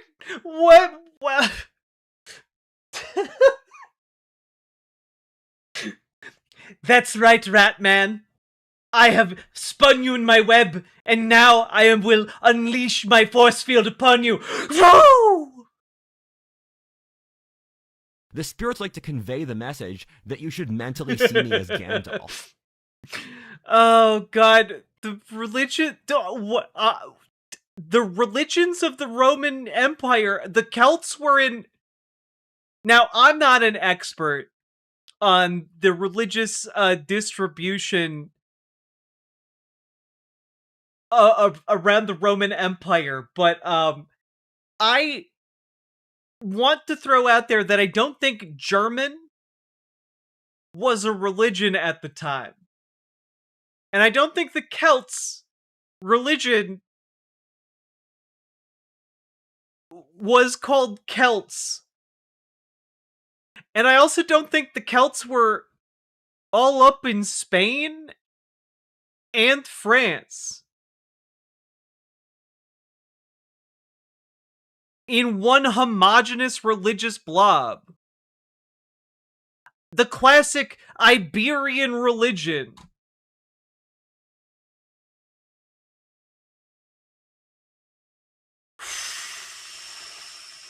action. Modernity is dangerously naive, and we listen to bad people who trap us inside their webs for the purpose of consuming us. Most of the core issues of the current reality aren't strictly factual, but rather they're the use of deceptive framings that allow the regime to control people. You see, the most controlled population is that. Yes, the Celts were in what was modern day France, but like, I don't believe this map at all when it talks about religious distribution, because what is actually being talked about here is ethnic disposition. Like, that's it's talking about a specific ethnic background and trying to relate that to a religious difference, which is not religion and the ethnic grouping you're in, not necessarily the same thing. God. The Berbers worship the carpet. Bad people who trap us inside their web. And yes, this is certainly a map. You know, as someone who has lived in this giant bubble of Protestantism over here, I do have to say, calling it just one religion really oversimplifies it, because if you're like, hey, we're all Protestants here, that can legitimately start a fight between like certain Lutherans and other Lutherans. Like, even within the same Semite Lutheran is a religion. group. Does that mean being an atheist mean you're also an anti-Semite? I guess so, Paladin. Like, this is just nonsense, like, categorization. It's genuinely disturbing. Ah, good old atheistic Europe, famous for its atheism. All right. For the purpose of consuming us. Most of the core issues of the current. The godless heathens down in Australia. The soulless regions of the earth. Reality aren't strictly factual, but rather they're the use of deceptive framings that allow. Yeah, no, I wait, I missed it. The West Coast the West Coast is all atheists, I guess. But my favorite part of this entire map is that Hawaii is just blank. Just like Antarctica, just completely blank over here, Hawaii. Consuming us. Most of the core issues of the current reality aren't strictly factual, but rather they're the use of deceptive framings that allow the regime to control people. You see, the most controlled population. Wait, did I? Holy shit, I totally didn't catch the typo. Map of religion toy day. Oh my god. Oh my god. Guys, this video has almost 200,000 views. What the fuck? Oh god. Toy day. Yeah, what you can do, this channel has almost like 750,000 subscribers. Factual, but rather they're the use of deceptive framings that allow the regime to control people. You see, the most controlled population is that which believes its slavery to be just. As an example of this. I'm sorry. The Humanist Wars of Religion, Ideologies of 1941.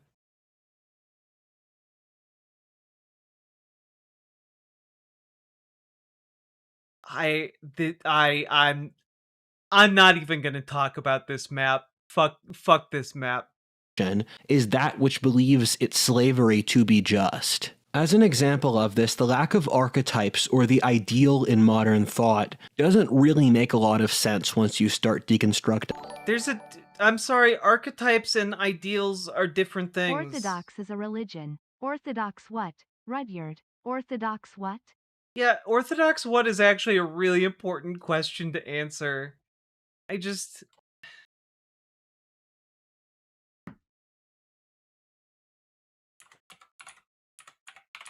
Can I just get like a...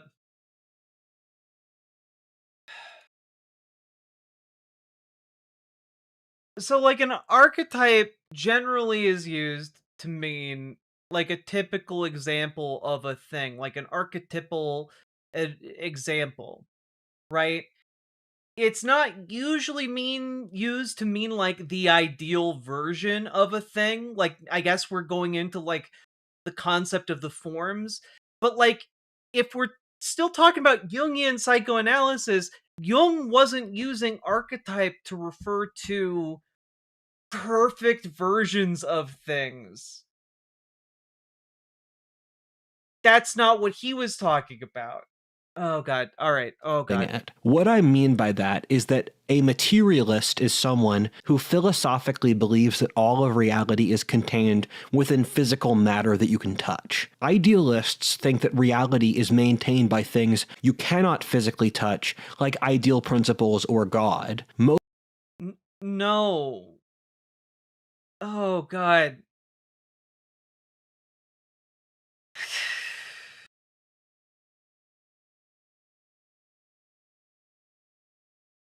I just... Like, a materialist can also be an idealist. These concepts are not... are not at odds with each other. Okay. Most societies in history were idealist, often with significant amounts of materialism also mixed in. The modern industrial world practically stands alone by being purely materialist. However, we're not really purely materialist, where a concept James Hillman made that... Also, Paladin, if we make it to 575, I am gonna break out the whiskey. I love is called invisibles. And invisibles are things you can't touch, like happiness or God. Oh, God damn it. I am the intellectual equivalent of an assault rifle. Oh my god, it's so stupid. Invisibles. And invisibles are things you can't touch, like happiness or God. You mean like ideas? You love this concept of you just renamed what an idea is. Ha ha. Oh boy. Oh, guys, we are 8 minutes in. It has only been 8 minutes through this. Or truth, or the state, and modernity thinks some invisibles are real, like the laws of physics, or Darwinist. Yeah, because they're demonstrable. The laws of physics are only laws because we've established them through experimentation and observation. Oh no. Selection, and then it refuses other invisibles like what they believed in the ancient or medieval worlds. The thing is that once you get longer into studying materialism, it makes less sense. Whenever you try to analyze the material, you need to use the ideal standards to do so. For example, the laws of physics, things which practically everyone can agree is real, are ideal principles which control reality. No, they're not principles that control reality. We are constantly learning new things and broadening our knowledge base, but they are born of observation. Like, we make the equations to explain what we see. You can't touch gravity, but gravity totally controls materia. Darwinism is another example of an idea. Yeah, you can't physically touch gravity, but you experience it and observe it. Thank you for this gift to my morning. Here's a sub. Oh, thank you, Leon the Dragon. Appreciate the support. Oh, this is painful. Ideal principle or law which controls life. Life forms which resist Darwinism get... Spherical Man, I don't think Rudyard has a college degree, no. crushed by it, which means Darwinism is more real to the world than animal species are. But again, you cannot touch Darwinism. You need universal. That's because it's an idea. This guy is like a 10-year-old seeing V for Vendetta for the first time and thinking like ideas are bulletproof is like a groundbreaking concept, as like, oh, V for Vendetta invented the idea that you can't shoot an idea. Oh, wow. Or principles which exist outside of the given historic context they stem from. For example, both us and the Oh, God. Nihilists frequently like to think that the record of human history shows an image of empires constantly rising and fall in an endless cycle of samsara where nothing is really learned. However, I very much beg to disagree. Just as a very brief example, look at the last 200 years of Western history, in which in a very short time period you saw the most rapid technological, economic, and intellectual demographic growth ever by an enormous margin. Many in the West lived in near utopian conditions. Oh. Oh. Oh. Yeah, guys, the serfs of medieval Europe, they lived in near utopian conditions. Yeah, no, guys, the children in the factories who are losing their hands to living in utopian conditions. Your life being dictated by the wake up bell and the evening bell, utopian. Okay. God, near fucking utopian. Stop the stupidity. Thank you for the 5 tier 1 memberships over on YouTube. Very much appreciated. They didn't need those fingers? Yeah, having less fingers is utopian.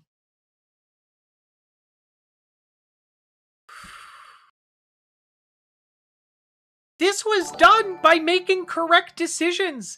You can solve problems by making good choices and then live adventure.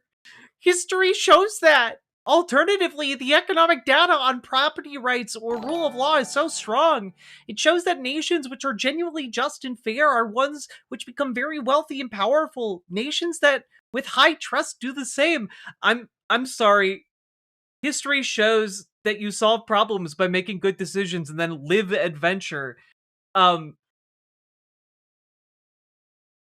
This only sounds like a good idea if you think you're the protagonist of the universe, right? Like, yes, why can't everyone just make correct decisions and then live adventurous? Like,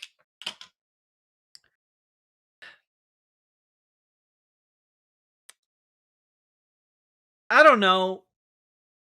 If you make good decisions and live adventurous, how do you build up certain things? Like, we learned what kinds of plants and animals and such were poisonous by living adventurous and then dying sudden horrible deaths.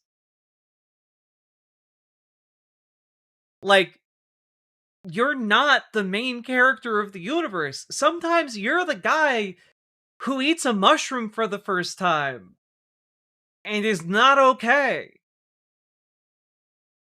You know? Like, you make the best choices you can, but sometimes you don't have the luxury of knowing the outcome of your choices.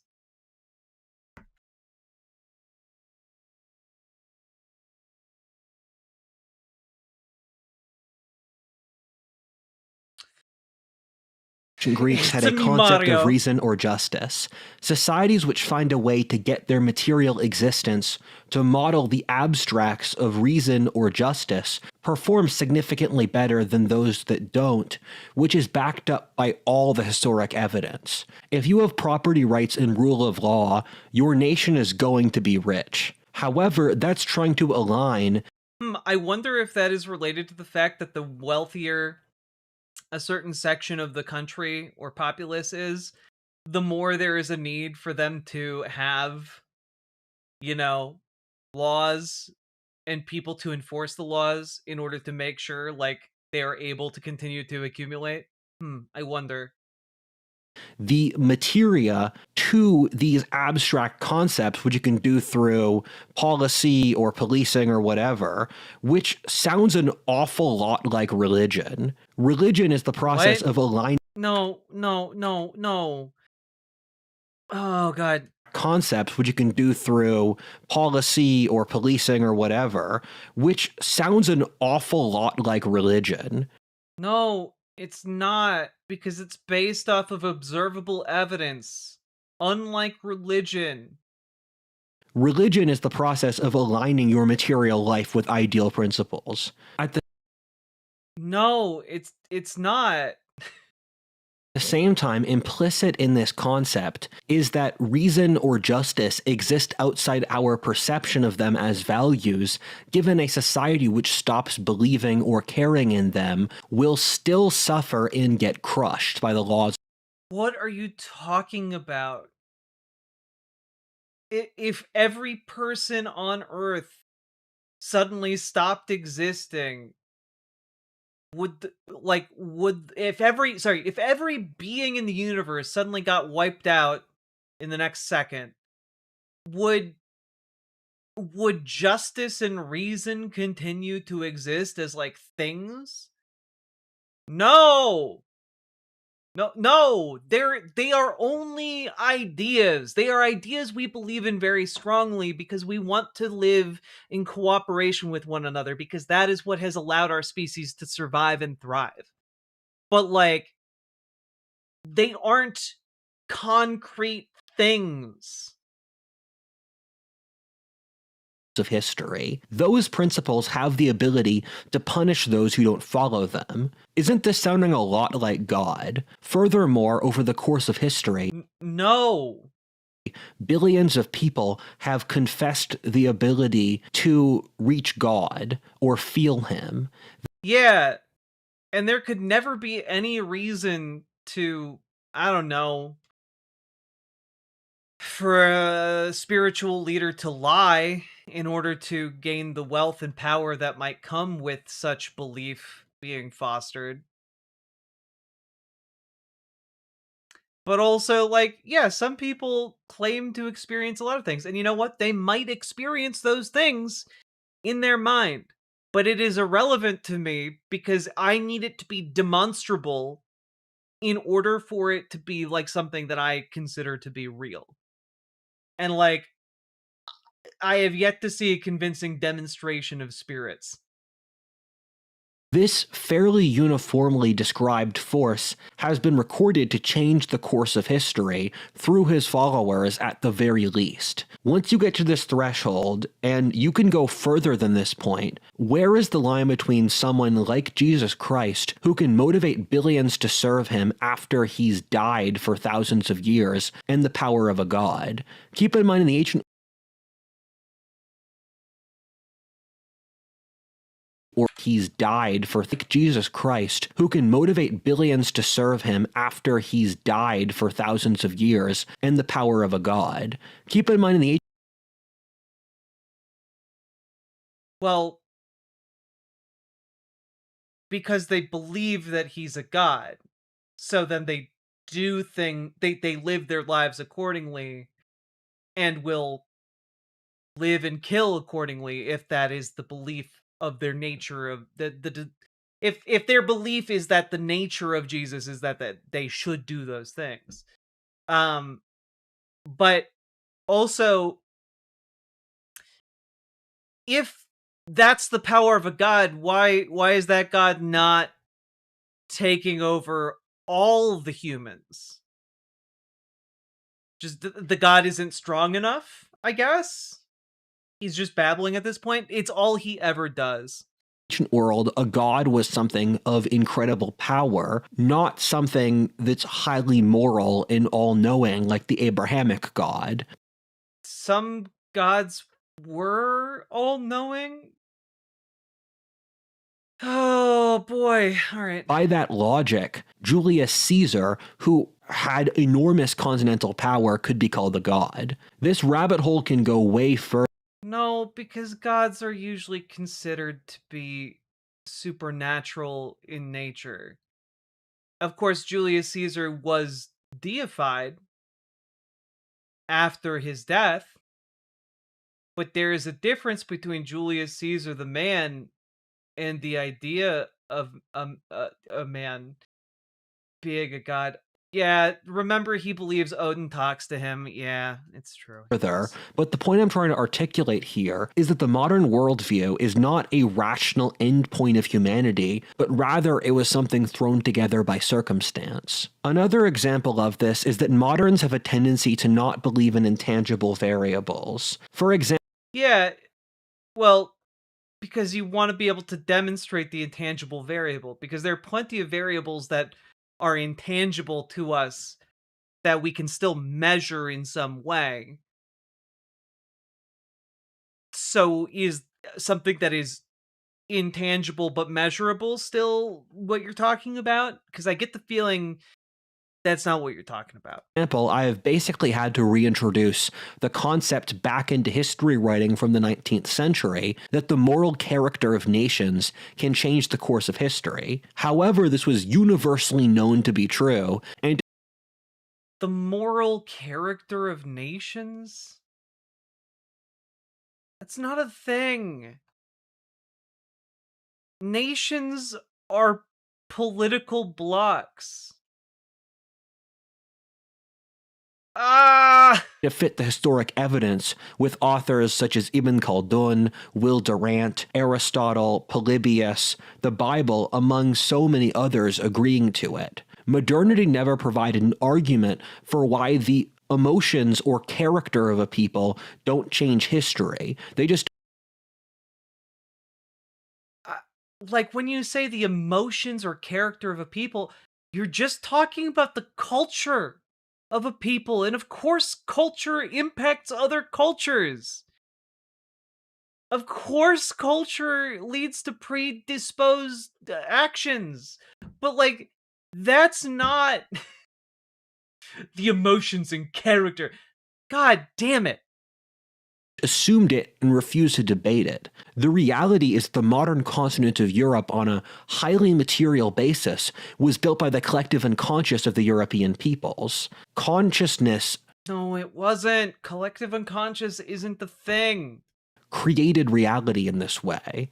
It's the same deal with the modernist taboo of using the patterns of history to try to understand the world, which Oh yeah, man. People in modern times, they hate using examples from the past to inform their present day decisions. Doesn't make sense under scrutiny. The thing is that the things we believe are not the rational endpoint of science and reason. Rather, they're the outcomes of a certain subcaste of the population, or the college-educated managerial class, who then use the institutions to rationalize their neurological biases. God, I'm coming back around to like how he's like, yeah, no, the CIA proved the supernatural. And like what you think Nestle is not going to use that to like inform and direct their death squads as they oppress indigenous populations? Like what? If that were true, corporations would be abusing that power. Which they then forced everyone else to believe. They could get away with this because they were the connecting variable of industrial civilization, and thus had ultimate Trump power. God, that word has changed connotations. With the internet and AI, we don't need them anymore, though, since we can coordinate ourselves asynchronously in a laissez-faire manner. You know this to be true, since this exact group has totally thrown away formal logic. The Greeks developed a higher logic which could transcend local cultural contexts, and in the process made a mental revolution which has remade the world in its own image. For millennia, the West ruling class were trained in the trivium, which included logic, rhetoric, and grammar, which gave them a shared structure for human thought, which then allowed the West to become the most successful society in history. However, the current By what metrics, man? Oh, God. managerial elite completely rejects formal logic or causality. If you Yeah, because the managerial elite are there to not enforce either of those things. They're there to ensure profits.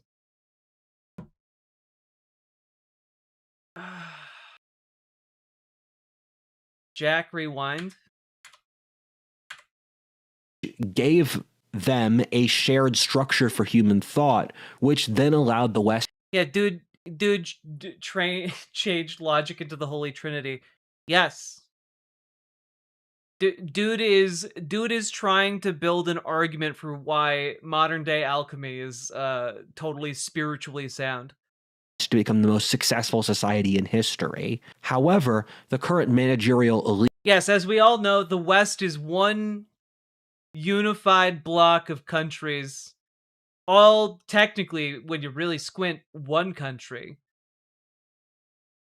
And it means the same thing to everybody. Completely rejects formal logic or causality. If you study modernist philosophy, the arguments for the gender relativism. 1. There are cultural stereotypes around gender. 2. That makes them a cultural construct. 3. Cultural constructs are things we invented. 4. Thus we invented it. We can change it at will.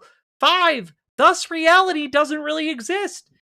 Where does this actually reference human biology or studies of how genders operate?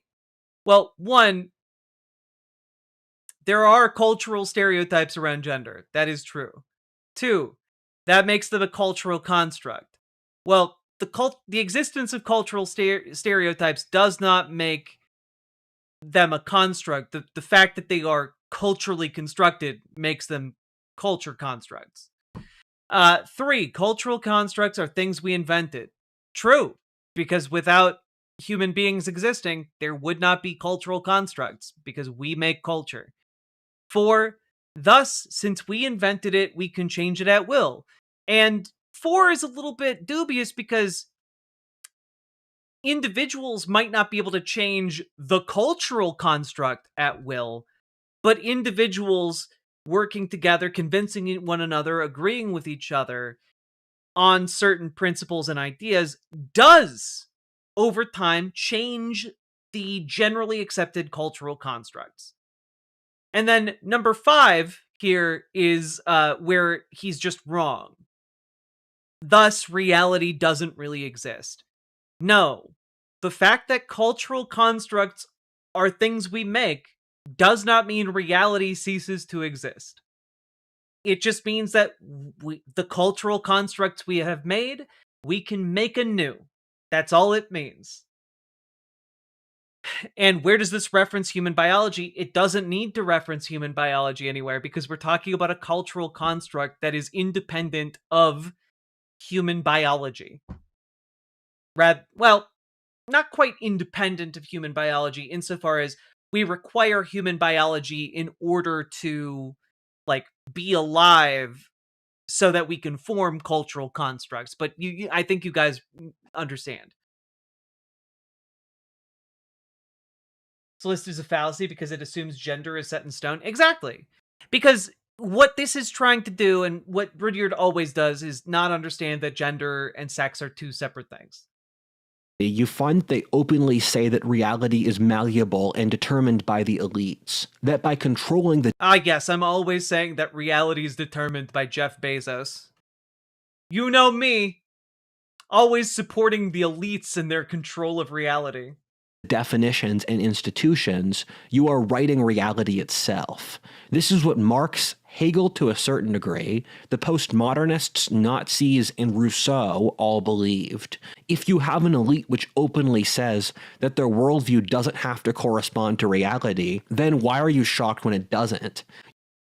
You know, Rudyard, you've done nothing but advocate for...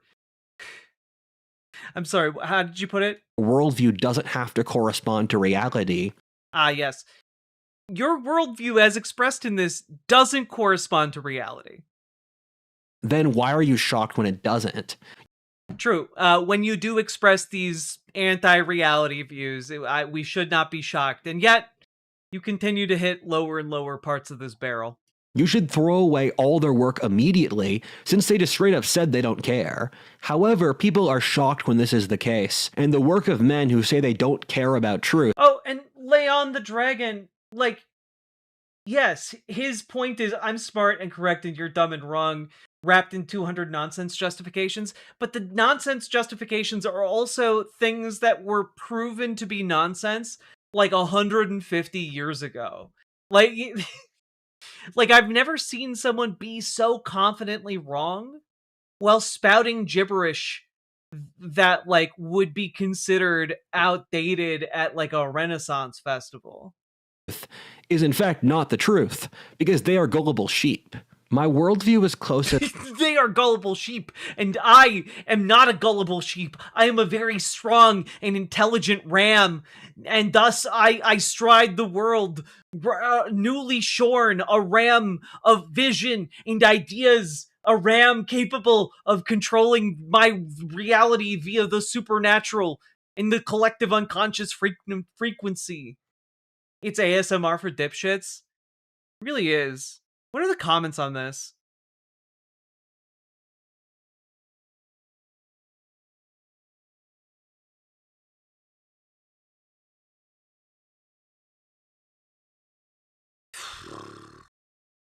This is all. I'm sad. I'm sad at how many comments are like, yeah, no, this totally makes sense. Okay.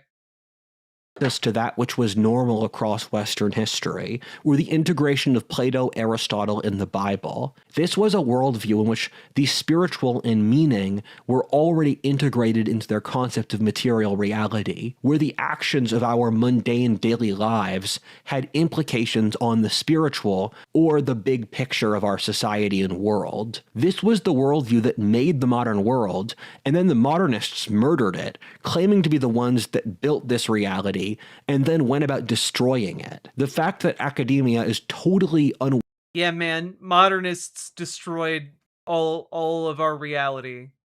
They have unwound it. The center cannot hold. Willing to question why people 400 years ago might not have been correct in how they understand the world is very telling. Wait, check newest instead of top? That's a good idea.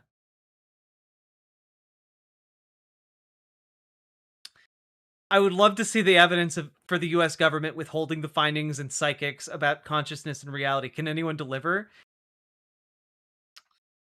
Dude questions modernity, but promotes atheist materialist metaphysics with evolution.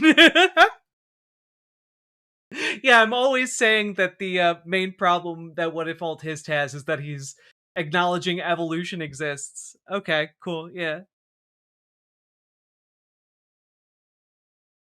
Relativity has been proven. Actually, you can easily search it up. Time dilation. Very interesting points. Oh, God.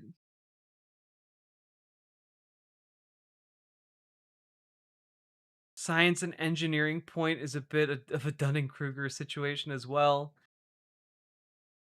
The deeper you go into physics specifically, the more abstract and hard to believe it becomes. Okay.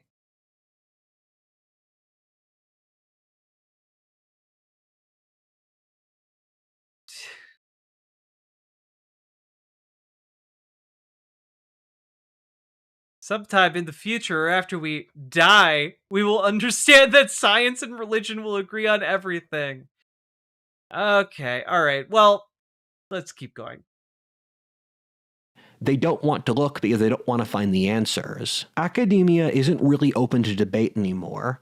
The core issue here is framing. The map paradigm is so segmented that it splits academia into distinct disciplines where no one is checking if the worldview itself makes sense holistically. Well, that's because academics in academia who are doing studies and testing their hypotheses are testing specific hypotheses with action to find if there's evidence for it and phenomena they can measure, etc. How exactly do you propose that a holistic worldview analysis be done in regards to the scientific method? Like, what exactly are you proposing? This means that we can descend into utter madness as a society and no one will point it out. That's since people are looking at tiny data sets in academic disciplines to avoid adding up each part of the equation together. Dude, like, I don't know, crack open a sociology book. You know they're not using small data sets. This isn't just sloppy, it's dangerous to the point of death. To finish this, I have 3 points which might explain this equation more fully. The first is that the thing which sparked me writing this video like a year ago was reading a book called The Myth of Disenchantment by Storm. It went through the history of the concept of the idea of disenchantment, which... Is this a Nazi? Just real quick. Jason A. Josephson Storm.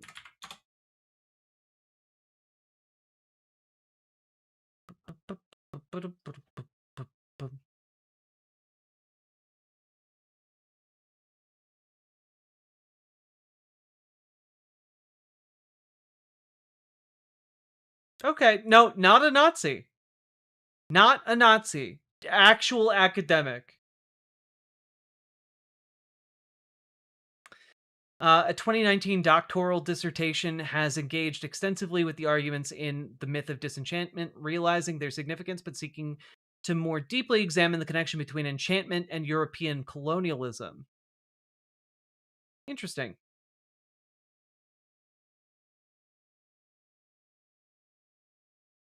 Developed over the modern period in that we were irrevocably disconnected from God.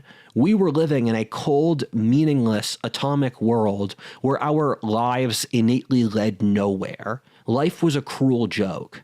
What Storm...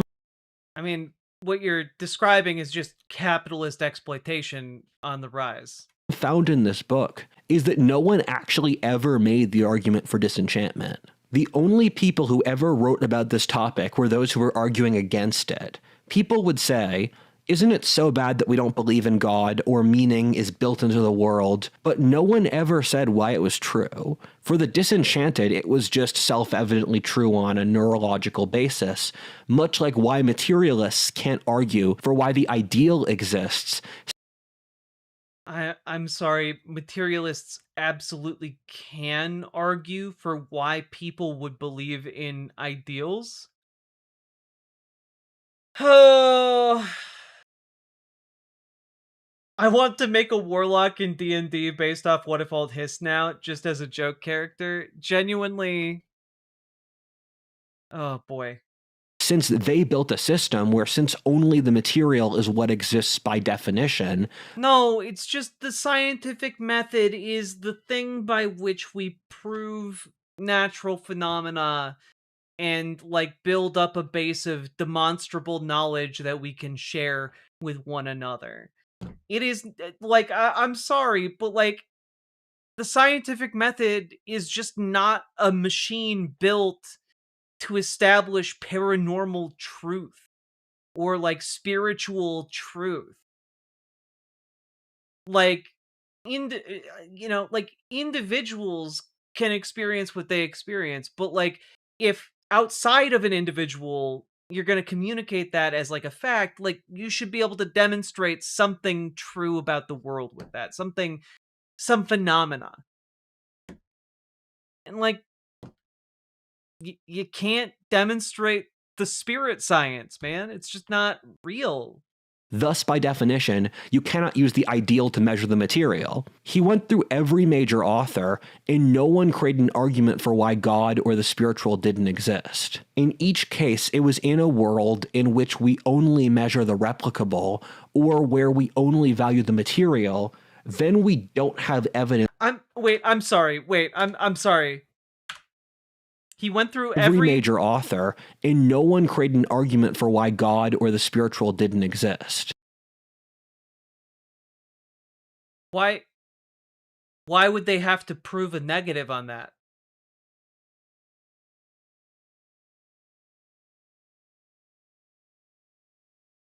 What? Like, people have plenty of arguments for not believing in one or another kind of God. They have plenty of reasons to say they don't believe that a God exists, but like, the people making the claim have to substantiate the claim. You're gonna say a God exists, like, demonstrate one. And if you can't, like, that's fine. But, like, then you're not gonna have, like, a material basis for that belief. In each case, it was in a world in which we only measure the replicable, or where we only value the material. Then we don't have evidence for blame. The issue is that these are all as if clauses in which they assume a certain clause without explaining why we should believe it. For example, I can see that in science, only looking at the measurable is necessary for the testing method that is science. However, that doesn't lead me to believe that said testing method should be used as the society's only operating system, which is what none of the founders of science believed. So what is your alternate system? I'm open to the idea. What is your divine, like, scientific divine method? Like, walk us through how we're supposed to substantiate as true different claims about the divine. I'm open to those ideas. Furthermore, why can't we use the historic record or common sense to also understand the human condition? Because common sense is shockingly uncommon. And the historic record is also deeply flawed by bias. For all of human history, tradition or religion have been necessary, and their removal causes social collapse. We can just look at that historic record, and we don't need to replicate that in a lab. What modernity has done is crush humanity. I find in a lot of society today, the social engineers literally leave no place for human agency, thinking this is a specific task that someone with wisdom and imagination could do. Everything has to be a process for its own sake. We have given space for no humans to think or live. Our human desires or aspirations don't matter. If it's not in a spreadsheet, it doesn't exist. The issue is that they strictly control what gets into the spreadsheets. This is a form of logical argument which very easily leads to madness, where I will only agree to things which you can prove to me in the exact system I chose, which I control. Ken Wilber, in his brilliant book Sex, Ecology, and Spirituality, said one of the cores of modernity is the removal of the internal state that influences the world. That includes either how variables like culture or religion power human history, or the internal human subconscious. The reason we say men and women are the same is that they're not comparing how men and women think differently. Rather, they are the same from the perspective of the managerial machine that's No, they're the same because the consciousness experienced by a woman and the consciousness experienced by a man are functionally the same things. And that we should value each of them as the same things. Like, come on. It's not hard to understand. Yeah, no, like, look, I don't want to speculate or nothing, but this guy is very, very obsessed with trans women in particular. Trying to exploit them. The modern world views the entire human condition from the perspective of how easy it is for the machine to exploit it. Another thing Wilbur said was that there was a good and bad news to modernity. The good news was the removal of... The reason that I'm careful about throwing away myths is this. Modern people have a really hard time thinking at this mental level, given how... I am very proud of the mental horsepower you have. Modern people have a really hard time thinking at this mental level, given how materialist we are. However, myths are encapsulations of highly complex principles for how the world works or how to live. Jordan Peterson did a really remarkable job explaining this in his underrated book, Maps of Meaning. An example of this is in the life of Jesus Christ. You see someone struggling to achieve ultimate goodness in a sinful world, which ultimately causes his death. There is a paradox that such an ordinary life was anything but. Other examples are Gilgamesh's search for immortality, in which he can reach but cannot attain. Immortality is how we mortals can know but not reach immortality. Okay, just real quick. An example of this is the life of Jesus Christ. You see someone struggling to achieve ultimate goodness. Except you in the life of Jesus Christ, you don't see someone struggling to attain ultimate goodness. You see ultimate goodness made flesh. Like it's not the struggle here.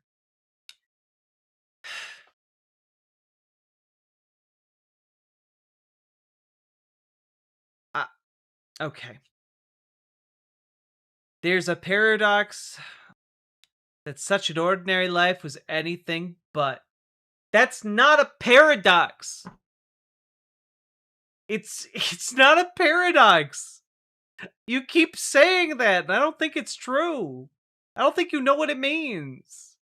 Other examples are Gilgamesh's search for immortality, in which he can reach but cannot attain immortality. How we mortals can know but not reach immortality. I'm sorry, we know immortality? You all have immortality's number and you're not telling me?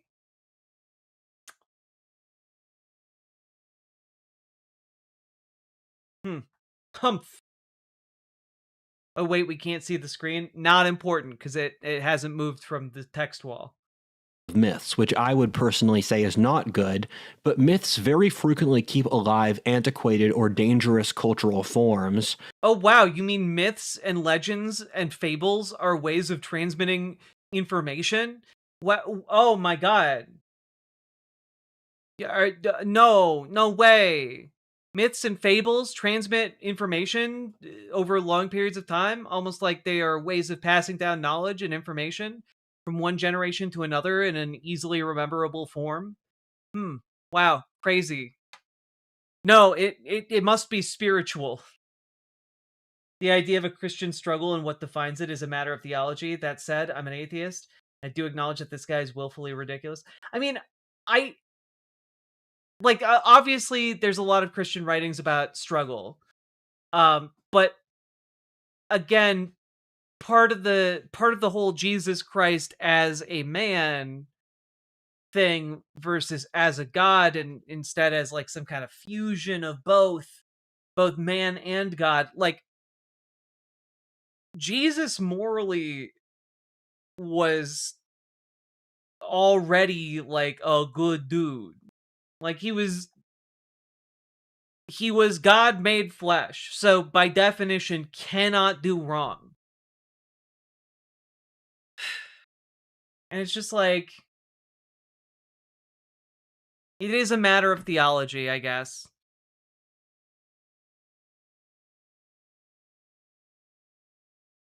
This is draining me of my will to live, and I know I'm getting a little incoherent, and I apologize. So there is a positive. Modernity rejects archetypes totally unless they're ones we embrace, like Darwinism or the laws of physics. At the same time, he said modernity rejects transcendence. He calls the map paradigm flatland. Oh god, please just let it end. Let it end. Flatland was a 19th century book I read, which was okay, IMO. It's about a world of 2D objects in which one can transcend to the third dimension. He has enormous existential issues and tries to explain to the 2D people what they're missing. The story is a parable about how when someone can only see a certain tier of consciousness... Wait, so humans can see multiple tiers of consciousness? Then why can't we communicate? Why can't I listen in on the squirrel conversations? I want to know their hot goss. Where they hiding their nuts? What if I need a quick squirrel snack?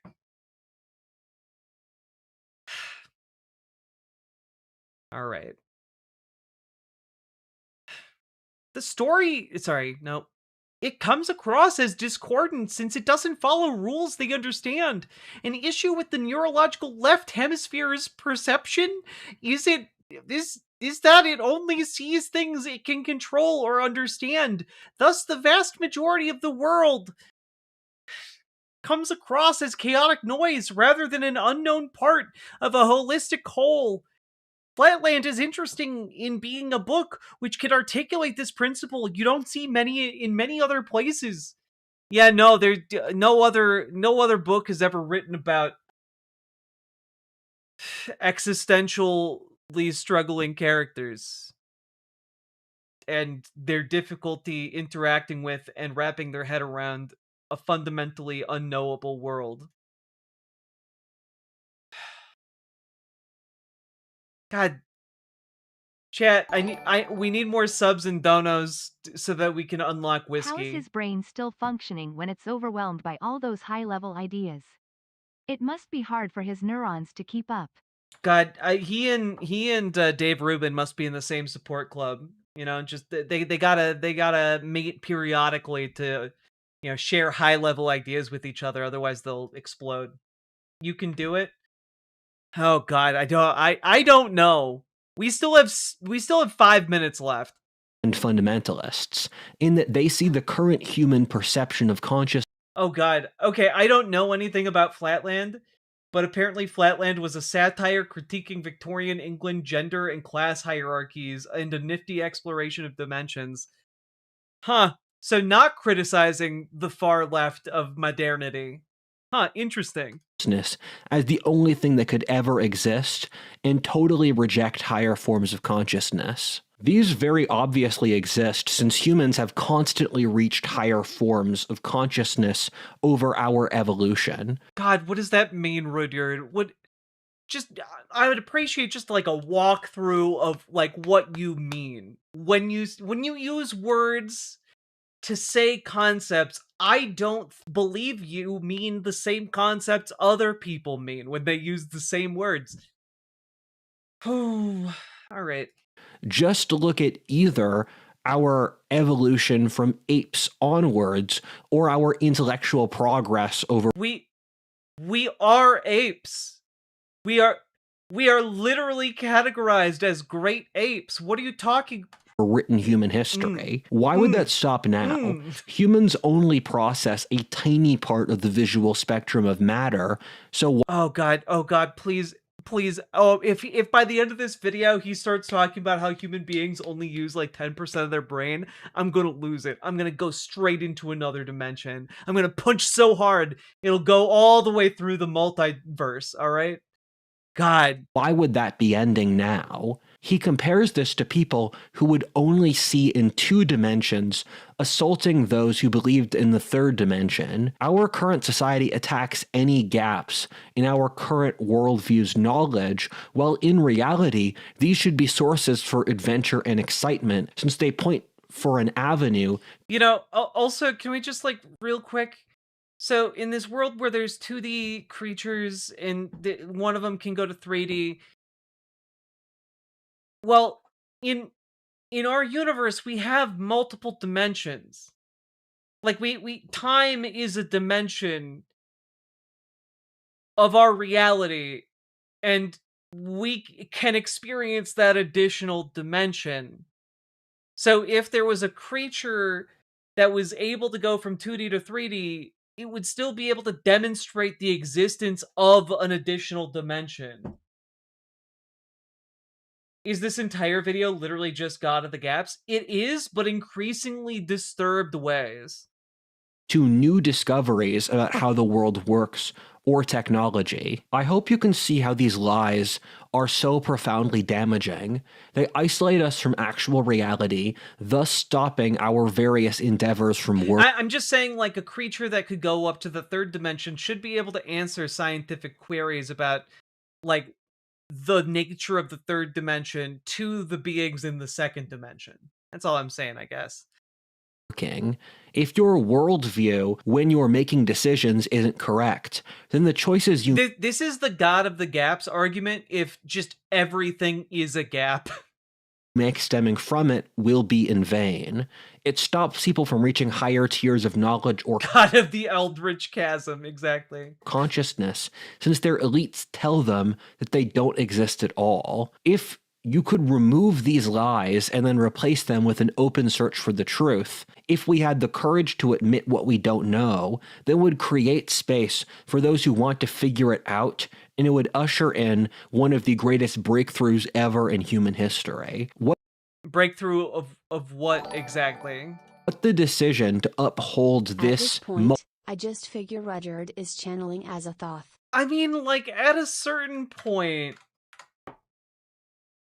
what is this, man? Like, what's going on? Go to therapy. Model of the world means is the artificial maintenance of the current ruling class in power. The final book I want to reference here is by reputed neuroscientist Ian McGilchrist with his book The Master and His Emissary, which I... Wait, Ian McGilchrist? Where have I heard that name before? Why do I know this name?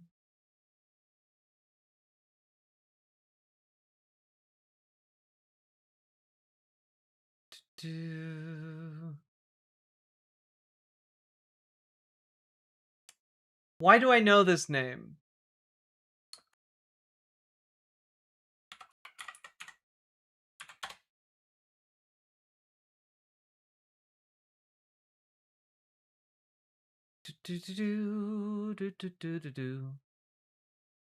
Oh, okay. So this guy's big thing is that he believes like the two different sides of the brain do a lot of different things, and therefore your intuition can be left brain, right brain. Okay, and Jordan Peterson also gets in on it. Okay, all right. Want to bet he's not revered? Like, right brain, left brain is old thinking. Yeah, it's that the argument that like, oh, the left side of your brain is more logical, and the right side is more creative, except that like the brain is more complicated and nuanced than that, and your brain can learn to compensate or do different things, shift different functions around, because the brain is cool. I think explains all of this. If you don't want to read a 600-page book, you can watch his pretty good documentary, The Divided Brain, which is free on YouTube Premium. The thesis of the book is that the brain is divided between the right and the left hemispheres. The right hemisphere sees all of life as an organic process that's holistic, with meaning built into it. The right hemisphere sees context. Huh. The Hungarian conservative. Is Western civilization bound to fall? An interview with Ian McGilchrist. Okay. Yeah, no, just a really smart guy, Ian McGilchrist.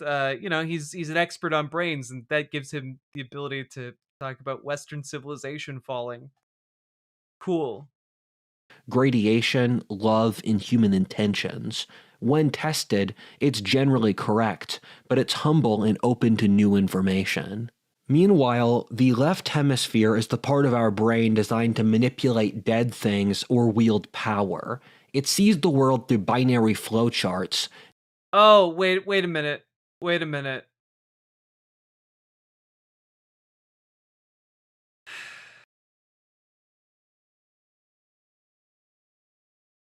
Interesting. 1 second.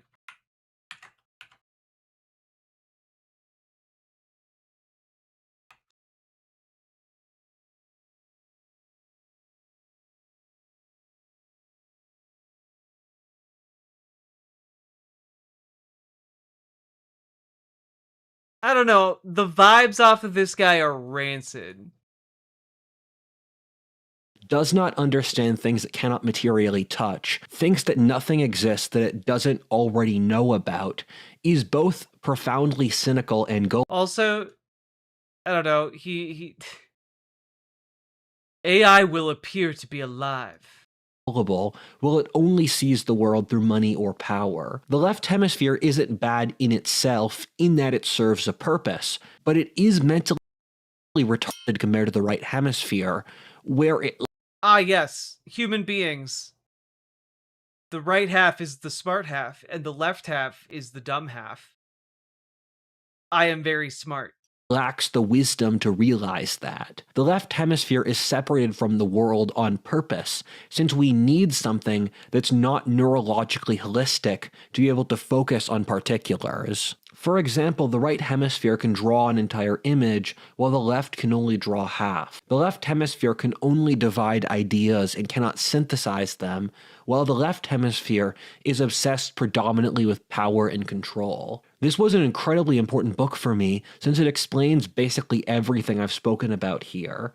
We're not a rational or scientific worldview today. We're one built to feed into the cognitive biases of the left hemisphere, which are not allowed to be questioned. We are a world trapped in the cage of our own mind. Did he just say half the human brain is... Yeah, no, he did. A cage that is becoming deadlier and tighter by the day due to the loving support of our elites. The thing I want to emphasize is that none of this is real. You can just say no.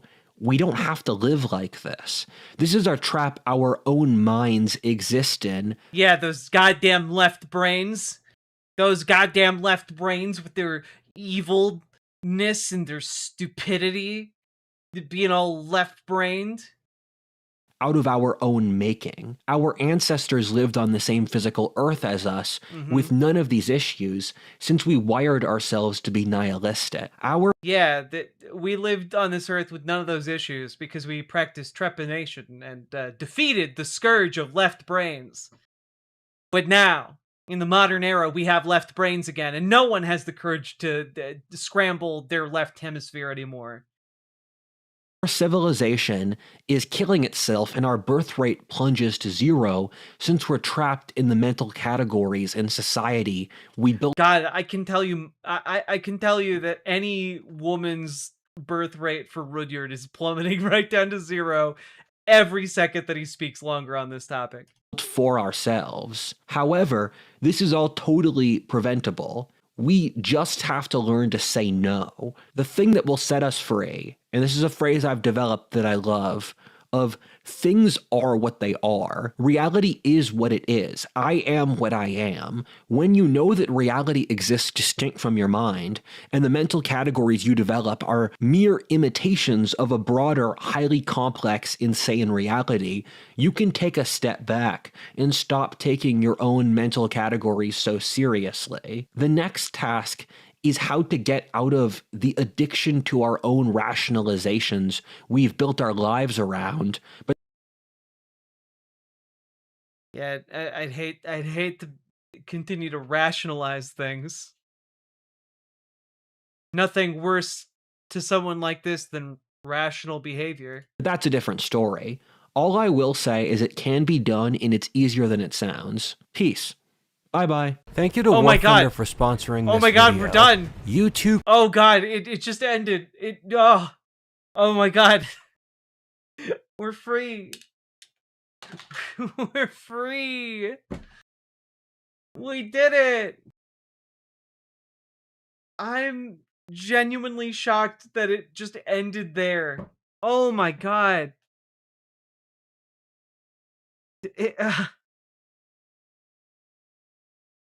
Genuinely deranged.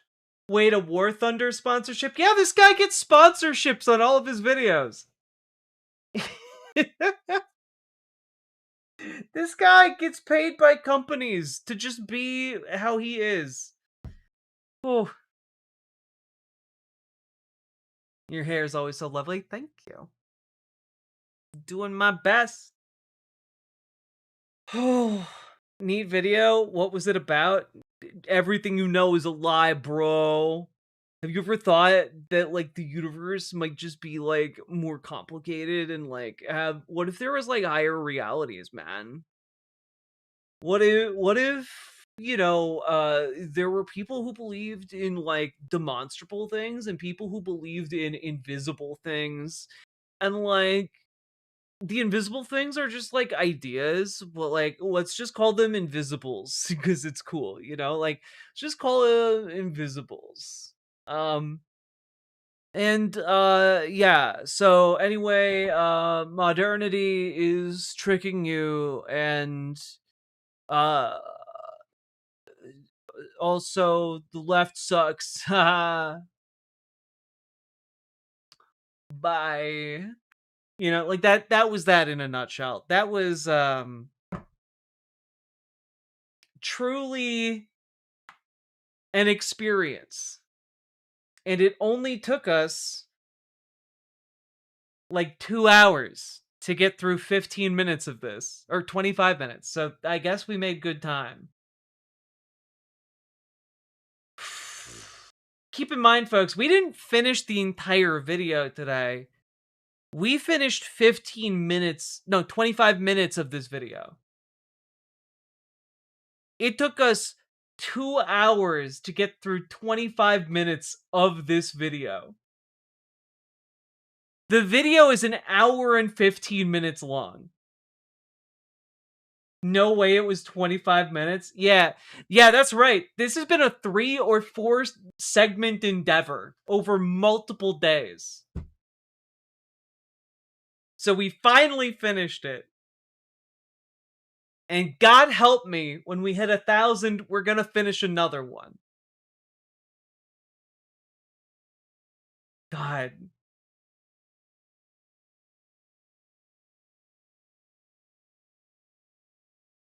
It takes forever. I'm actually shocked he doesn't have a cult. I mean, he's too Rizless to actually keep a cult together, you know? Please tell me you're gonna put a What If Alt Hist playlist on YouTube so I can catch up. I should put that together. I am offering to abuse myself on camera if you guys give me money.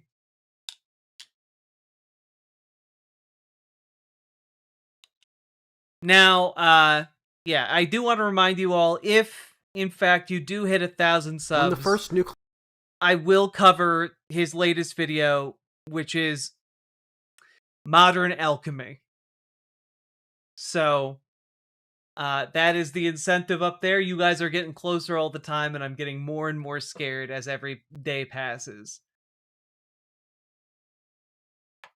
Now, anyway, if you like that, like, comment, and subscribe, and also share the video with your friends.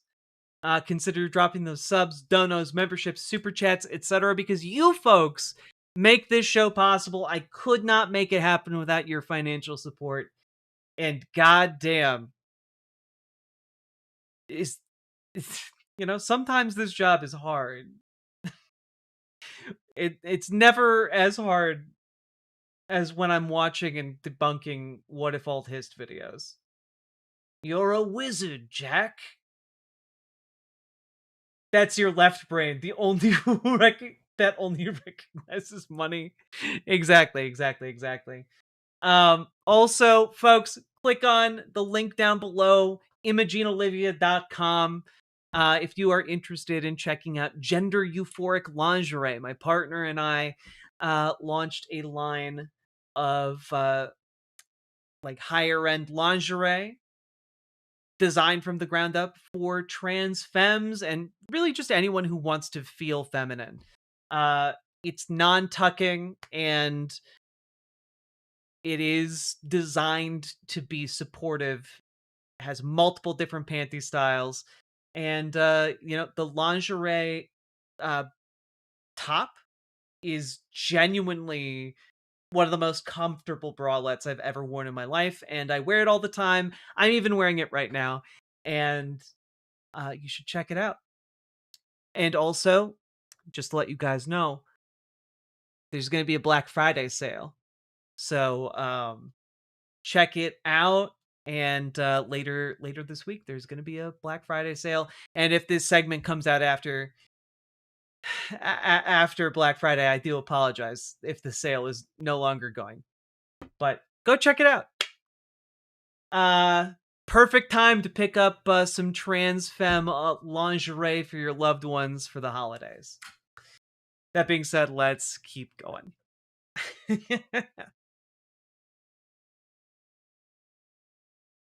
It's also perfect for apparently cis men have been buying the lingerie to like feel femme and they love it.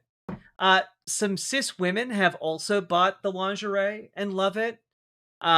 Because you know what? Sometimes cis ladies want an expanded gusset size too. Okay. And also it's really fucking cute. And the bralette provides a wonderful amount of support.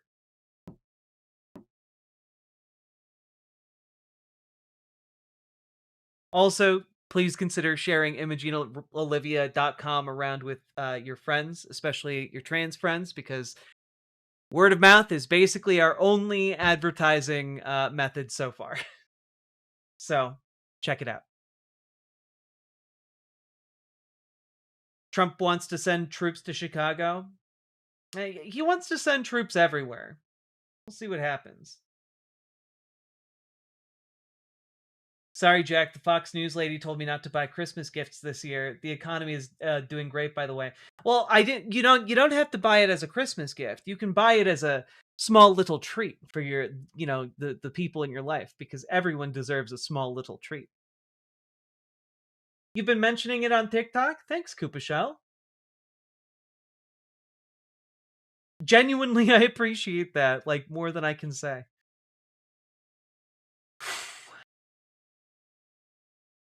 Well, now you might think that. No, not you.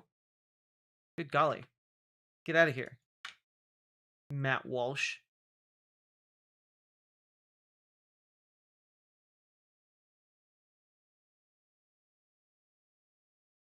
Folks, see, I'm a bit torn at the moment because there is a part of me that would really like to play Claire Obscure for the next 2 hours. But the problem here is that I have things I need to wake up and do tomorrow.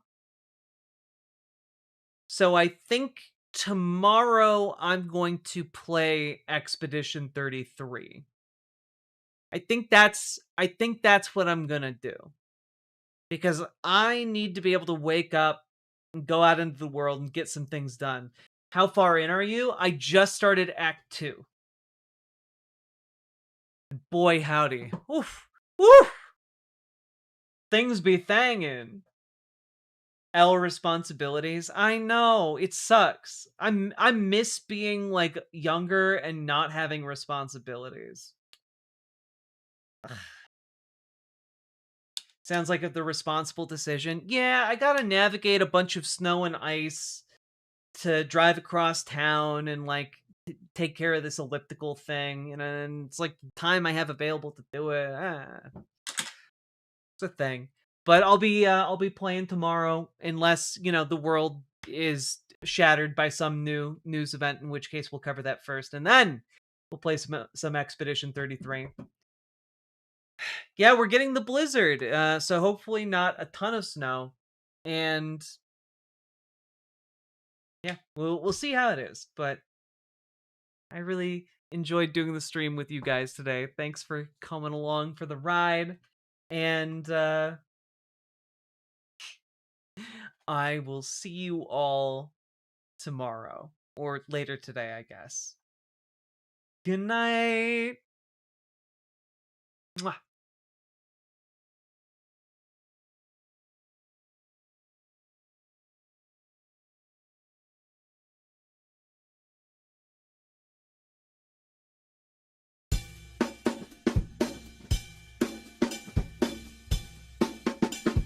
Tonight, we made history.